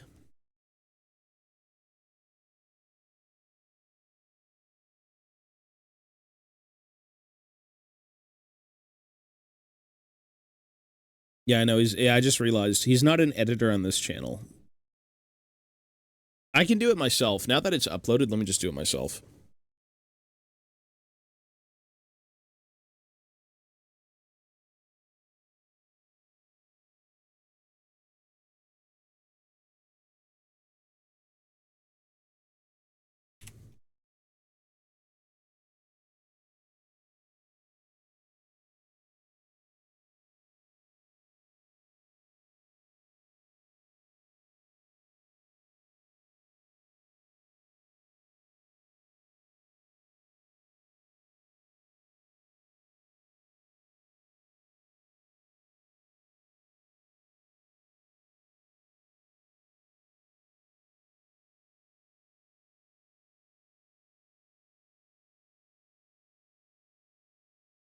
Is it working?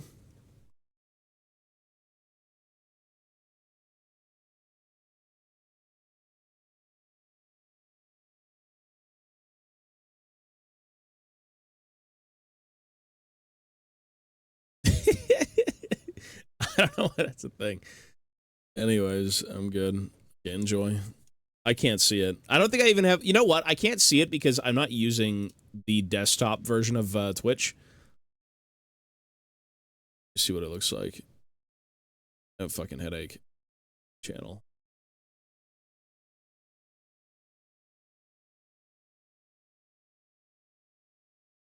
Stream manager.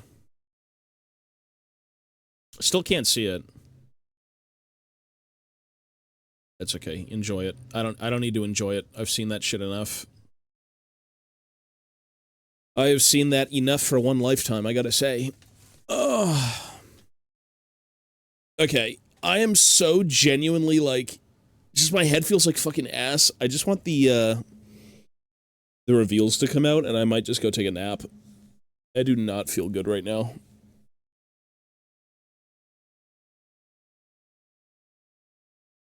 You should use Chatterino. What is that? Ibuprofen and water. When Ivana gets up, she'll help me. I need the touch of my woman to save me.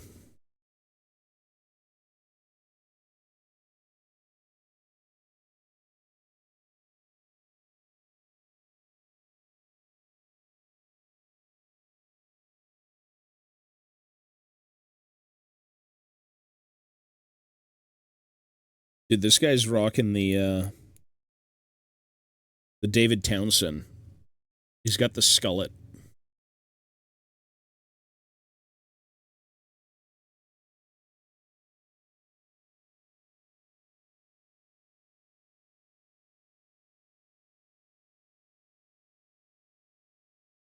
Chronic vitamin deficiency. Are you telling me Skinny Pop doesn't have all the essential vitamins in it? Don't lie to me right now. You're kidding me.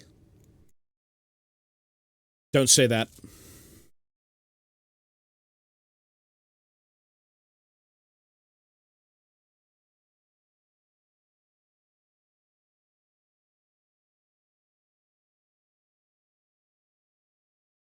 Skinny Pop over water? I know, I do need some vitamins. I feel very deficient.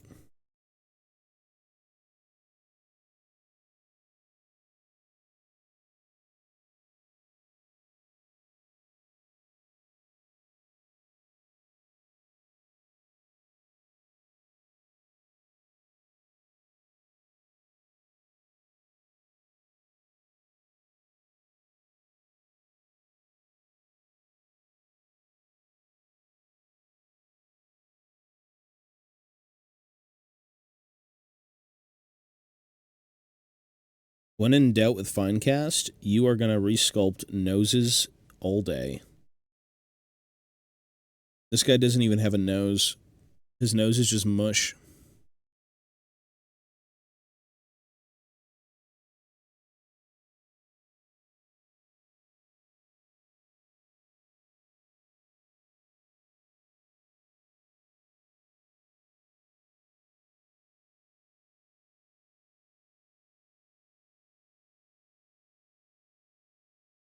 Voldemort mini. They do make Lord of the Rings minis.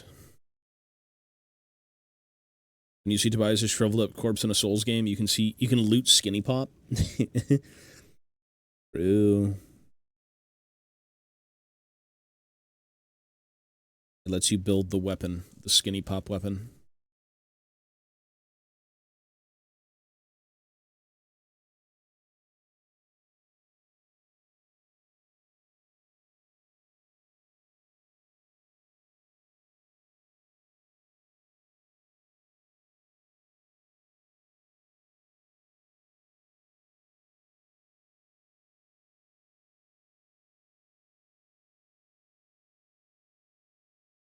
Probably. He probably eats dwarves like they're fucking Skinny Pop.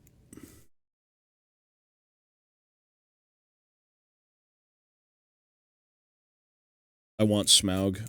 Don't bring his name up because I actually want that. I want that mini. Not in a million years have I ever cared about Smaug.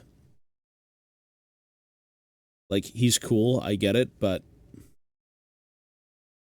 things change.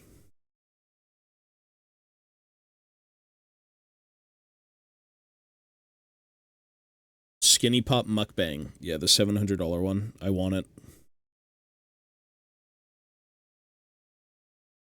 I mean, I'm working on an Erebor army, so, like, it'd be a pretty cool switch-up, you know?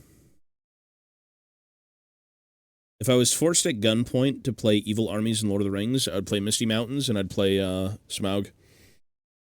Technically, I used to play the goblins. I used to play Misty Mountains, like Moria. It was that, and it was dwarves for Lord of the Rings back in the day, and it was also Gondor for a little bit, but yeah. What about Gundabad? The Gundabad orcs. Nah, it's not my thing.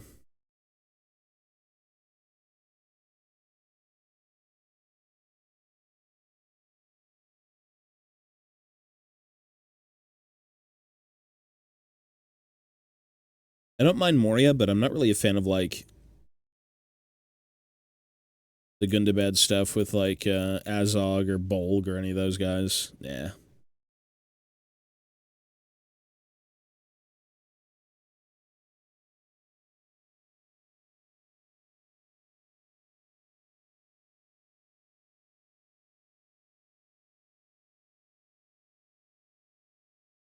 It's not Finecast. It should be Forge World resin. It should be the good resin. Well, all resin is bad. But there's your Forge World resin. Much better than this shit. Armies can range from, like, 500 to 1,000 points. Depending on the tournament, depending on, like, the game size, it's about that, I'd say. Smaug is 700 points, so you're technically playing a full army.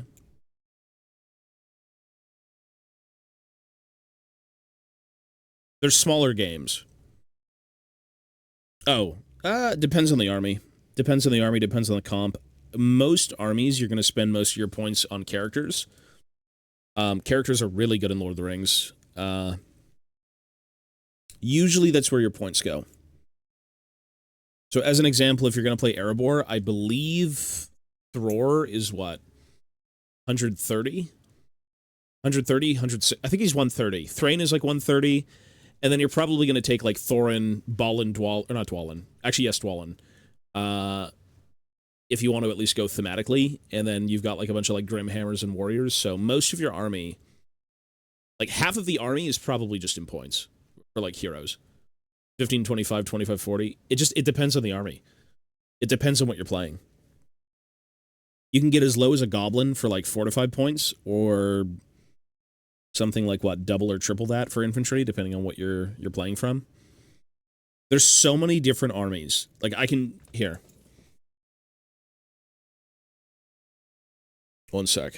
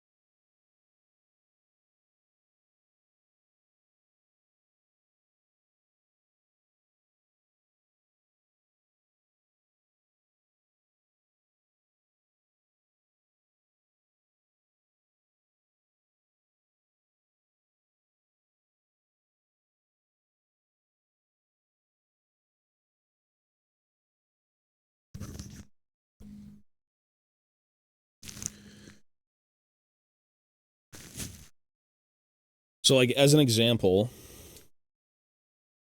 it really depends on what you're going to play, but, like, if you were to play...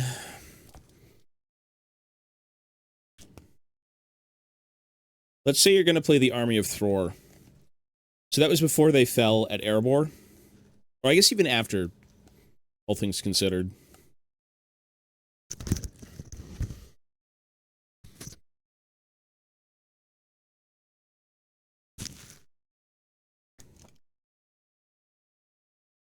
Where the fuck is it?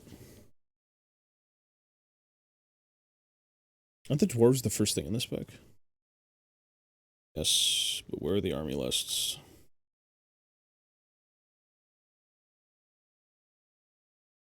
Okay, here.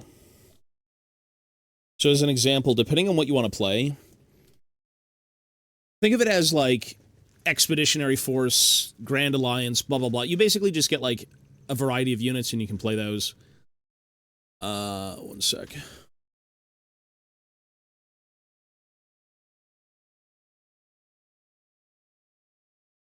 So for the sake of like the Army of Thror, this is all you get to play. So Thrain, Thror, Young Thorin, Young Balin, Young Dwalin, Dwarf King, Erebor Captain, Erebor Grimhammer Captain, you know, so on and so forth. You're basically stuck with like that, and then you can build your army based on that, and then you get your army special rules, and you can basically play like the army of Erebor. Right? So there's one of them, and then you have like another one where you can play the Iron Hills. So this is with Dane, the chariots, the cavalry. It's all the Forge World stuff. You get your special rules, you get all your unit compositions. But, you know, they have fun things as well. Like Erebor Reclaimed is when they're all kind of running out of Erebor. You know, decked out in their armor again, kind of like dealing with Azog's force.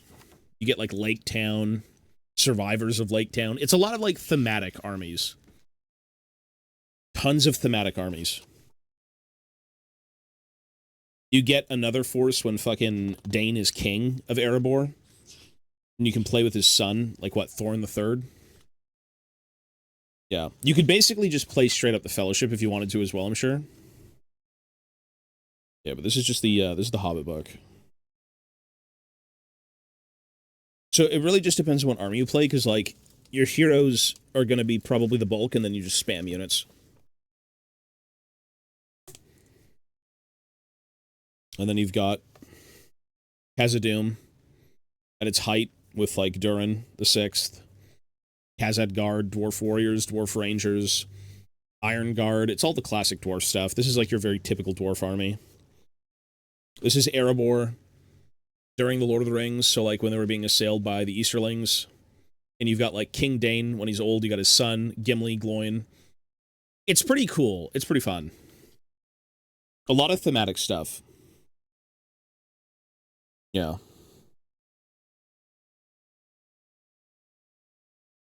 Cool things. Defenders of Erebor, that's with Brand. Yeah. It's cool. It's fun. More so thematics and, you know, like themed lists. It's not big. It is kind of like a combat patrol, bro. It's not big. It's genuinely not big. Yeah.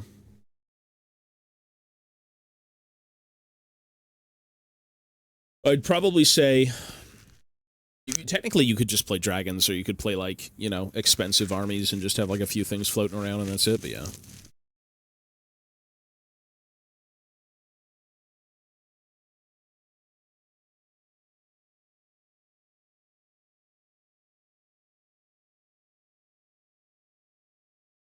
Oh, there's so many things to do in this hobby. There's too many things to fucking do in this hobby. Okay, the reveals should be in about 50 minutes. Should I do some Total War? I'm kind of done with hobbying for today. I've done it for like 6 hours. Or 5 hours, I should say. Maybe I should do a little bit of Total War for fun. Yes! Should I? I haven't played that. I think I played a few games and I got shit on. It's been a while.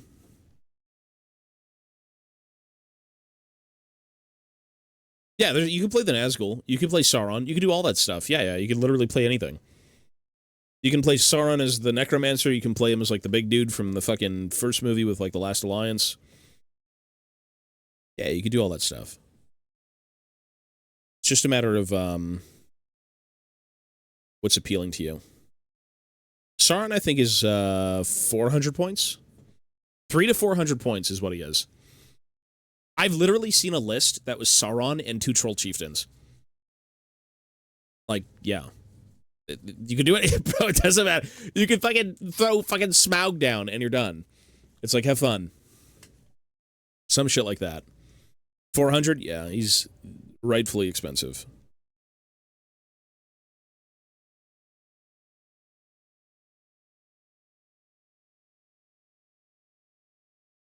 Probably. I haven't seen his stats, so he's probably a freak.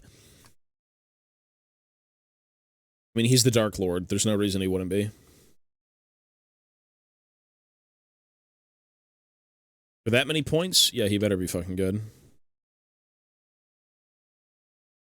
Not necessarily. In the Lord of the Rings game, a lot of it has to do with, like, winning fights and fight values, and whoever has, like, higher fight values typically going to win combats regardless. It's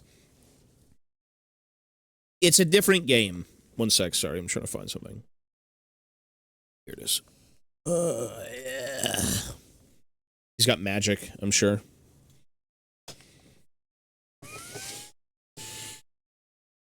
You know, sometimes when it comes to missions, you should be playing the mission and not so much trying to kill things, but, like, you know, some missions you'll do well in, others you won't.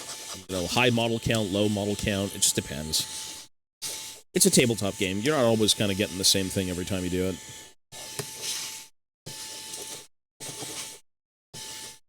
I don't know. Maybe. I don't think so. I don't think so. That I don't know. I'm gonna say no. Well, Gollum could be good. That's what I'm saying. It's like, I don't know. I haven't played that shit. I haven't played the Lord of the Rings games since the early 2000s when the fucking movies were in theaters. I don't know what's currently going on, but you can play Gollum. You can still play Gollum. I mean, fuck, if you can play Thrain the Broken, the 10-point model who runs around and, like, shanks your own guys, yeah. Anything's possible. Alright. Let's do... We can load up Total War. We can play, like, one game. 1 or 2 games. That's a very long game, sir.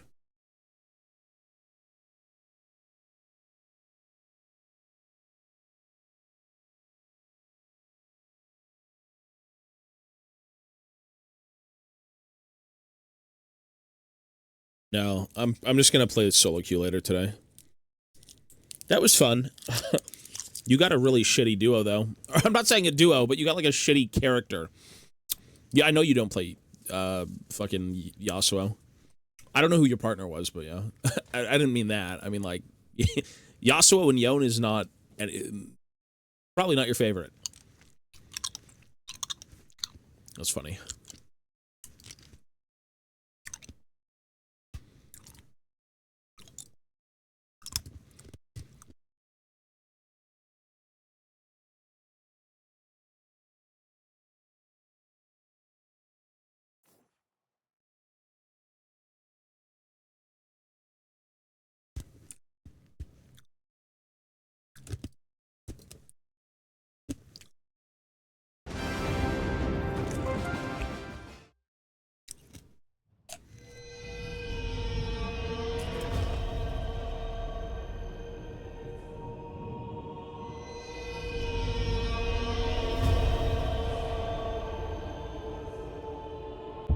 Good God, turn this down.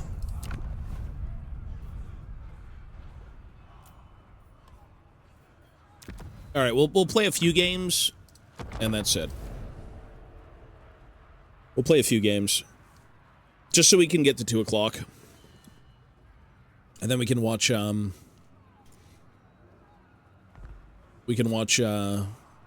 11th edition reveal. I did see that. That's so stupid. You have to sign into your PlayStation after a certain point, or your games go away forever. You'll lose the license to them. Like, what? That makes no sense, but okay. Yeah, that was a really shit system. Whatever they implemented was just, like, bogus. Something to do with new games that you buy, you have to sign in or you lose the license.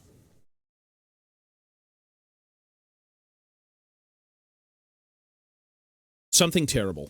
Yeah, that's a crime. Land battles, okay. What's stopping me from running it down mid? Oh, Dark Elves. Okay, we can't run it down mid. So what if I just brought the barge for fun anyways, even though you automatically lose it, because, like, Dark Elves are just not beatable if you bring a barge? What would I even play? Flame Cannon? I thought the Flame Cannon was pretty good the last time I played this against Dark Elves. It was fairly okay. I guess we'll see.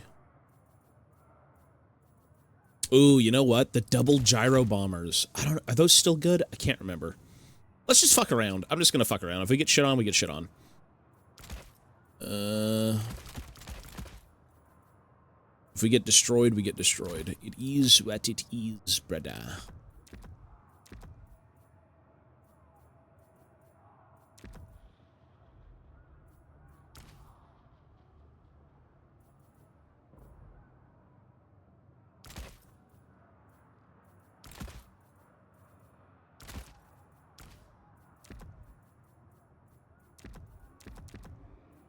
$2,900. What am I supposed to take?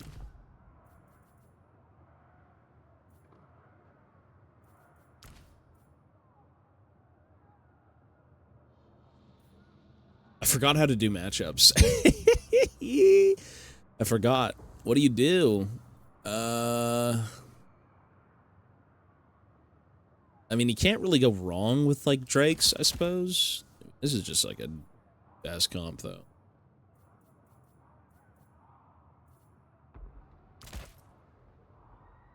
Yeah, I forgot how to play.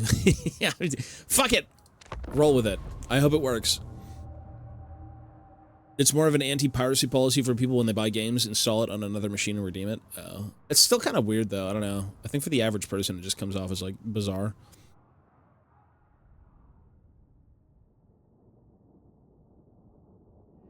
Yeah, we'll see how this goes. Dark Elves are, like, disgustingly cringe. I hate Dark Elves. They've always been cringe. No, not the shades, sire, not the shades. Please, not the blood rack Medusas, please.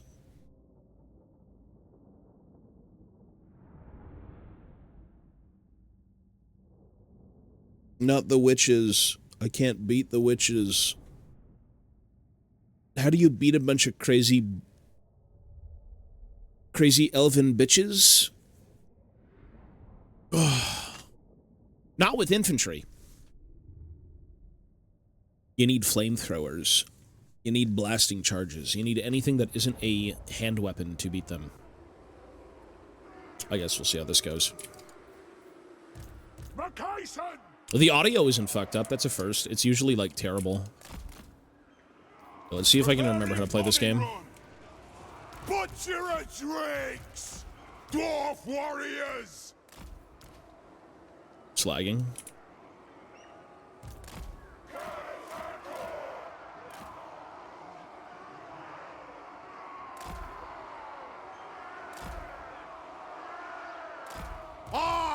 It's a little bit laggy. Killux! Miners! Dwarf warriors! I straight up forgot how to play. Yes.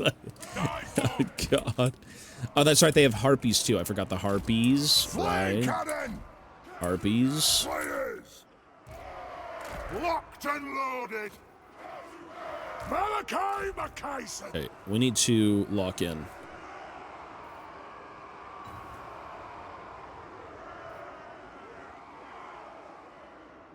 Iron Drakes! Let's start shooting! Slayers! On a wall. Draken Drengi! For the Kadas and Core! Slayer! Macaison! Alright, let's go. Fuck it. Aye! Oh, he's got a bolt thrower. Wait, can I actually outshoot the bolt thrower? Bit of a campaign army. It's a lot of shooting. Bolt thrower is 350. Flame cannon's 308. Yeah. Okay. Take aim! Malachi Macaison! Move now! Who's he shooting at? Just Dwarf Warriors. Oh, he's shooting at my copters. Range fire! Range fast! On! Full steam ahead! Understood, Lord! Go! I mean, the flame cannon can base... Oh, he's got a blood rack Medusa. The flame cannon can probably deck this. I guess we'll just see. The cannon's anchor! The Blood Rack Medusa is so annoying. Gotta kind of just wipe that thing off the board immediately. Fires! Very well! Go! Move! All Technically, I could just send the Dragon Slayer after him. Shifting! See if that Down works. missiles! Macason! Glorious! Yes! Yes, Lord! Pressing on! Rock out! Dragon Slayer! Sorry. Ready to aim! Look at the flame cannon. Oh my god, he's scared. This guy's just, I don't know, brother. The flame cannon just... I've got so much bonus ammunition for the flame cannon. It doesn't really mean much, but yeah. It is what it is.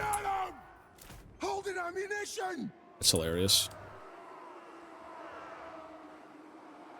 Flame cannon! Shoot! He's just gonna run away the whole game. It's very boring, you know? Fly! It's very boring. Okay. Charge!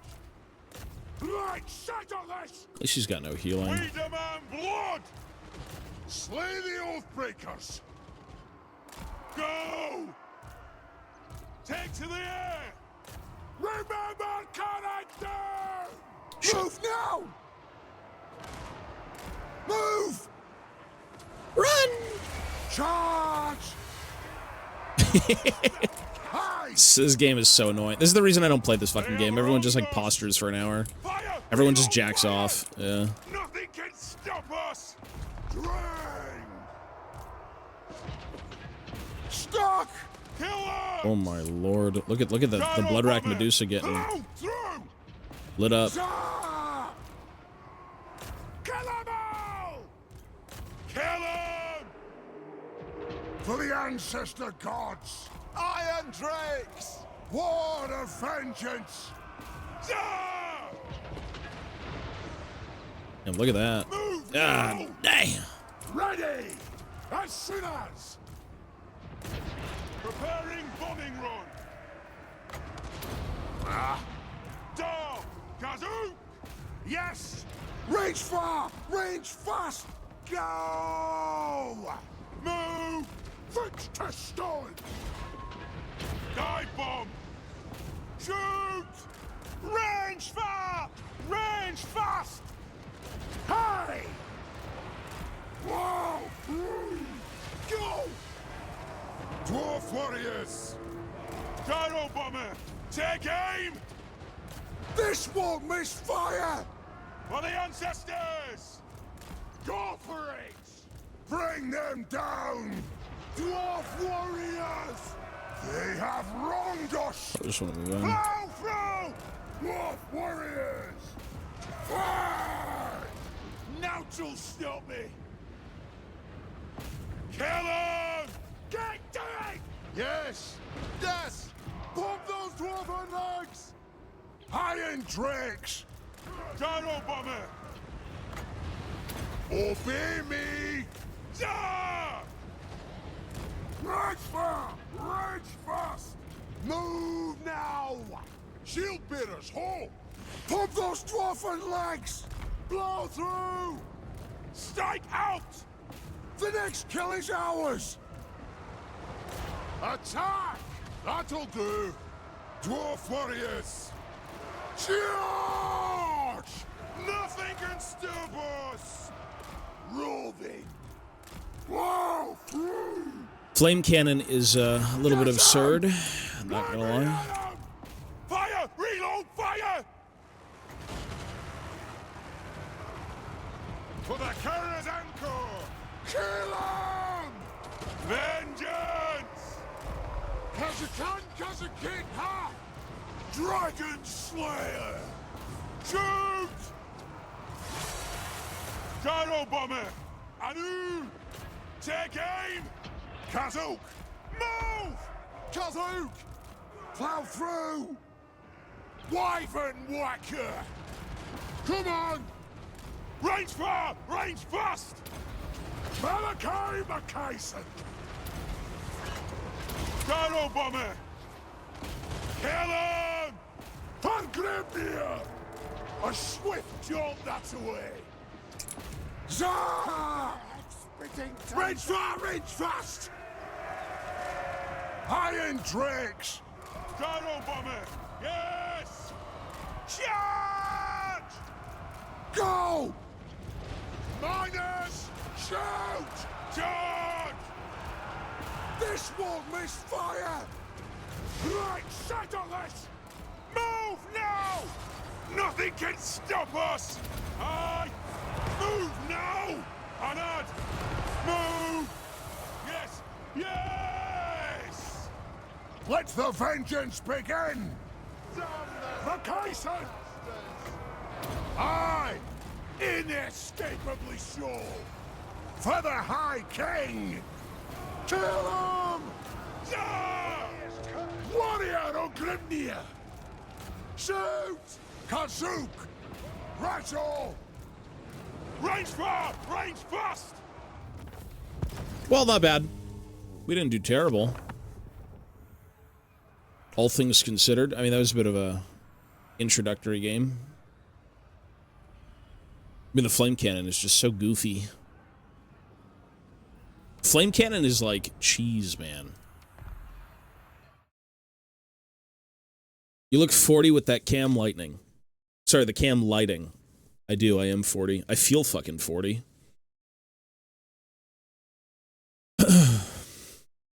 Classic no-cap point battle. True. I want to do domination so bad so I can just play the barge and go AFK. I'll do one more game and then I'll go back to the hobby. Mess around a bit. Yeah. I feel so tired today. I don't feel good. I feel like absolute trash right now.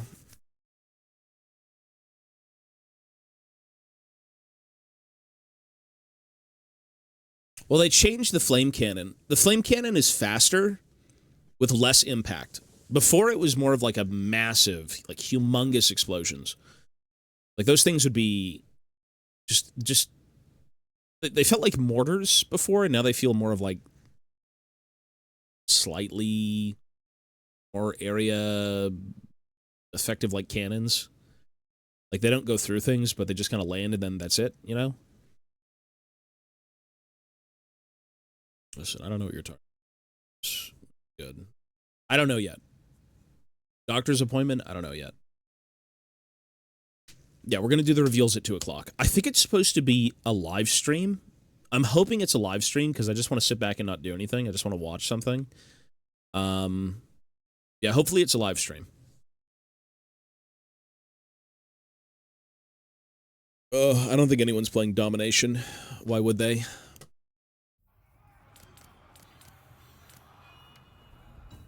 Oh. Domination? Come on.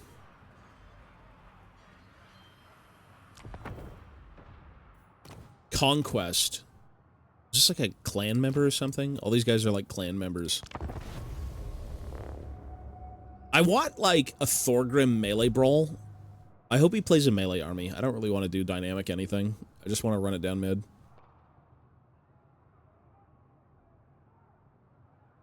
I just want to straight run it down and just be like, let's go. Don't think. Don't make me think. Oh, wow, okay, sure. Sure. Okay, sure. Go.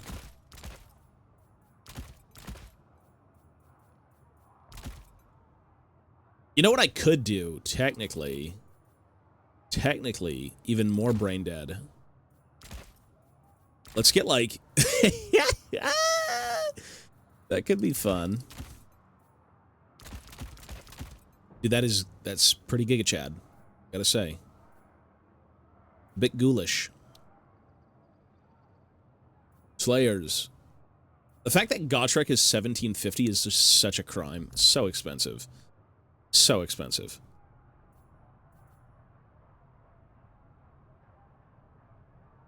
And I can do... Let's do like a Longbeard unit, because technically... What if you drop this and do Giant Slayers? 400.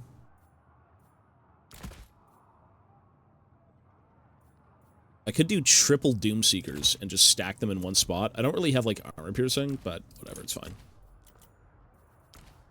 Let's just do that and run it down mid. After this, we're done.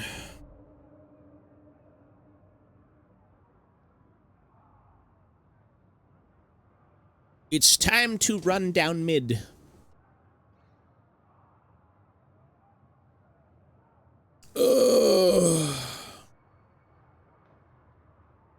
It's like, how many glorious death spams can you get a game where units don't die but they take damage? I think in a few matches I've had some. Like, glorious death being probably your most important ability if you're just, like, cheesing slayers, spamming slayers, but, like, the fact that you get it multiple times a game is just so ridiculous. Back out again. Yeah, it's fun. It's cool. It's like, I don't know if you saw that one match where we had the, what was his name? It's this guy. I think it's the Demon Slayer Lord, but I popped Glorious Death, and he went down to 0 HP, but his head got chopped off. I think it's a clip on this channel. You might be able to find it. But I popped the I cannot die, but I can take damage passive, and the dude actually died, but he got back up, his head got cut off, and he was running around with no head. So weird. So weird. Like, what the hell? I mean, if he has, God, what's that bitch's name? The snake chick. Come one sec, please. After this game, Ivana, I can't. After this game.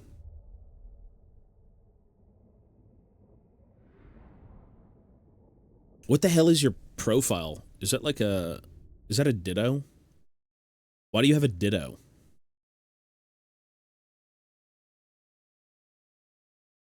What is the ditto from? Pokemon Pokopia streamer during launch. Okay, well, you're a ditto now. Vengeance!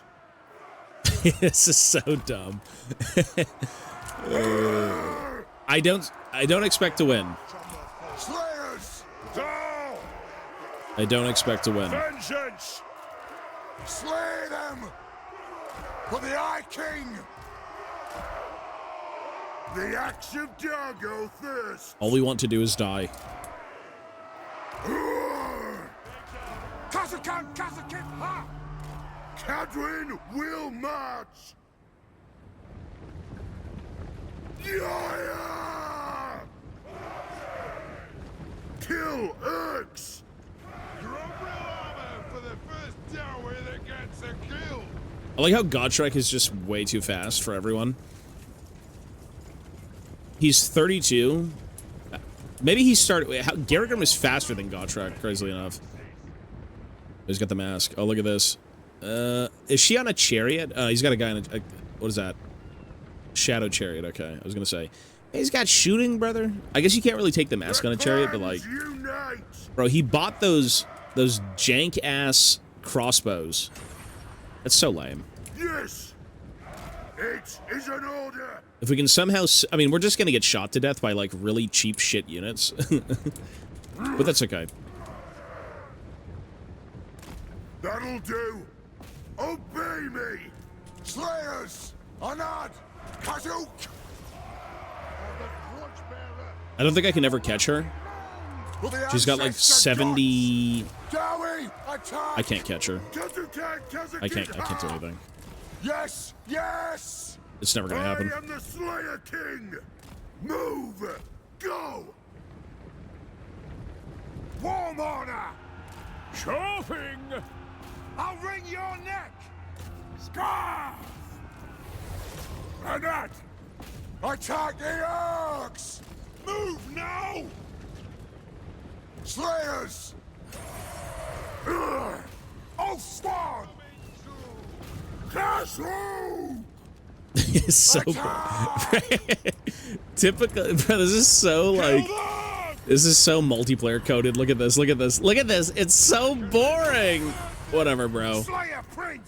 It's fine. It's 2026. Take your win.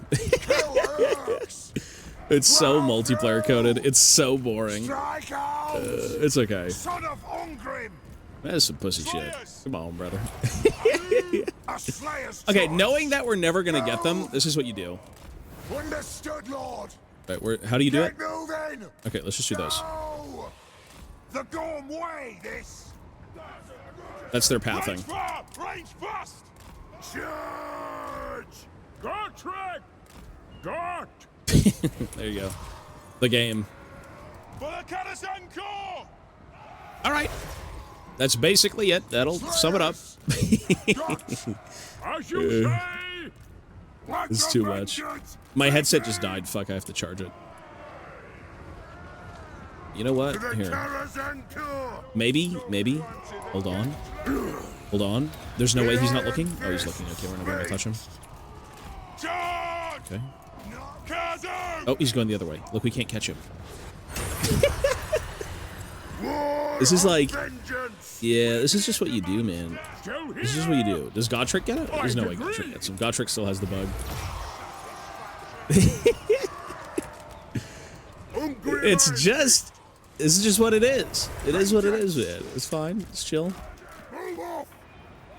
It's okay. It is what it is. They're almost out of ammo.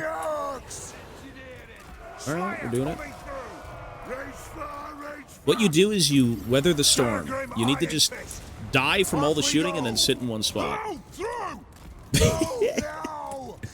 That's the goal. That's the goal, brother. That's the goal. Oh, here we go. Oh, is he coming in? Oh, he's gonna run the other way. Oh, hang on. Oh, we're surrounding him.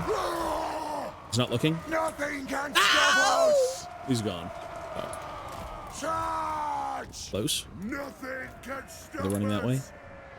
They're almost out of ammo. Okay, all we gotta do now, you know, just sit in one spot and just wait. Like, even if we get chopped to shit, it is what it is, you know? Slayers, nothing can stop Even if we us. get chopped to shit, it is what it is. And die. Move now. Castle can, castle kit hard. Greasy people play this game still. Greasy people. This guy's like, bro, come on, bro. Look at this. Come on. On my oath. It's not They that deep. die. It is a reckoning. Plow through. Moving out. We are relentless. Alright, we're just gonna sit here and Your honor is AFK. at stake. He's pretty much out of ammo. He's just gonna keep shooting us to death, but like, yeah, it is what it is. Slayers. We'll just Nothing wait. can stop us. We demand blood. Strike It's not fun. Whoa. I should be charging my headset, actually. Considering this game's going nowhere. Yeah, let's charge the headset.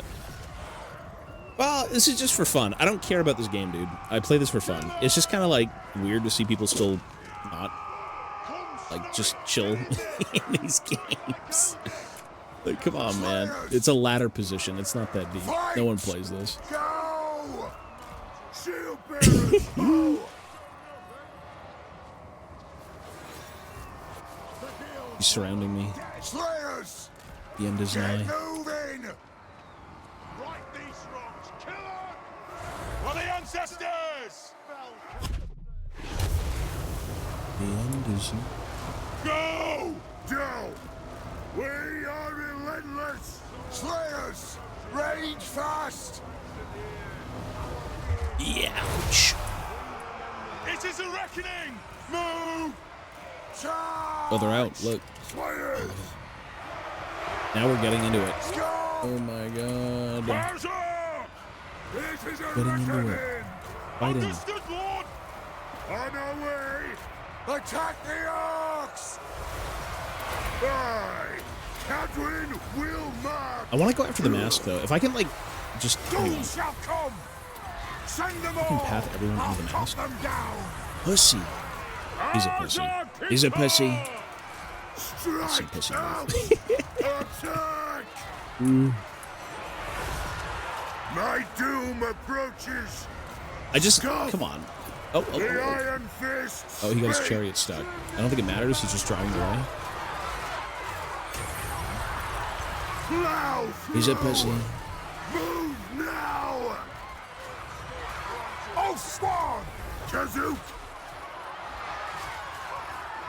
Slayer King! That'll do! Slayers! For the Kadas encore!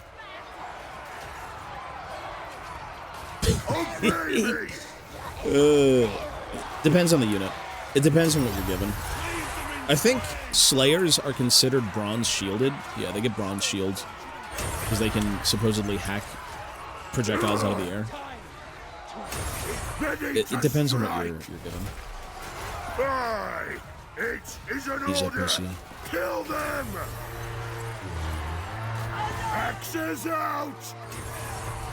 Such decadent savage. Kill them! Fight! Survive! Ah! As you command!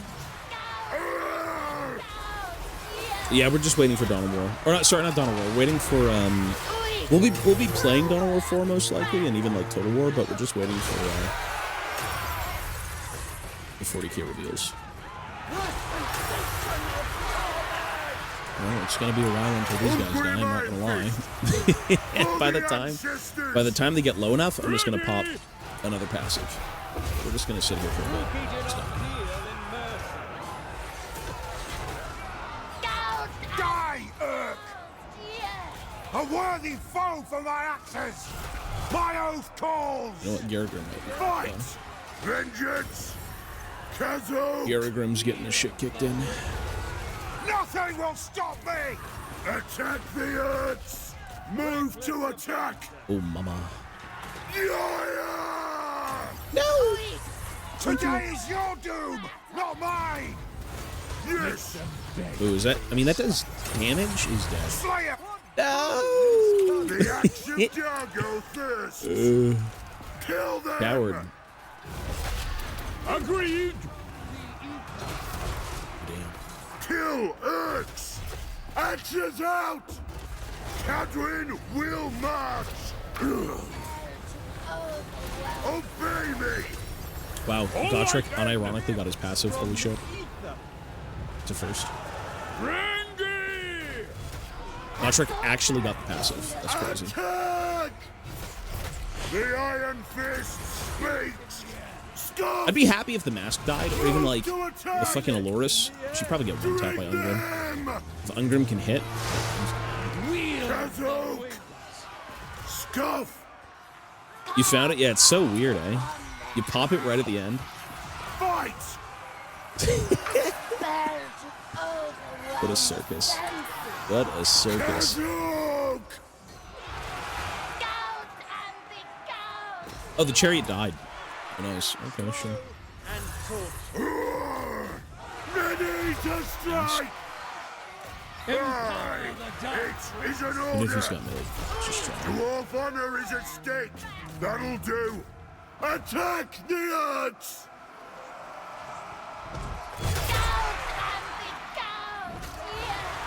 There you go. Well, it is what it is. Multiplayer is still a shithole.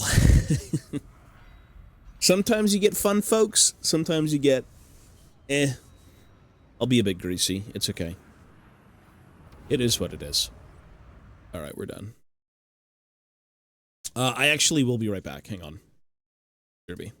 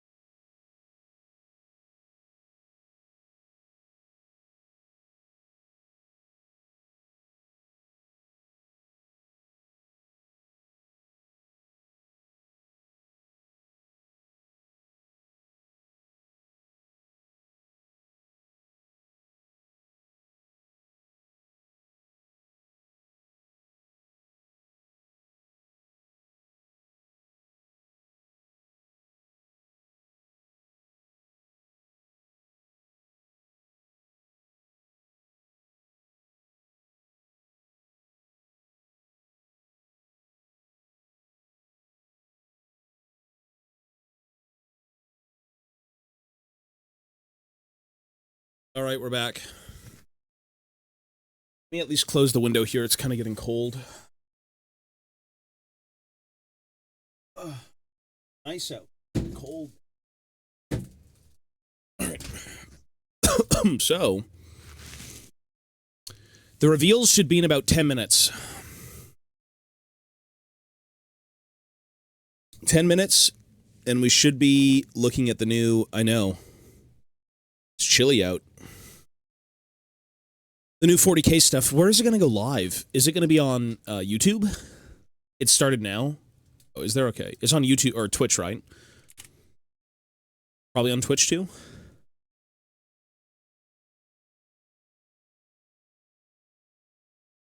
Let's see. Oh, yeah, I see it. I just want to see the new orcs. I'm not going to buy any of them, but I do want to see them.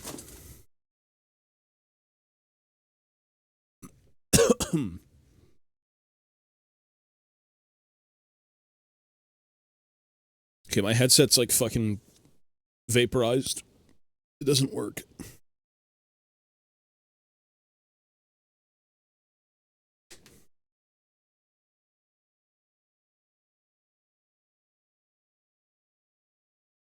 I have no volume. Excuse me.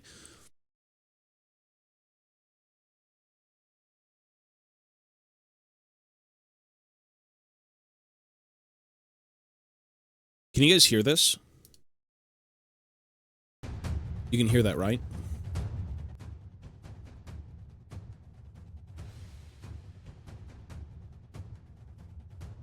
And now? Okay. Let's see here. Where is the window capture?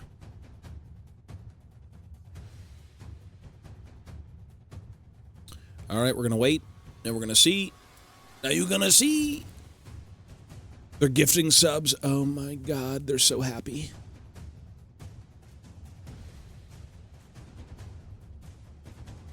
Now you're gonna see the green people.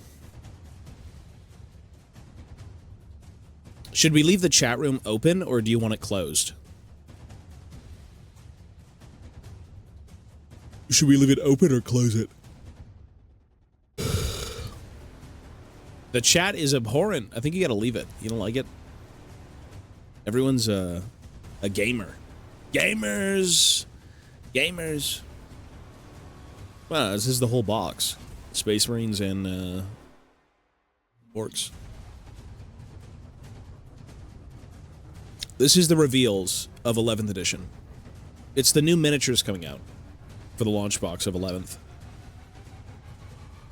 It should be starting in like 5 minutes. I want to see the orcs. The Space Marines, I don't care. I'm not really a big Space Marine guy, but like the orcs, I want to see how they're sculpted. Like, I don't know. I've always enjoyed orcs. I'm not going to buy them, but like I still want to see them. But I think for the Space Marines, it'd still be cool to kind of see what's going on. We shall see. We shall see. Steel Legion's cool, but that's Guard. That's not Space Marines.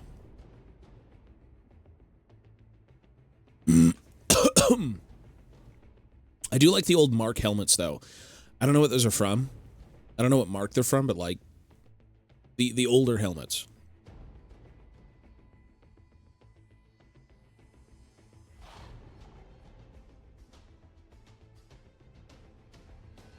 Not really. No, it's still their own legion. It's still their own like regiment, but for the sake of just doing it for fun, I mean, you can repaint them. Obviously, different regiments have different outfits based on the planet they're on and like the heraldry and everything, but yeah. Surprise squat reveal. What? True. You know, to be fair, the Necromunda squats have gotten so much love. Like, the Necromunda squats are, like, very, very... Like, they're popular. Well, maybe not popular, but, like, you know, they had a bunch of stuff come out, which is cool.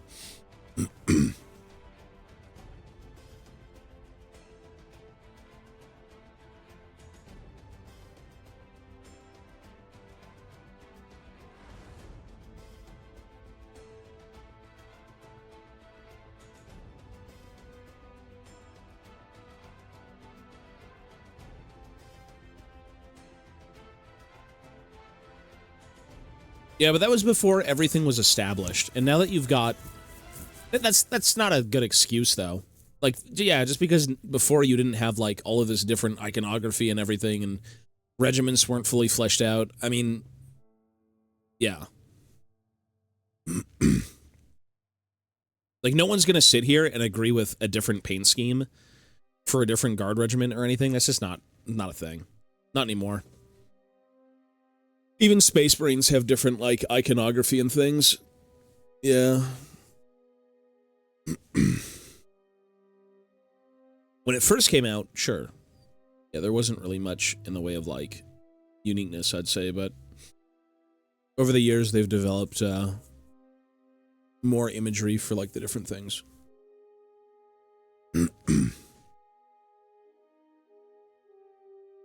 It's a clip. It's just a clip. Make it even better.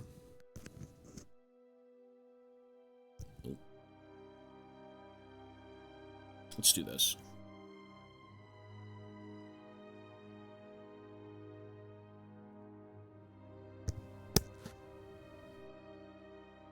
Let's do this.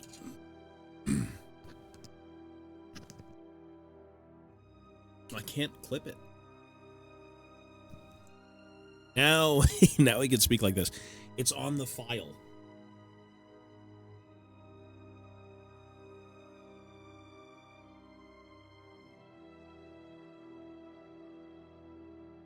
Well, here's the thing. Here's the thing. You think it's pathetic? There's nothing wrong with making a kill team of, like, the different guard regiments, bare minimum. Bare minimum. I don't think it's wise to make an entire range of new minis that are too reminiscent of something else. Like, now that Krieg is so popular, and Krieg also has the gas mask aesthetic, it's not really wise to kind of come out with Steel Legion at all. But it's not wise to just say, we don't need them anymore, it is what it is. You know what I mean? You have to respect the source, like material. There's different planets, there's different regiments. As a business, I get it. You know, just reveal, or rather push the ones that are more popular, push the ones that sell more, and that's fine. But, you know,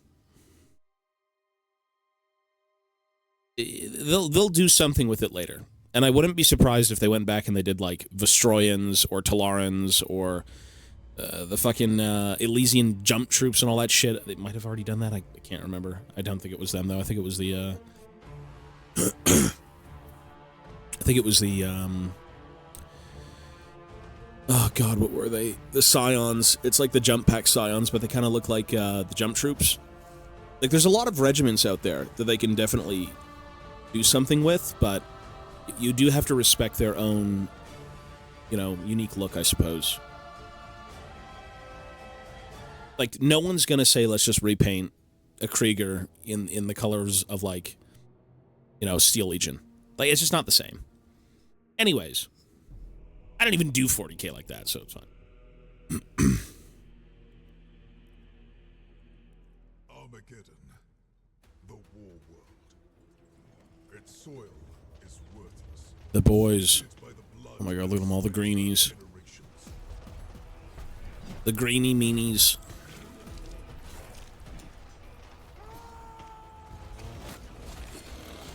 God. Is all the I'm glad it's violent. it rises from I'm very glad it's violent. I can't hear anything. I don't have a headset that's working, so... a cacophony of endings.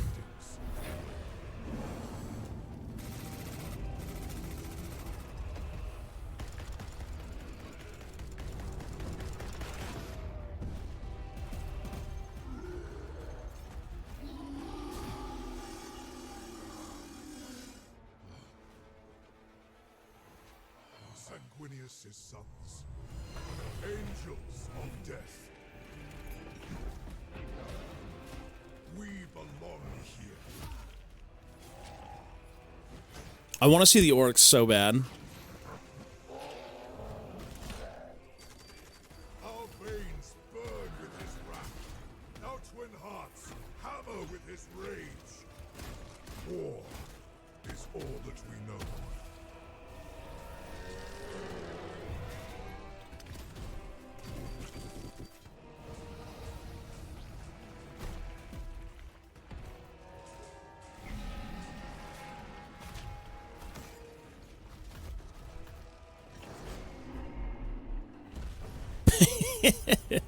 This world must Okay. hold. There can be no retreat. There can be no mercy. There can be no peace. I wonder if it's just gonna go right into the minis.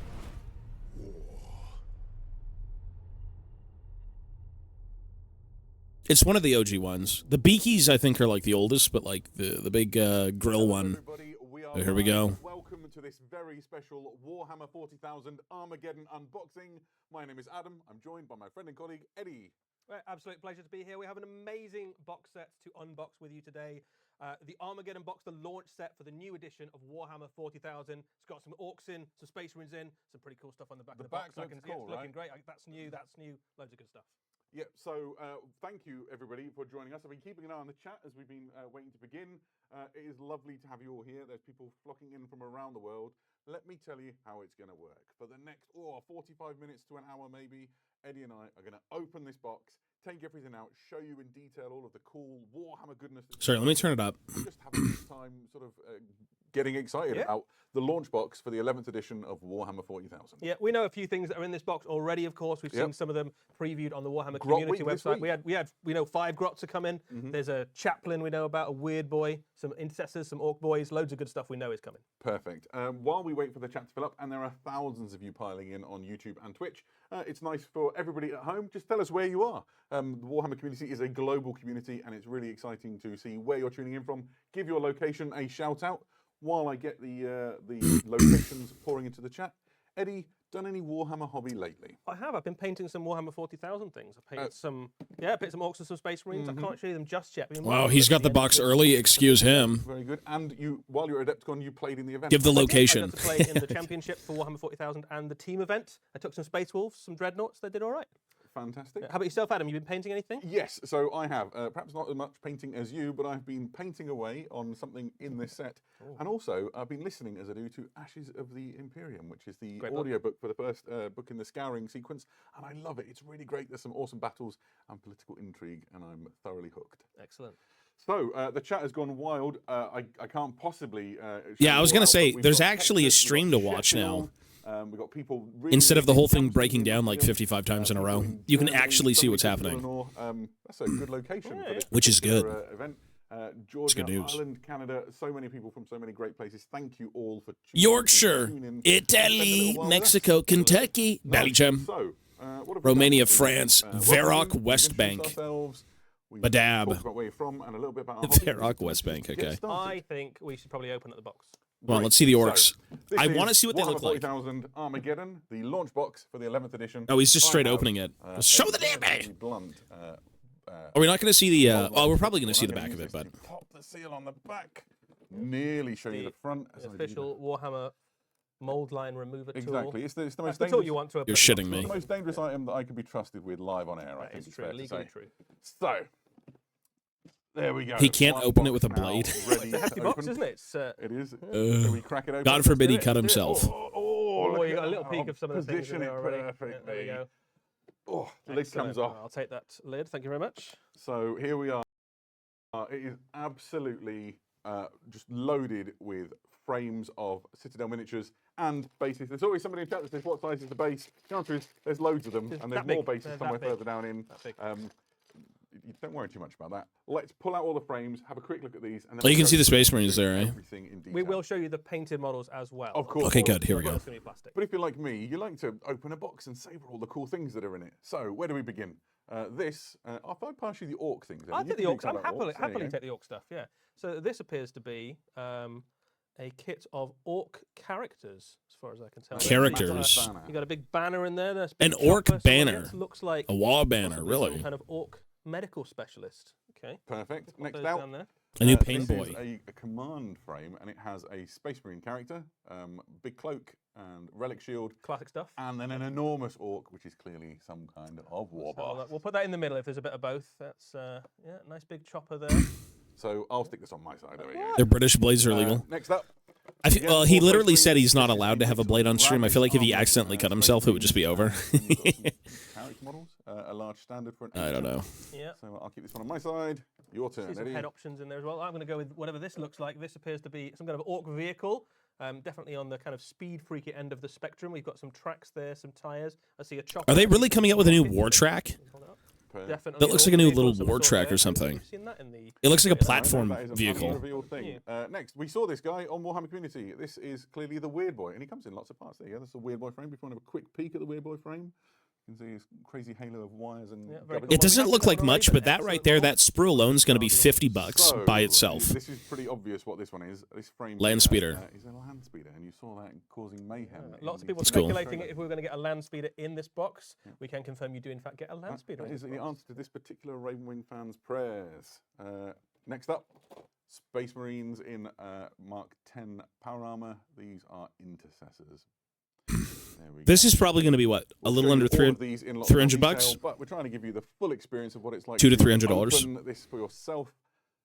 Oh, here we have The starter we've sets already are always seen expensive, but the goal is to go in with a friend and then split the cost and split the contents, ideally. Chopping up some kind of orc walker. Perfect. Vanguard veterans and what looks to be a Space Marine librarian. Nice. So these are orc stuff. What we I was got? going to say, these Yeah, two my turn, frames my are turn. identical, and you can have them both at the same time. Oh, excellent. So this is a big frame of Orc Boys and Gretchen. Lots of some choppers in there, some shooters, lots of head options as well. The heads are separate, so a little bit of customization options in there as well. And some nice big orcs there. I can see some orc knobs in there. Is that a new knob kit? I'd love to see the new Final knobs. box, and a surprise to absolutely nobody is, of course, I want to see the that enormous orcs gun rig knobs. that we saw They're big in knobs. The video. Yes, there is an enormous great cannon there and some kind of orc walker, and we'll find out more about that in a little bit. Perfect. And for the base enthusiast out there, you know who you are. There are 3 more. base Show me your enthusiasts. knobs. This one, That's what they're called. They're called knobs. So if you look down inside, there is now a box within a box. This is where all of the sort of paper components of Warhammer 40,000 Armageddon live. I will crack it open. Oh, they're the orcs. Snugly. Grots? And it's got some seals on it. Before we get to that, Ooh, should I we- can't see. yeah, Are give me those that while I do knobs? this. Another thing, There's we've got okay. a sheet of transfers. This is a joint sheet between the Space Marines and the Orcs. What you've got in here is quite a nice selection of stuff.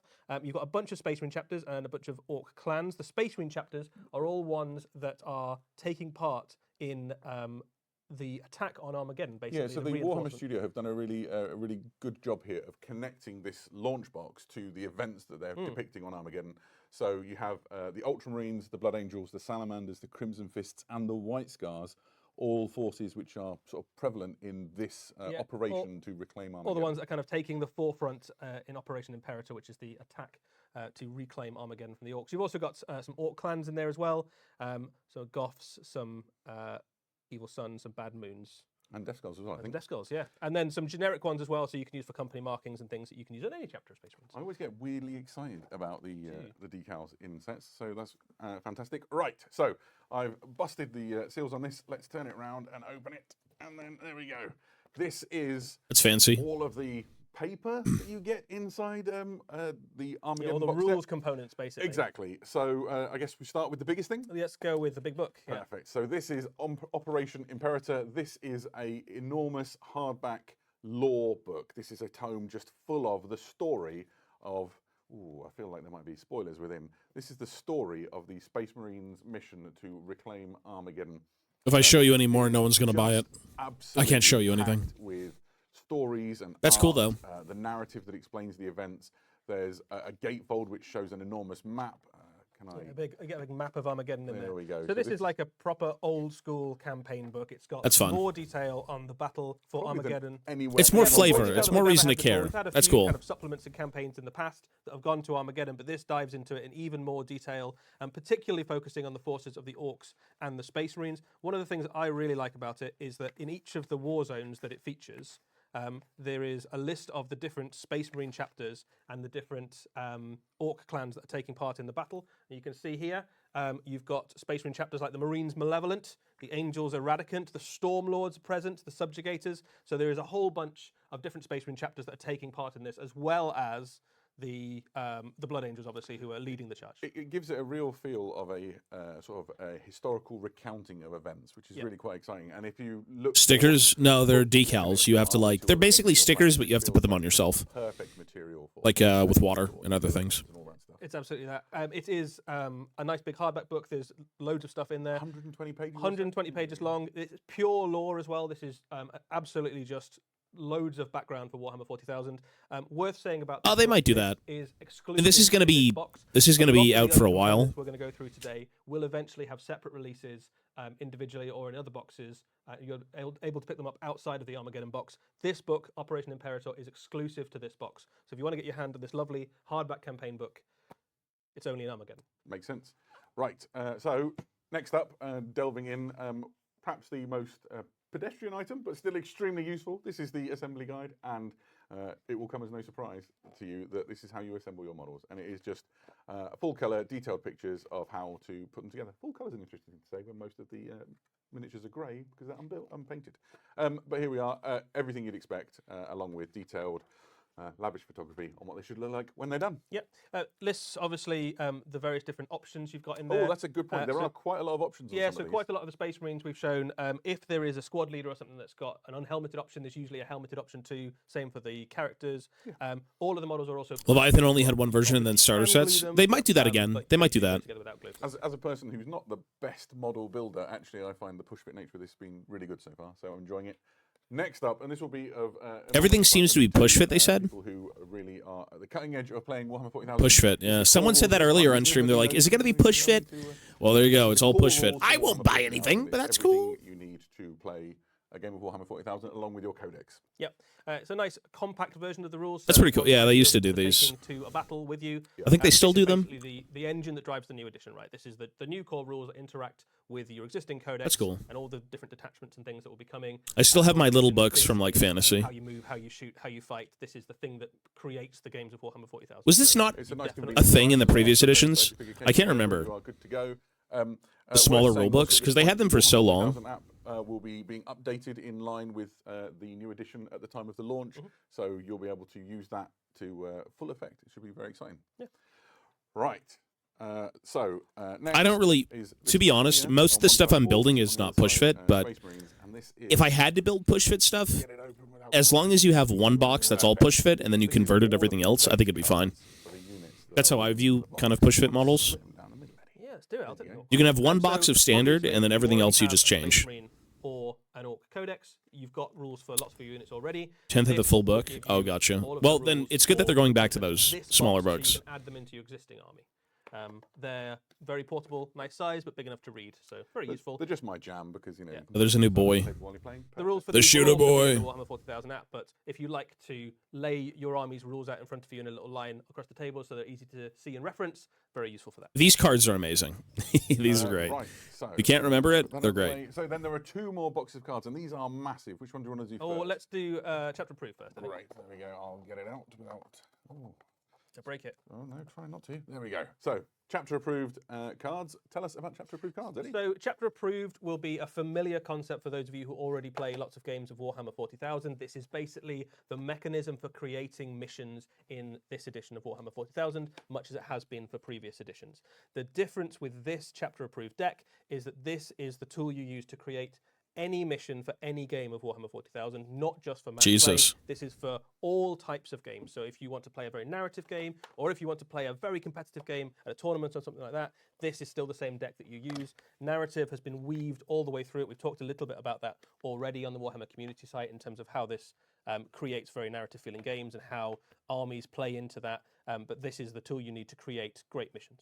Yeah, absolutely. It comes complete with a little chapter-approved booklet which explains essentially how to use it. So everything there you need to start using this to sort of power your games. And you'll be using that a lot. So obviously what you've got here, as well as all those models, is all the rules stuff you need to start playing Warhammer 40,000. Yeah. Combine that with your codex, with the data sheets, and right out of the away. gates. Yeah, absolutely. So this is a box definitely designed for people who just want to start playing. No lore cookbook. I mean, you know what everyone's going to do? You're just going to go on eBay and buy the books when everyone cracks this box open and sells everything off separately. Dominatus is something just a little bit different, isn't or you just buy the box, that too, and then you sell everything else. Is what you use to create missions. This deck is what you use to create campaigns. So there's been a few different ways that we've spelled out how you might want to do a campaign in the past. This is a deck-driven campaign system for Warhammer 40,000. It's cool. It works alongside Chapter Approved, generating those missions, and it allows you to link your battles together in a narrative way. So this is Great if you want to play a weekend of gaming, or link loads together with your gaming club. yeah, if you've got a gaming club and Absolutely. you get to play a game every week and you want them to kind of feel like they're part of a continuous system, this is a deck-driven campaign system, and it effectively takes away all the paperwork. All I just like Space Marines. Yeah, well, you could sell the rest of them. Or, you know what, if you're at the store when you pick it up and you find an orc player, just be like, I'll give you this shit, you give me that shit. Like you have a very compelling Done. connection Easy, between one-to-one the trade. clubs. Absolutely. That's usually what they did anyways. Its own booklet, which is They used to put you on call for, like, people buying the starter set, and anyone who wanted to trade the half for, like, the other half, they just call you up and be like, okay, you could do it. And between these and your chapter approved cards, you are away and playing a linked narrative experience of Warhammer 40,000. And you can play quite compact campaigns as well. They only need to be like 3 games long if you want them to be, or they can be Absolutely. great long things. And there's a huge amount of replayability in those decks. So all of that. Yeah, exactly. is That's within exactly what the, you could do. Warhammer 40,000. Now we get to see the Armageddon box minis. set. I want to see the We've, completed shown ones. you all of the, Show me the frames, a little bit orcs. of detail Show me and the boys. the different things. Shall we have a good look at the models themselves? Let's Yes. do it. I think we should start with my favourite half of the box. So, Yes. all time, right? Time, yeah. Perfect. Damn right. Let's see.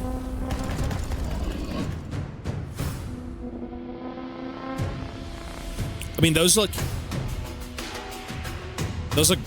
I mean, they look good. They look pretty good. The fidelity is very, very good. Oh my god. Whoa, that looks good. That looks good. That's actually really good. Holy shit, those look great. Wow. That looks actually really good. The new Pain Boy. Wow. A war track. I was right. They're coming back with a war track. That's cool. I don't want these, but like, damn, they're nice. Wow. Okay. The sculpt fidelity of those is really good.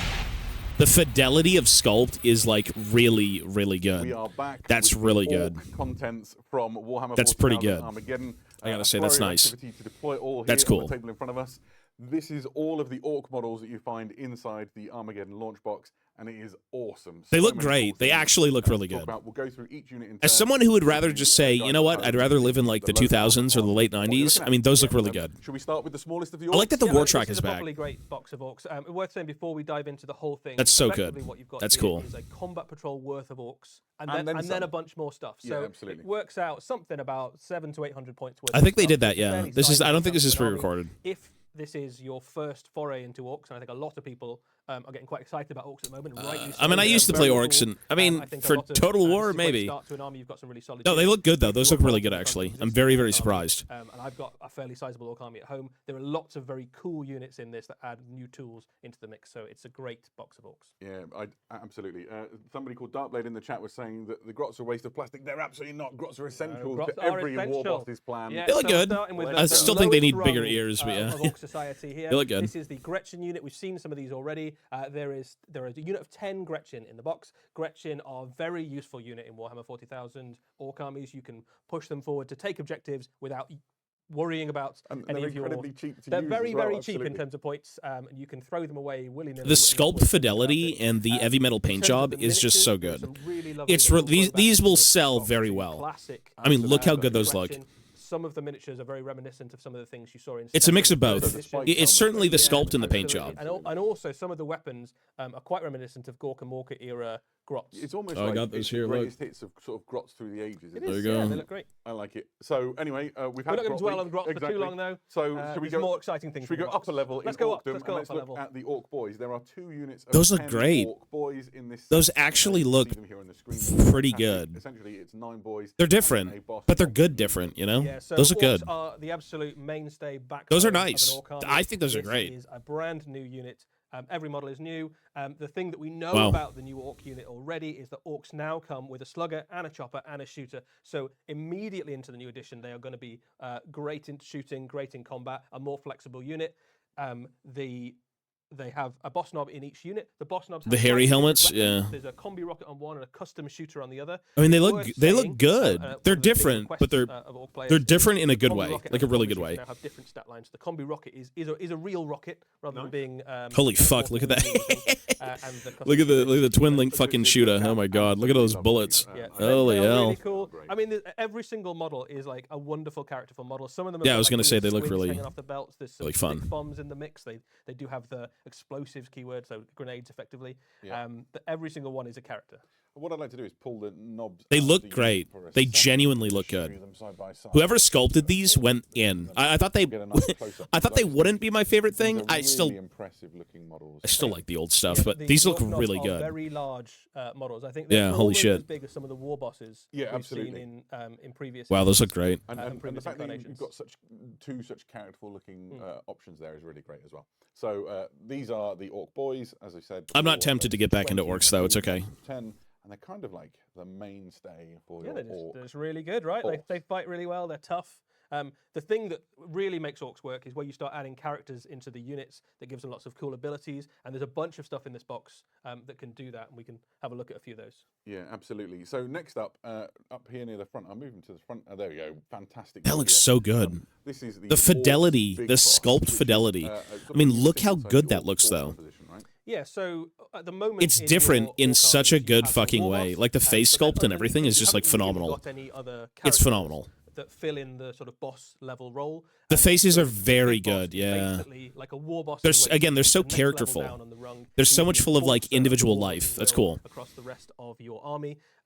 And he is he's a He's brawler. kind of hoping that the war boss might not make it through the battle. As Yeah, well, if maybe. the war boss gets on the wrong end of a power fist or something, he has to step up to take the war boss's place. He wouldn't be too sad Wow. about it.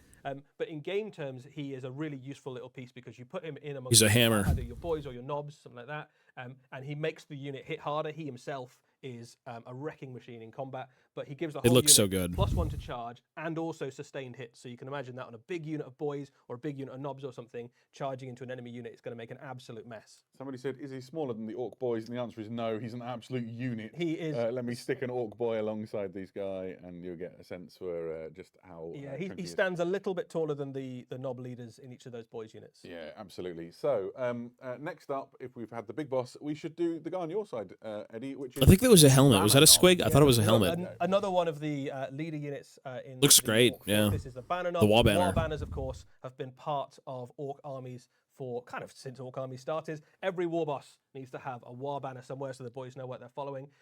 This is a beautiful model. If we talk about the model first of all, That's what excites me. The is bullet way that belts, the design the of bullet banner sash. in particular, lets you really customize it to your own Orc force, right? So it's got sculpted on details you can see there. But there's the spaces left that you can use the decals from the decal sheet to. They've been around for a while. The wall banners. No, they've been around for a while. even the sort of marking They were strips less- that you want to reflect your own I think they were less of a banner and more of like a totem Yeah, so that they'd this bring one's around. really It was more of like a quite little an effigy beautiful type of thing. and But now this is it's a the banner. decal, the goth So that's decal, cool. So this is probably part of Gazgul's wider war somewhere in Absolutely. Armageddon. But you also have a nice big flat space there to use other decals, so you can bad moons, or you can paint your own, and then you've also got some sculpted on bits.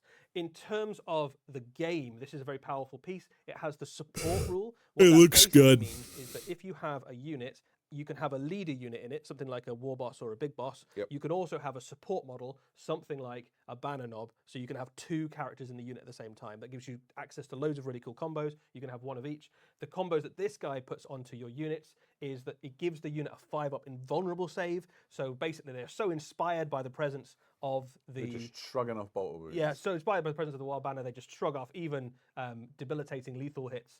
And then when the War is active, he also gives them +1 toughness. So that unit of even basic boys is going to be shrugging off even things like heavy bolter fire very easily. Absolutely. Here you can get a decent look at him. I'll stick an Orc boy again. next Orc to boy him. for scale. Yeah. There we go, boy for scale. So again, a very big, cool, impressive model. Would probably stands behind your war boss. Absolutely, yeah. In battle, Out of trouble, but near the front lines. something like that. So next up, then let's show the Pain Boy. This is. Oh, this one was. This is kind of essentially a unexpected. Battlefield medic. That looks / sculptor good. For your orcs. Looks in the great. nicest I possible think medic terms. is a generous term. So I think it's a fairly first off, good the model is very representation of like modern, the right? last So, one being this is updated. like Like the that looks first good. time, That's great. was That's awesome. Pain Boy.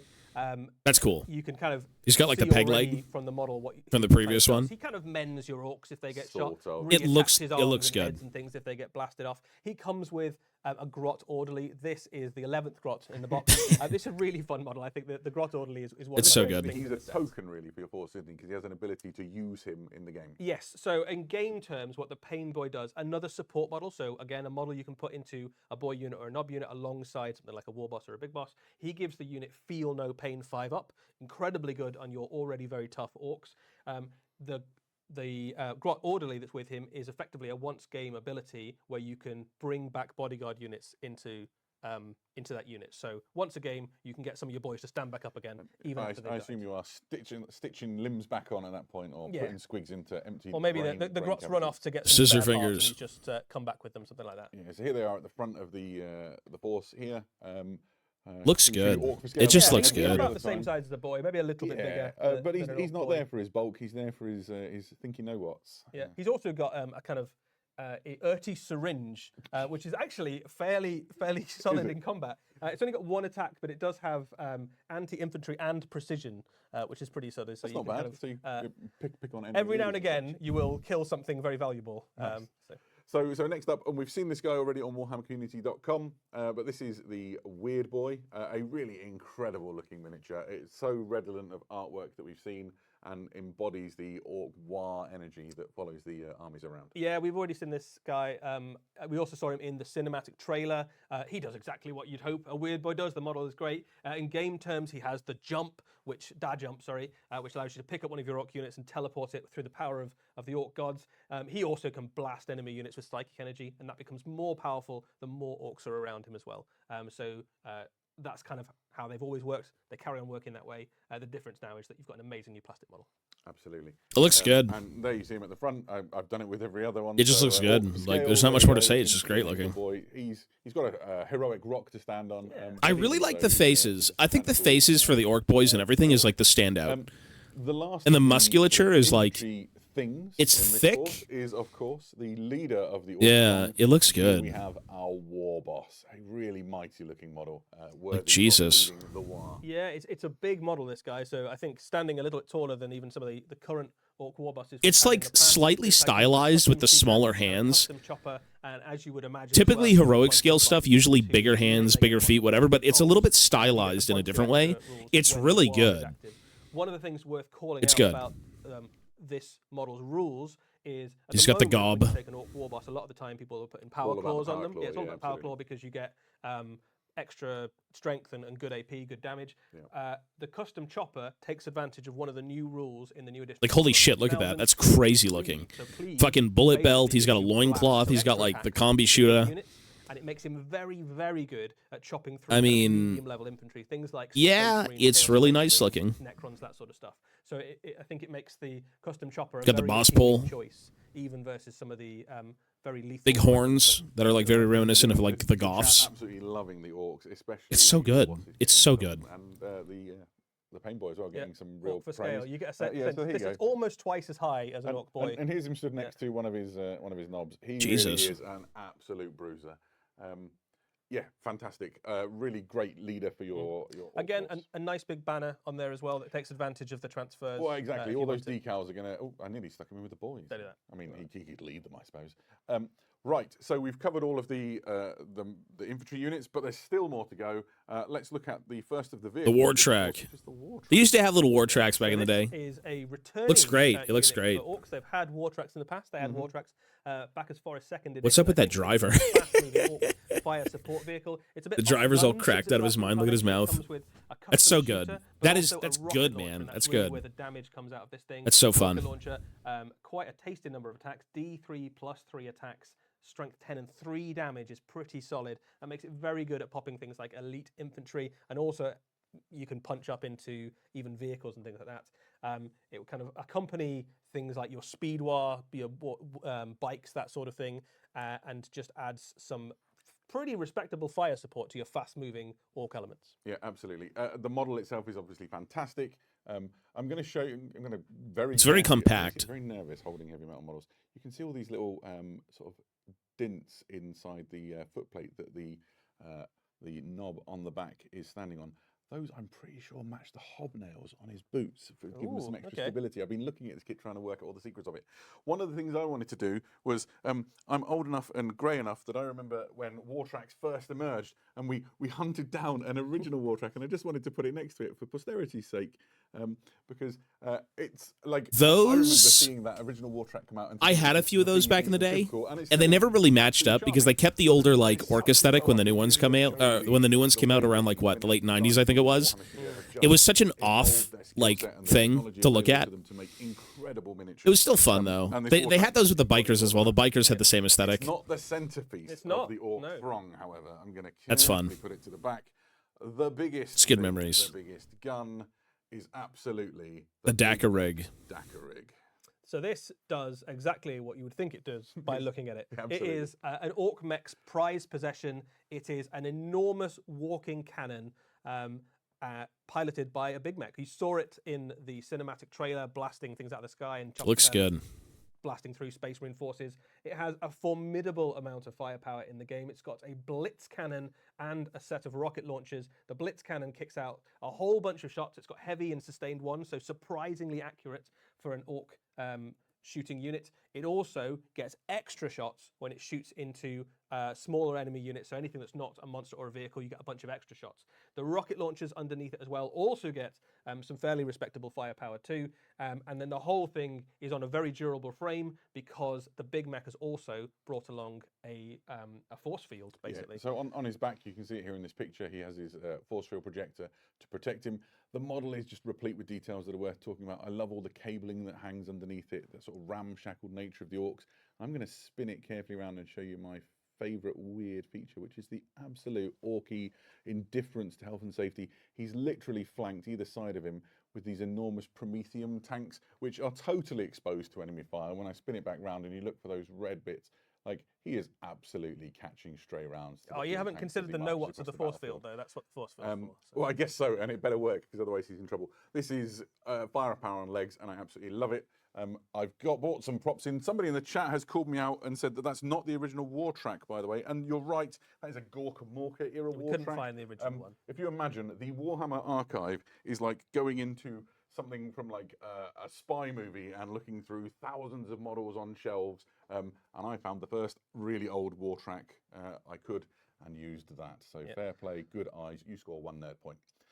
Here we see some other orc walkers. So we have a Killican, a Death Dread, and they're Pretty big. next to Pretty damn big. The Dakar rig. Gives you a sense of its place within the sort of orc walking things pantheon. Absolutely. You could imagine that the Dakar rig works perfectly well alongside any orc army marching alongside your boys, but it fits in very nicely if you have a Dread War, if you've got lots of Death Dreads, lots of Killicans. You can imagine if you have an orc mech who particularly likes building dreadnoughts, that he would want to accompany them into battle, and the way that he would do that is in the back of one of these Dakar rigs. Absolutely. So They look we great, have though. Essentially, I think. I don't know how you even like trump that with the Space Marine side. I mean, they just look so damn good. They just look really good. I'll keep a few of these to the side so that when we show you the Space Marine half of things, I can do some size comparisons with other things in the kit. Let's have a look. They look now really at good. They my really favourite do. Half of the Armageddon box set. Damn. The Space I don't want them, but they look great.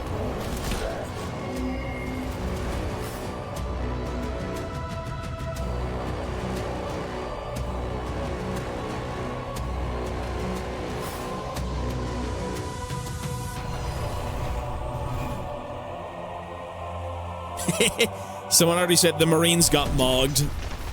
The Marines got mogged already. I mean, that looks great, though. These are good.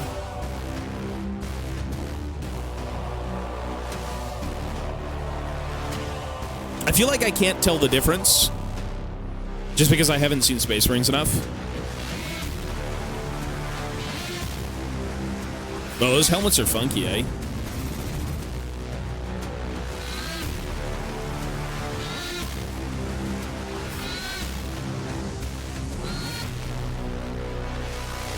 I mean, they look cool. Someone did say that the orcs mogged them. I would say so. I think the orc half That is was the a little bit fastest cooler. set change you've ever seen in your life. We have placed in front of us now the They still look good, though. half of Warhammer 40,000 Armageddon. Let's just neaten up some of these units.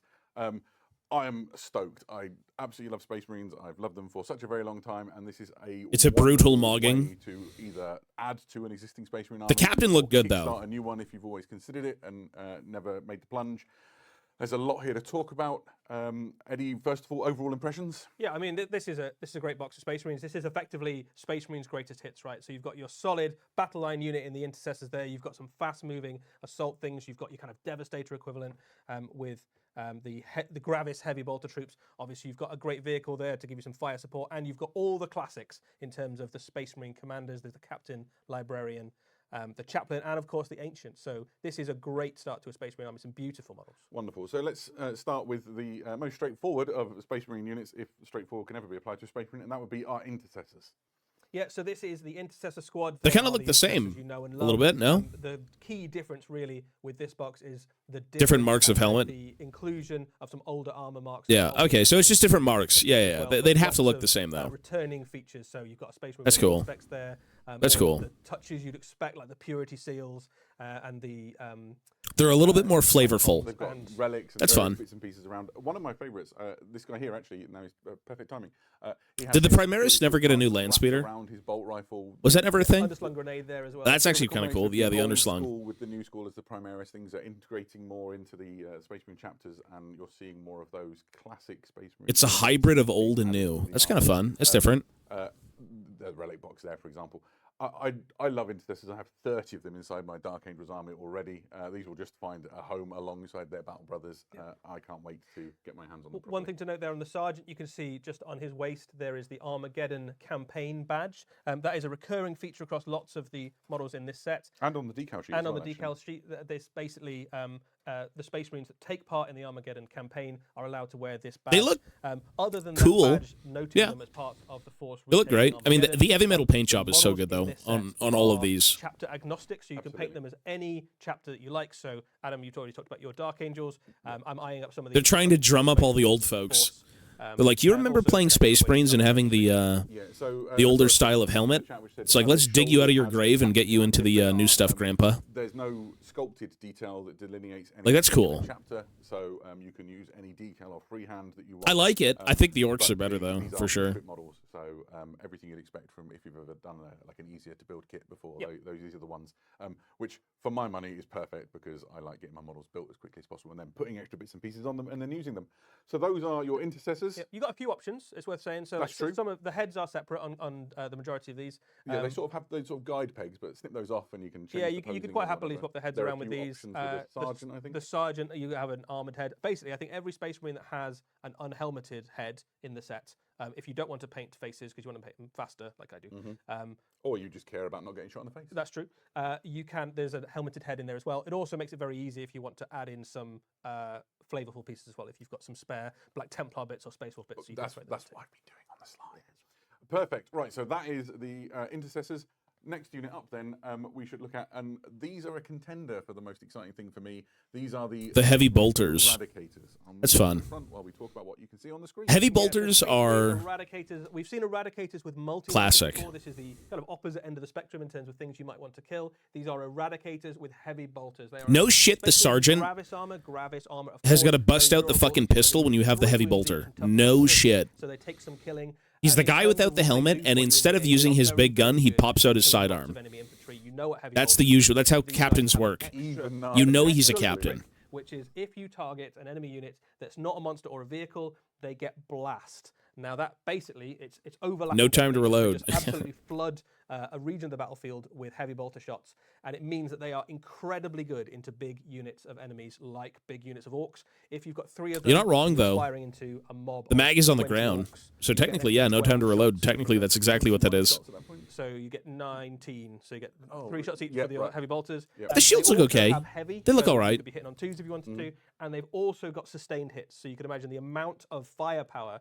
Again, they're very reminiscent of the old Space Marines, I guess, with the helmets. Yeah, even that guy in the middle is supposed to be like the flamer dude from back in the day. That's what that looked like.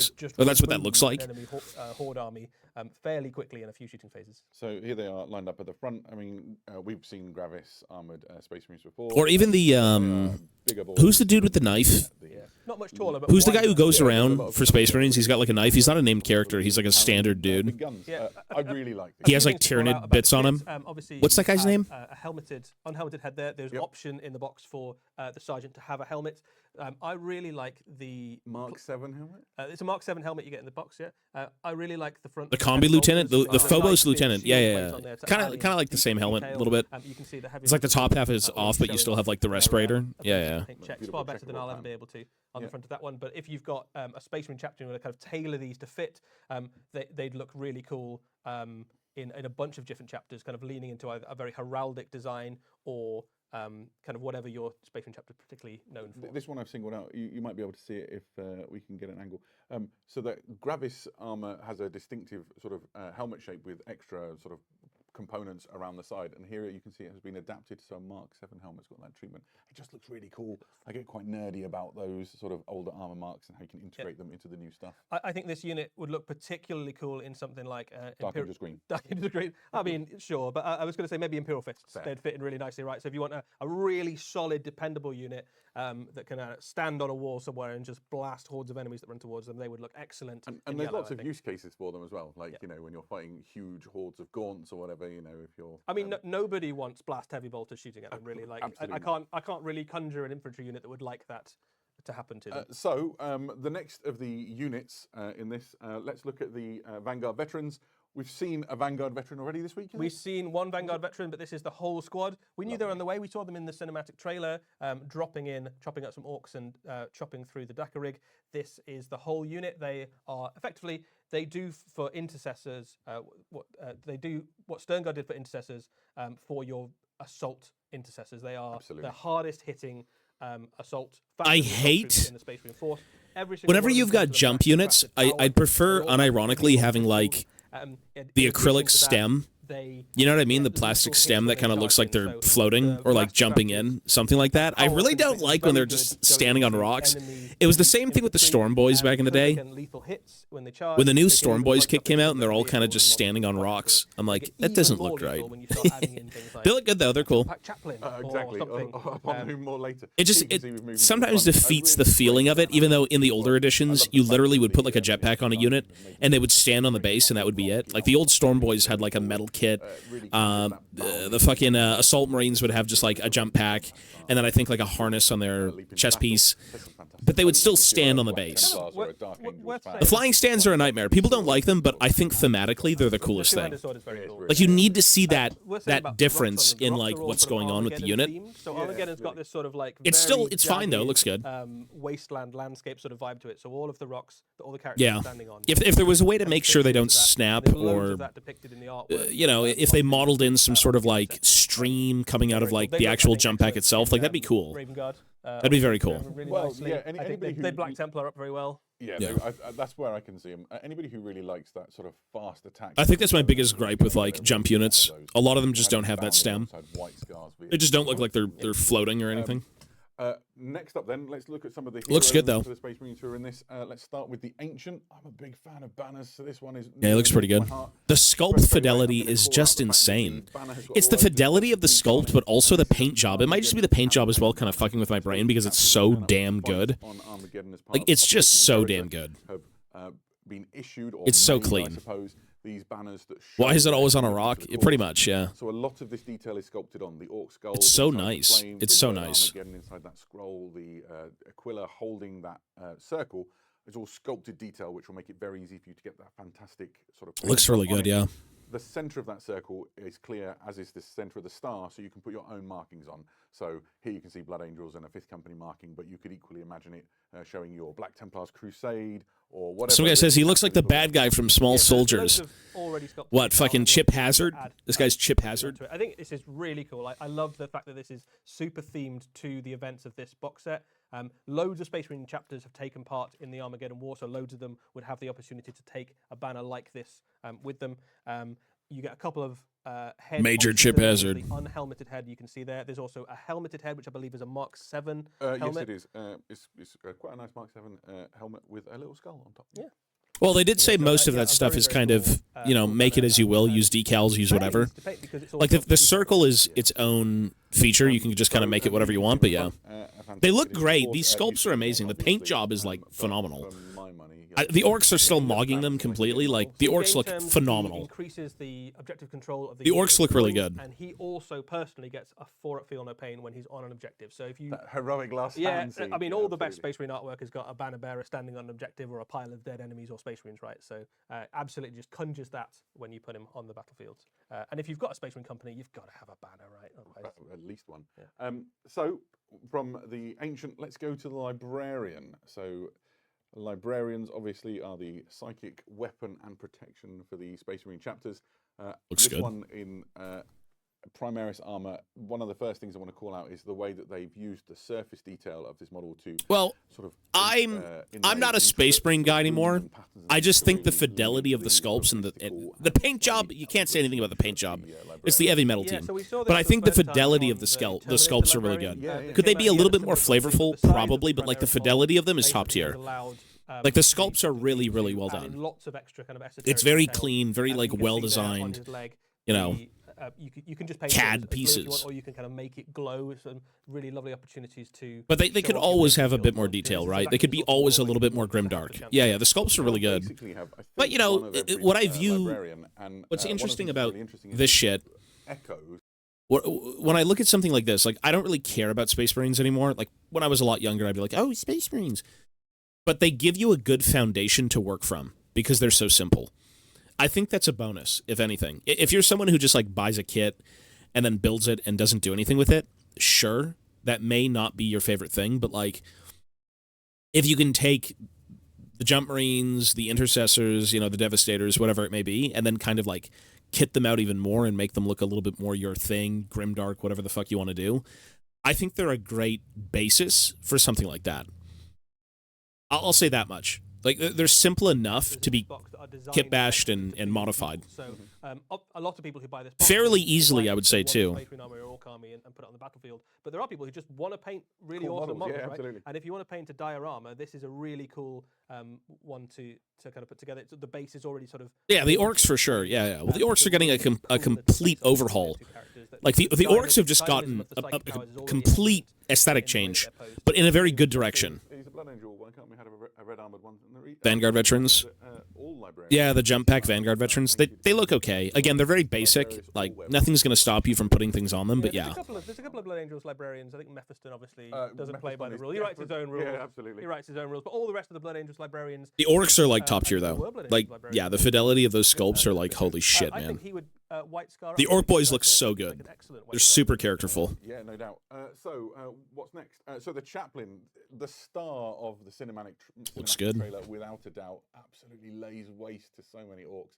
Is this The twerking orc boys. Yeah, that's the Brian Nelson orc boys. I think it was. That you really feel like he keys into a Blood Angels theme, weren't you? Yeah, so all the models in this box set, all the Space Marines you can paint as any chapter, but I think there is something very Blood Angels about a chaplain with a jump pack. That is one of the iconic units of the Blood Angels. Lots of your Blood Angel units have jump packs.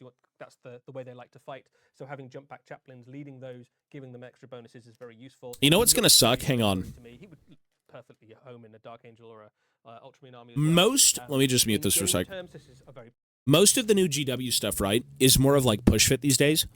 The last Orc Boys kit was monopose, correct? They just got rid of the last Orc Boys kit, and the late 90s one is also gone.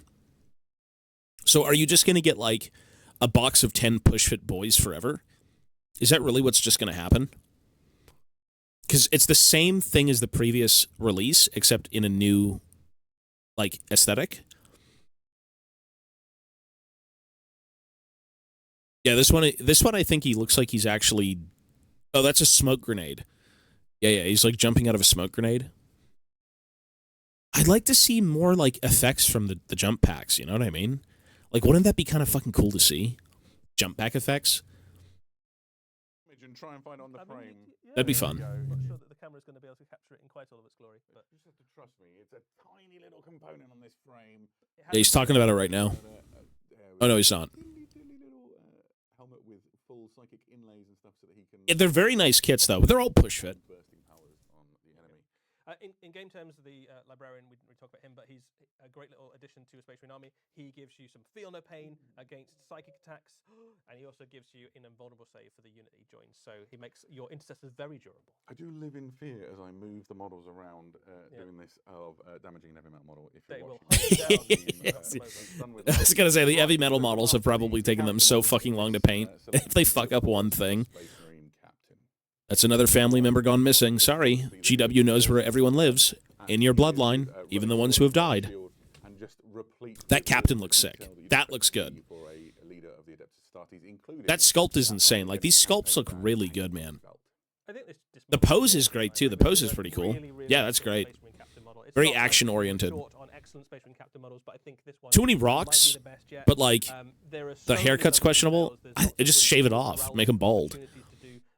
I think it looks fine. Yeah, that looks great. That looks pretty good. The character that you see on the front of the Armageddon. That's great. The guy standing loud and proud. Again, sculpt fidelity. Holy shit, it's just so clean. Doing this by hand, good luck. Doing this in a computer, okay, doable. Like, oh my god, it's so like perfect, you know.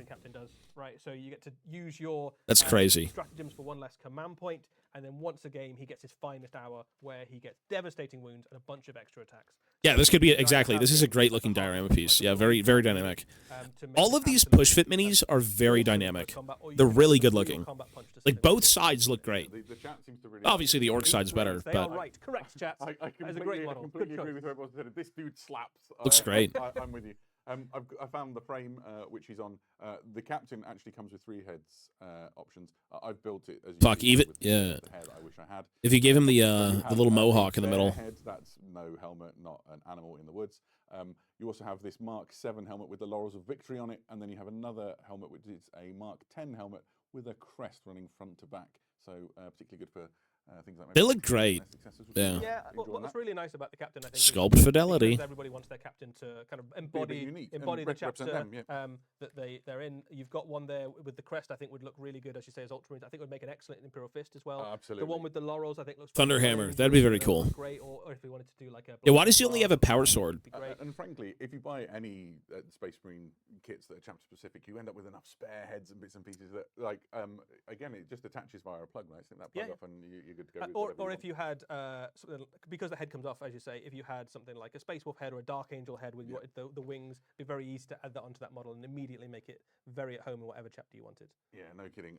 So really, a fantastic Some guy said, request in all caps. Can you make the next starter box be done without those infernal tactical rocks? Of course, the Space Marines Land Speeder. Those helmets are I'm funky. really excited by this. They're like pilot helmets. It fills a niche in my hobby life, which I'll explain later. But this is Land speeders are cool, though. Classic land speeder chassis Yeah. we saw first. But now it's a Primaris land speeder. That's fun. And it comes with some options. So here you can It see, certainly has like the same design, like philosophy of like the Primaris vehicles, as it should. It's like even blockier. There's just so many like minor surfaces everywhere. You've got Storm Fury. It looks good. It looks as it should. A little bit of extra anti-armor punch. So if you want to use this as a tank hunting rapid strike thing, that's cool. The more the merrier, I think, with this hobby, right? Even if you aren't going to buy it, even if it's not for you, it's still cool to see what other people are going to get, because that's awesome. If you had that as like a squat vehicle, yes, I'd be gushing. But that's awesome. That's fun. To make it a very scary close assault transport. So if you want to. Pretty good for overwatching for your guys as well. Yeah, excellent stuff at Overwatch, so you can zip around. A lot of these pieces are a very good basis for conversions. A very good basis for like kit bashing. There's like no detail at all. There's no like dangly bits or anything. Like you could just do whatever you want. If that was your thing. Otherwise, it looks totally fine as is. Hop out from behind cover, shoot at the enemy, and then hop back safely. I mean, yeah, that is... Well, the land... You know what? GW likes to rip on old ideas. It's not that they're gone out of the universe, but, like, it's a reimagining and bringing them back, because why try and create something new when you have so many years of content to pull from that people love? You know, it's like, what if we took the land speeder? What if we took like the Saturnine thing and brought it back for like what, the Horus Heresy, whatever it may be. Like, there's so many different things to like pull from. Kit bashing is when you just take multiple kits and kind of like throw them together. So if you like the pieces of one kit, but you like the body of another, you can just glue them together and make like a new thing. The fin that hangs down beneath the land speeder, so you can build them with that and then attach it to the base via like a stalk. Or so you get an extra tactical rock that you can just yes, deploy exactly. elsewhere. So I think the expectation, because it's everything in this is push fit, that you would use the one with the tactical rock for this, but then if you trade with your friends and end up having two, they don't have to be the same if you don't want them to, which I thought was quite a nice feature. I love this. I'm very excited. I'll talk more about it later. Looks good. Yeah. The scale of things, in particular in relation to the orcs. So I'm just going to quickly do the orc knob, which I've kept on the side, and stand him alongside just a Space Marine intercessor, and then put an orc boy on the other side. The knobs have gotten so big. Look at those knobs, those green knobs. And the orc knob is enormous. Big and imposing knobs. The size of the orc boys are today, but I think more detail, more characterful. The orc knobs are now eye level. Yeah, they're huge. A Space Marine and about twice as I wonder if they even have knob squads anymore. Calm yourself. Chunky orcs. The other thing you mentioned the idea of a dual piece. I thought you'd have knob squads, but maybe. That's probably going to be a new kit that'll be announced. Like, your typical power claws and big choppas, whatever it may be. The orcs look so good, though. They do just look great going up against. Yeah, that looks awesome. Sort of capturing that scene in the trailer where you have the axe grinding against the relic shield. Yeah, and again, the bases there that you can get the idea that the rocks are sort of part of the same rock formation. They're designed to go. Imagine they have a slightly bigger base. You could put them on and make a really lovely little diorama together. Yeah, it would actually be a nice golden demon entry. Yeah, I think we will see some probably. No kidding. Right. So that is all of the models from the Space Marine side. We've done the orcs. So that's all of the things that come inside Warhammer 40,000 Armageddon. We've talked a little bit about the fact that you don't have to paint these in the colours of the models that you see here. Blood Angels. And so we've actually got some examples from the Heavy Metal team of other Space Marine chapters. Really? Oh, that's cool. Okay. Crimson Fist, yeah. Find inside the kit, and these are also forces that you'd expect to see present on Armageddon. So here, I mean, the Heavy Metal paint job is just so... You know what? These really do need purity seals and all these other like random fucking bits and bobs hanging off of them. They really do, because they look great as is, but like... Again, the white scars have turned up in significant... you probably have to pimp them out a little bit. And so here is an intercessor. He's got the grenade launcher. They look good, though. Pretty handy in the game as well. I'm not going to lie. I've been enjoying that. Salamanders. A Space Marine Eradicator of the Salamanders chapter. And one of the things they've done a wonderful job here, just shout out to the crazy skills of the Heavy Metal team, is painting that sort of lava effect at the bottom on the flat plates to really make use of those open spaces. Yeah, I really like the Eradicators. Well, yeah, the Space Marines I feel like will always look boring compared to orcs, because orcs are just ragtag. There's so much of their skin showing, so much more facial detail. They'll always look pale in comparison, but that's what makes it cool, right? Two completely different sides. Here, first of all, we get to show two things. One, which is how much faster at painting you are than me. 4 times faster. Exactly so. And the second is how mediocre our paint skills are compared to the Heavy Metal team. But we wanted to show how much we've enjoyed getting to grips with some of this. So here are some examples of our own models.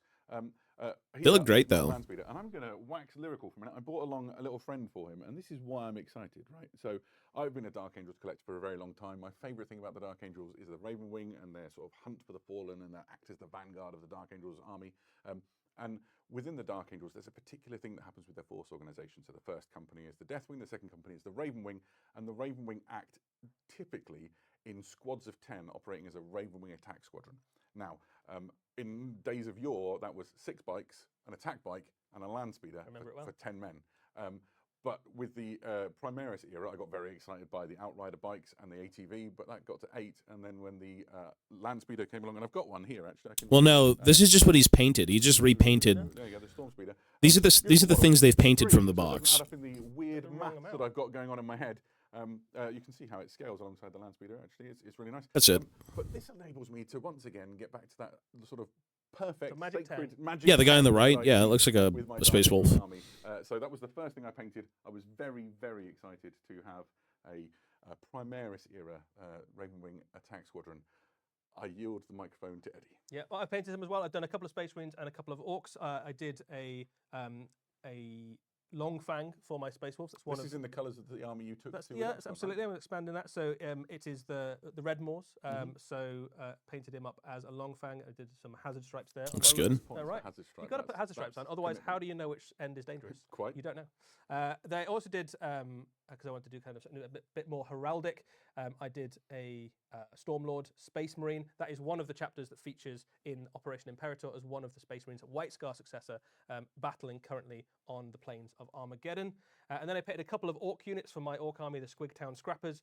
First off, I've got the War Boss. I've got a few War Bosses, but I'm looking forward to using the new cleave mechanic to chop. The through War lots Boss of just things looks so with good. I don't know. There's something about it. They look and great. Of course, I couldn't not paint the Dakar rig, could I? The Had a great musculature time and with it. the facial Feed my Druid like mob. I think I've got about 7 or 8 details, how mobs. characterful everything is just it's great. Yeah, he's going to be. The It's mech really, really that well trains done. The dreadnoughts and kind of march behind them, watching his creations as they blast through Space Marine or whoever else forces. Well, there we go. And I'm absolutely made up because somebody said a nice thing in the chat about my the base on my Outrider bike. very nice. So that's it. I'm stoked.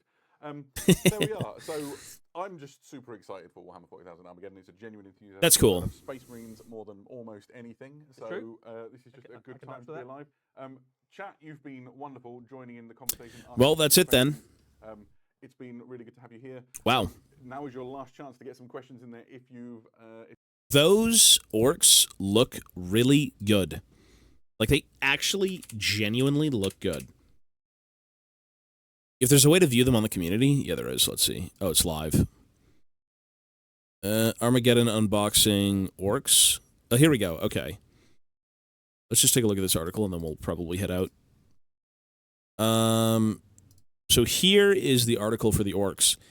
I mean, look how good... Like, when I first saw the War Boss, I was like, he looks fine.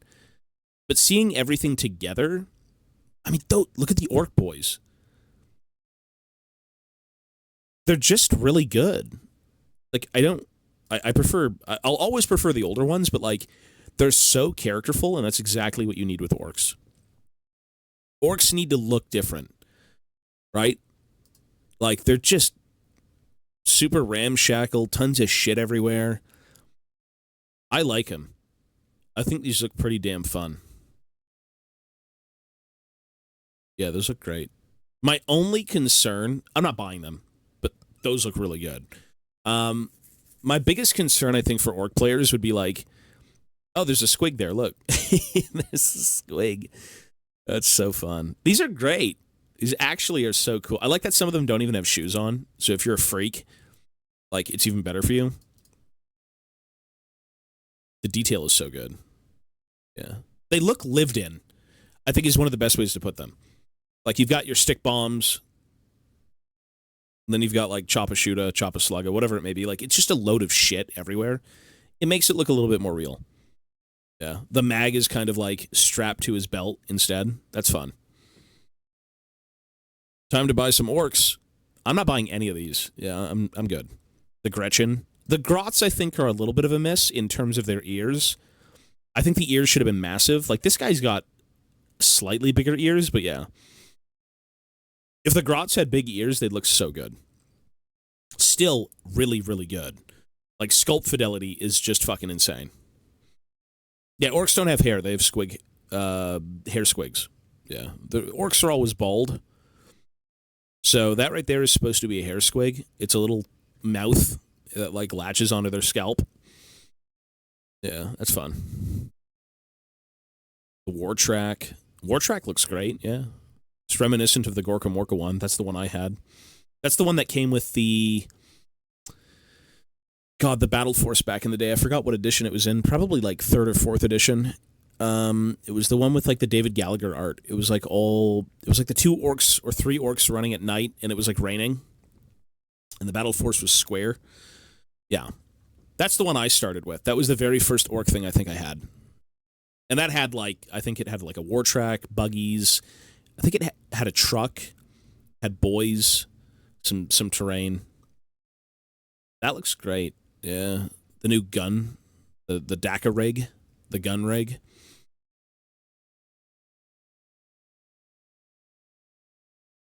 Did you see the goblins from Hish, AOS? Bad Moon, Evil Sun? I haven't seen those. Oh, those? Yeah. It's the Goblin Wolf Riders that are still under, like, the Gloomspike Gits for some reason. Yeah, these look really good, though. My biggest concern, I think, for people doing this, if you've already done orcs or any sort of army, is just the repetitive nature of, like, push-fit minis. These are all going to be, like, 2 pieces, you know, the body, well, maybe 3, the body, the head, and then, like, the gun or something.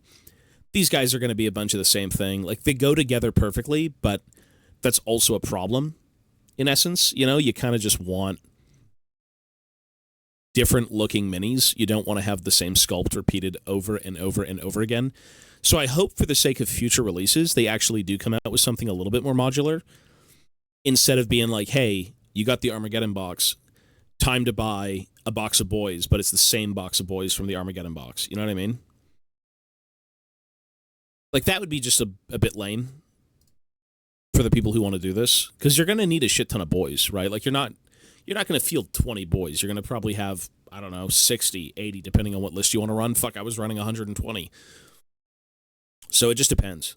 It really, really depends on what you want to do. They look great, though. I gotta say, they look pretty good.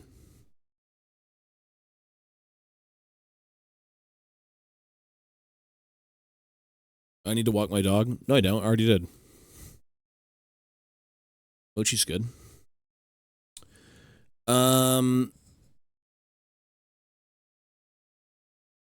Yeah, I know that. Bolt Gun 2 will have 4. Yeah.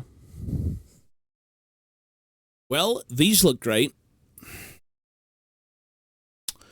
Am I going to buy them? Absolutely not. Nope, you're not getting a dime from me. But very cool. The Pain Boy looks great, too. With the Grot Orderly. Yeah. You know, still very reminiscent of, like, the last one that came out, which was plastic.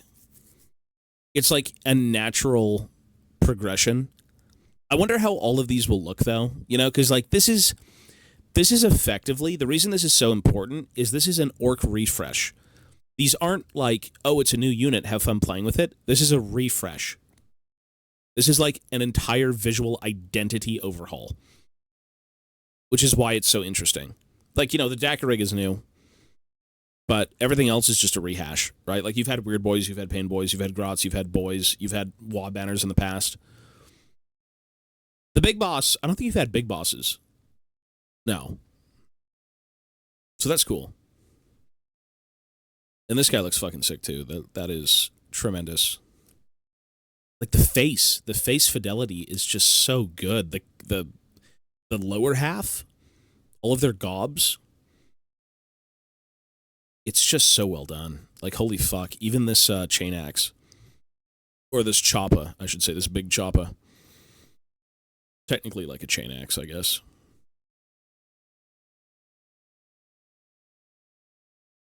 If you're an orc fan and you want to pick this up, I think it's an easy purchase.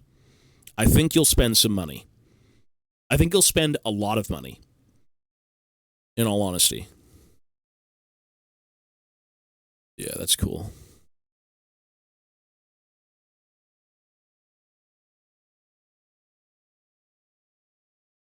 Every base has like a squig. Well, most of them. The Wah Banner has a squig. The Big Boss has a squig. The Boss doesn't have a squig. Didn't we see a different War Boss? Knobs and gobs. Yeah, you gotta get your knobs out of your gobs.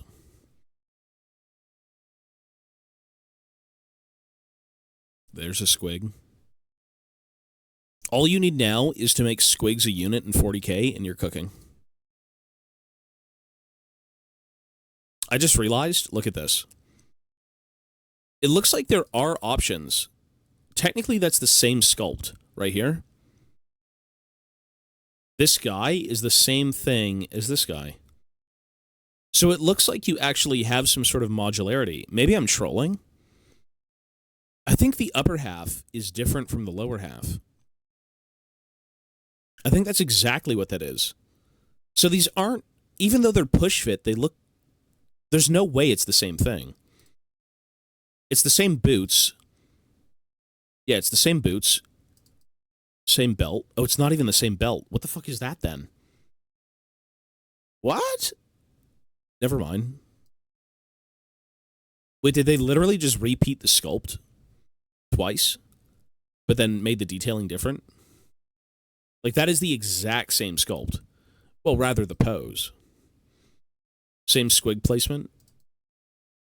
That's so weird. Well, that's, yeah, you do have the squig hog rotters, but we're talking like typical, you know, gnarly, like fantasy squigs. Like attack squigs, but in like a mob.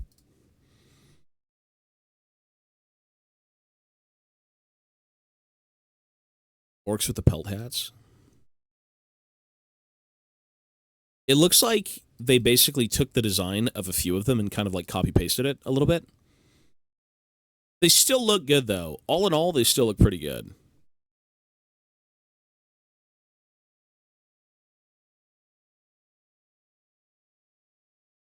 Yeah, these look great. The knob. You know, the knobs actually look pretty imposing. They used to be a little bit bigger back in the day, but like these are like twice as big as they were. Very wide. Very tall and very wide. They still have like the boss pole, which is fun, and they have the little squigs all over them. I think that you get 1 to 3 options depending on the legs and torso. It's weird because it's not a repeat of the same sculpt. It's literally like, this sculpt is the same as this one, but the detailing is different. So how I view this is maybe you don't even get options. Oh, look at this. Even the arm placement's the same. Except that's a choppa, that's a shooter. Like that's... Not that I'll ever see the kit, but I'm just curious as to like how GW does their push fit now.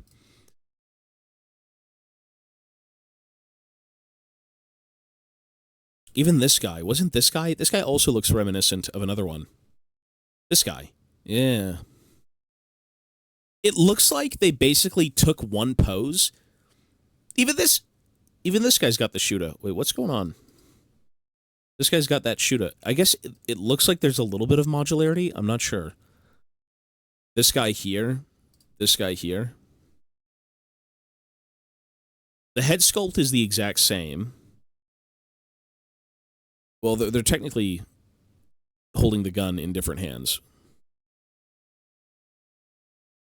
It might be like the Space Marine kit where the legs are separated from the pelvis. Maybe. But again, they're push fit, right? Do you think they're really going to be that in-depth? Because a lot of these kits, a lot of the beginner kits are meant to be introductions to the hobby. You know, anyone who's like built Warhammer kits or any of that stuff, you know, they'll look at these new sculpts and be like, I need them, but I'm not worried as to how they go together. You know, making them push fit is like the easiest way to onboard people because you don't need glue. You don't need this, you don't need that. You just push them together and you're done type of deal. Yeah. It would be cool to see a multi-part kit come out for boys. Like, you can have this, but then also make the multi-part, potentially. The first kit for the basic Space Marines have separate legs. Well, then maybe. I don't think I really saw the boys kit. Maybe if they release images of the sprues, that'd be cool, but, like, I guess we'll only wait and see, to be honest. Maybe you're right, though. They do kind of look like they connect a little bit here. Maybe you're right. They look good, though. I do like them. Now, the question is, how many people here are going to drop $300 on the new box? How many people here are going to drop $300?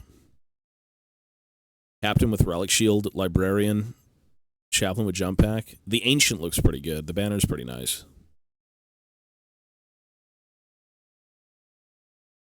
The Land Speeder. Why is the Land Speeder?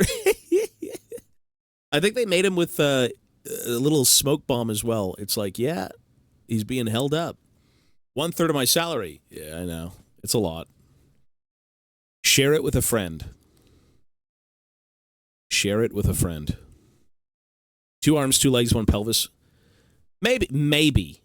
That'd be interesting. Again, I don't know, everything's push fit. I haven't really built a push fit mini, I'm only assuming, but yeah.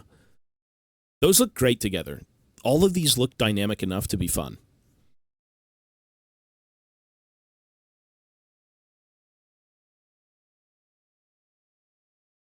You know, I might be stupid.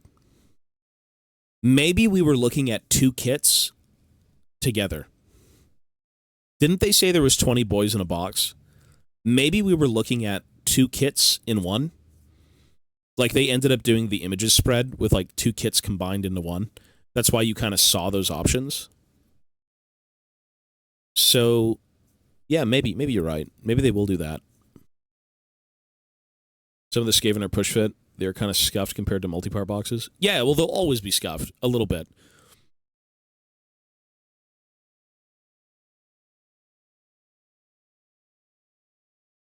People will split the box. Yeah, for sure.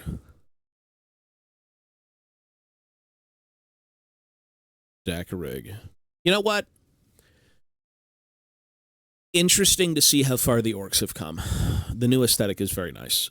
I support the new aesthetic. I think it looks awesome. It's one thing to think back to, like, your childhood and be so hooked on nostalgia and say, like, man, the old Gorka Morka kits, perfection. The old multi-part boys kit with, like, the shooters that had, like, the grips and everything, perfection. It's cool to be nostalgic, but, like, you also have to just kind of, you know, have, like get with the times sometimes. Like, this is good. It's new, it's good, it's well done. It is reminiscent of the old stuff, and that's awesome. The big boss looks great. Yeah, that's a great pose. He's hitting the Ungrim pose. Yeah. The Pain Boy looks simple, too. The Pain Boy's really good. Yeah, the new stuff, I don't really, you know what? I think the Weird Boy for me is not, it's probably my least favorite thing. Same thing with, like, the Wah Banner. The Wah Banner and the Weird Boy are my least favorite. And same thing with the Grots. Those 3, maybe not my favorite thing, but, like, everything else is, like, super, super well done. The Grots need ears. I think it's something to do with, like, all these contraption, like the wiring kind of just splitting up.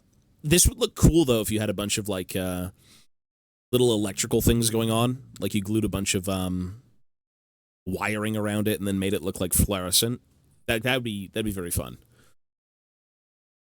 Yeah, effects, exactly. Like, the sculpt is fine, but, like, maybe with some sort of, like, Wah energy coming out of him or something, like, that'd be very cool. The gun chicken. Yeah, the mech Dakarig. Yeah, that's funky.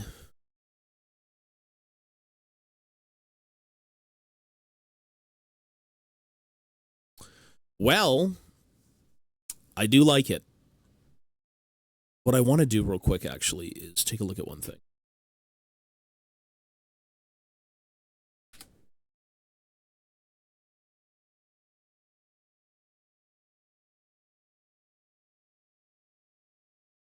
What an insane, weird thing to do. Hang on.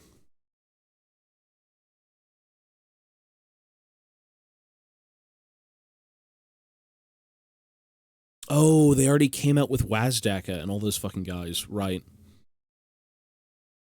I was like, really? They already did this? Where is the... I think, didn't they already can the regular boys? Oh, the Grots are going to be going away soon, probably. I'm going to say this. Oh, they're still selling the old boys. Really? These guys are awesome. These are the ones that I started with. These are from, like, what? Late 90s, I think, and then they had a slight update later on. These are still the goats. These are the goats of nostalgia. Yeah, but not what I'm here for. What a weird way to do it, though. So, they literally, how many years ago was it where they updated the orcs in some capacity? Does anyone know when the Beast Snaggers came out? What year was that? Compare them to Injals. Who's that? Is that the, is that like a Space Wolf character? Njal Stormcaller. Yeah, Space Wolf guy.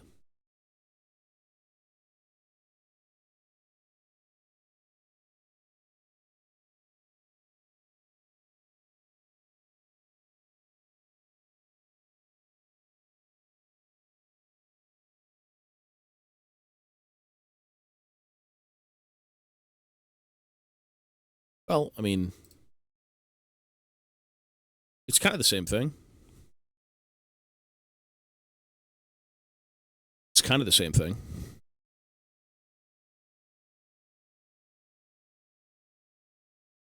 Funky ass bird. That may have been a conversion, possibly. May have been an older model. I'm not sure. I don't play Space Wolves. Yeah, I can't tell you.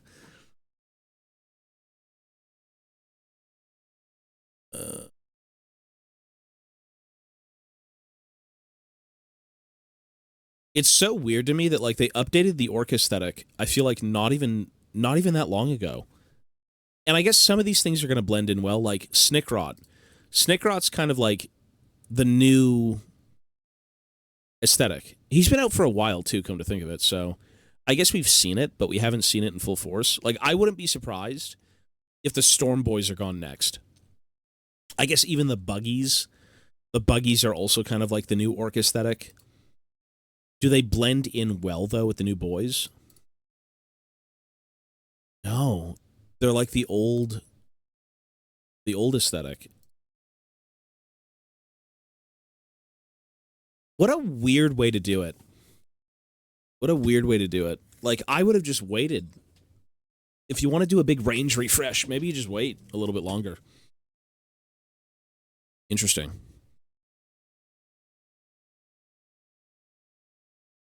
Miao Ying? Yeah, I've seen that one. Yeah.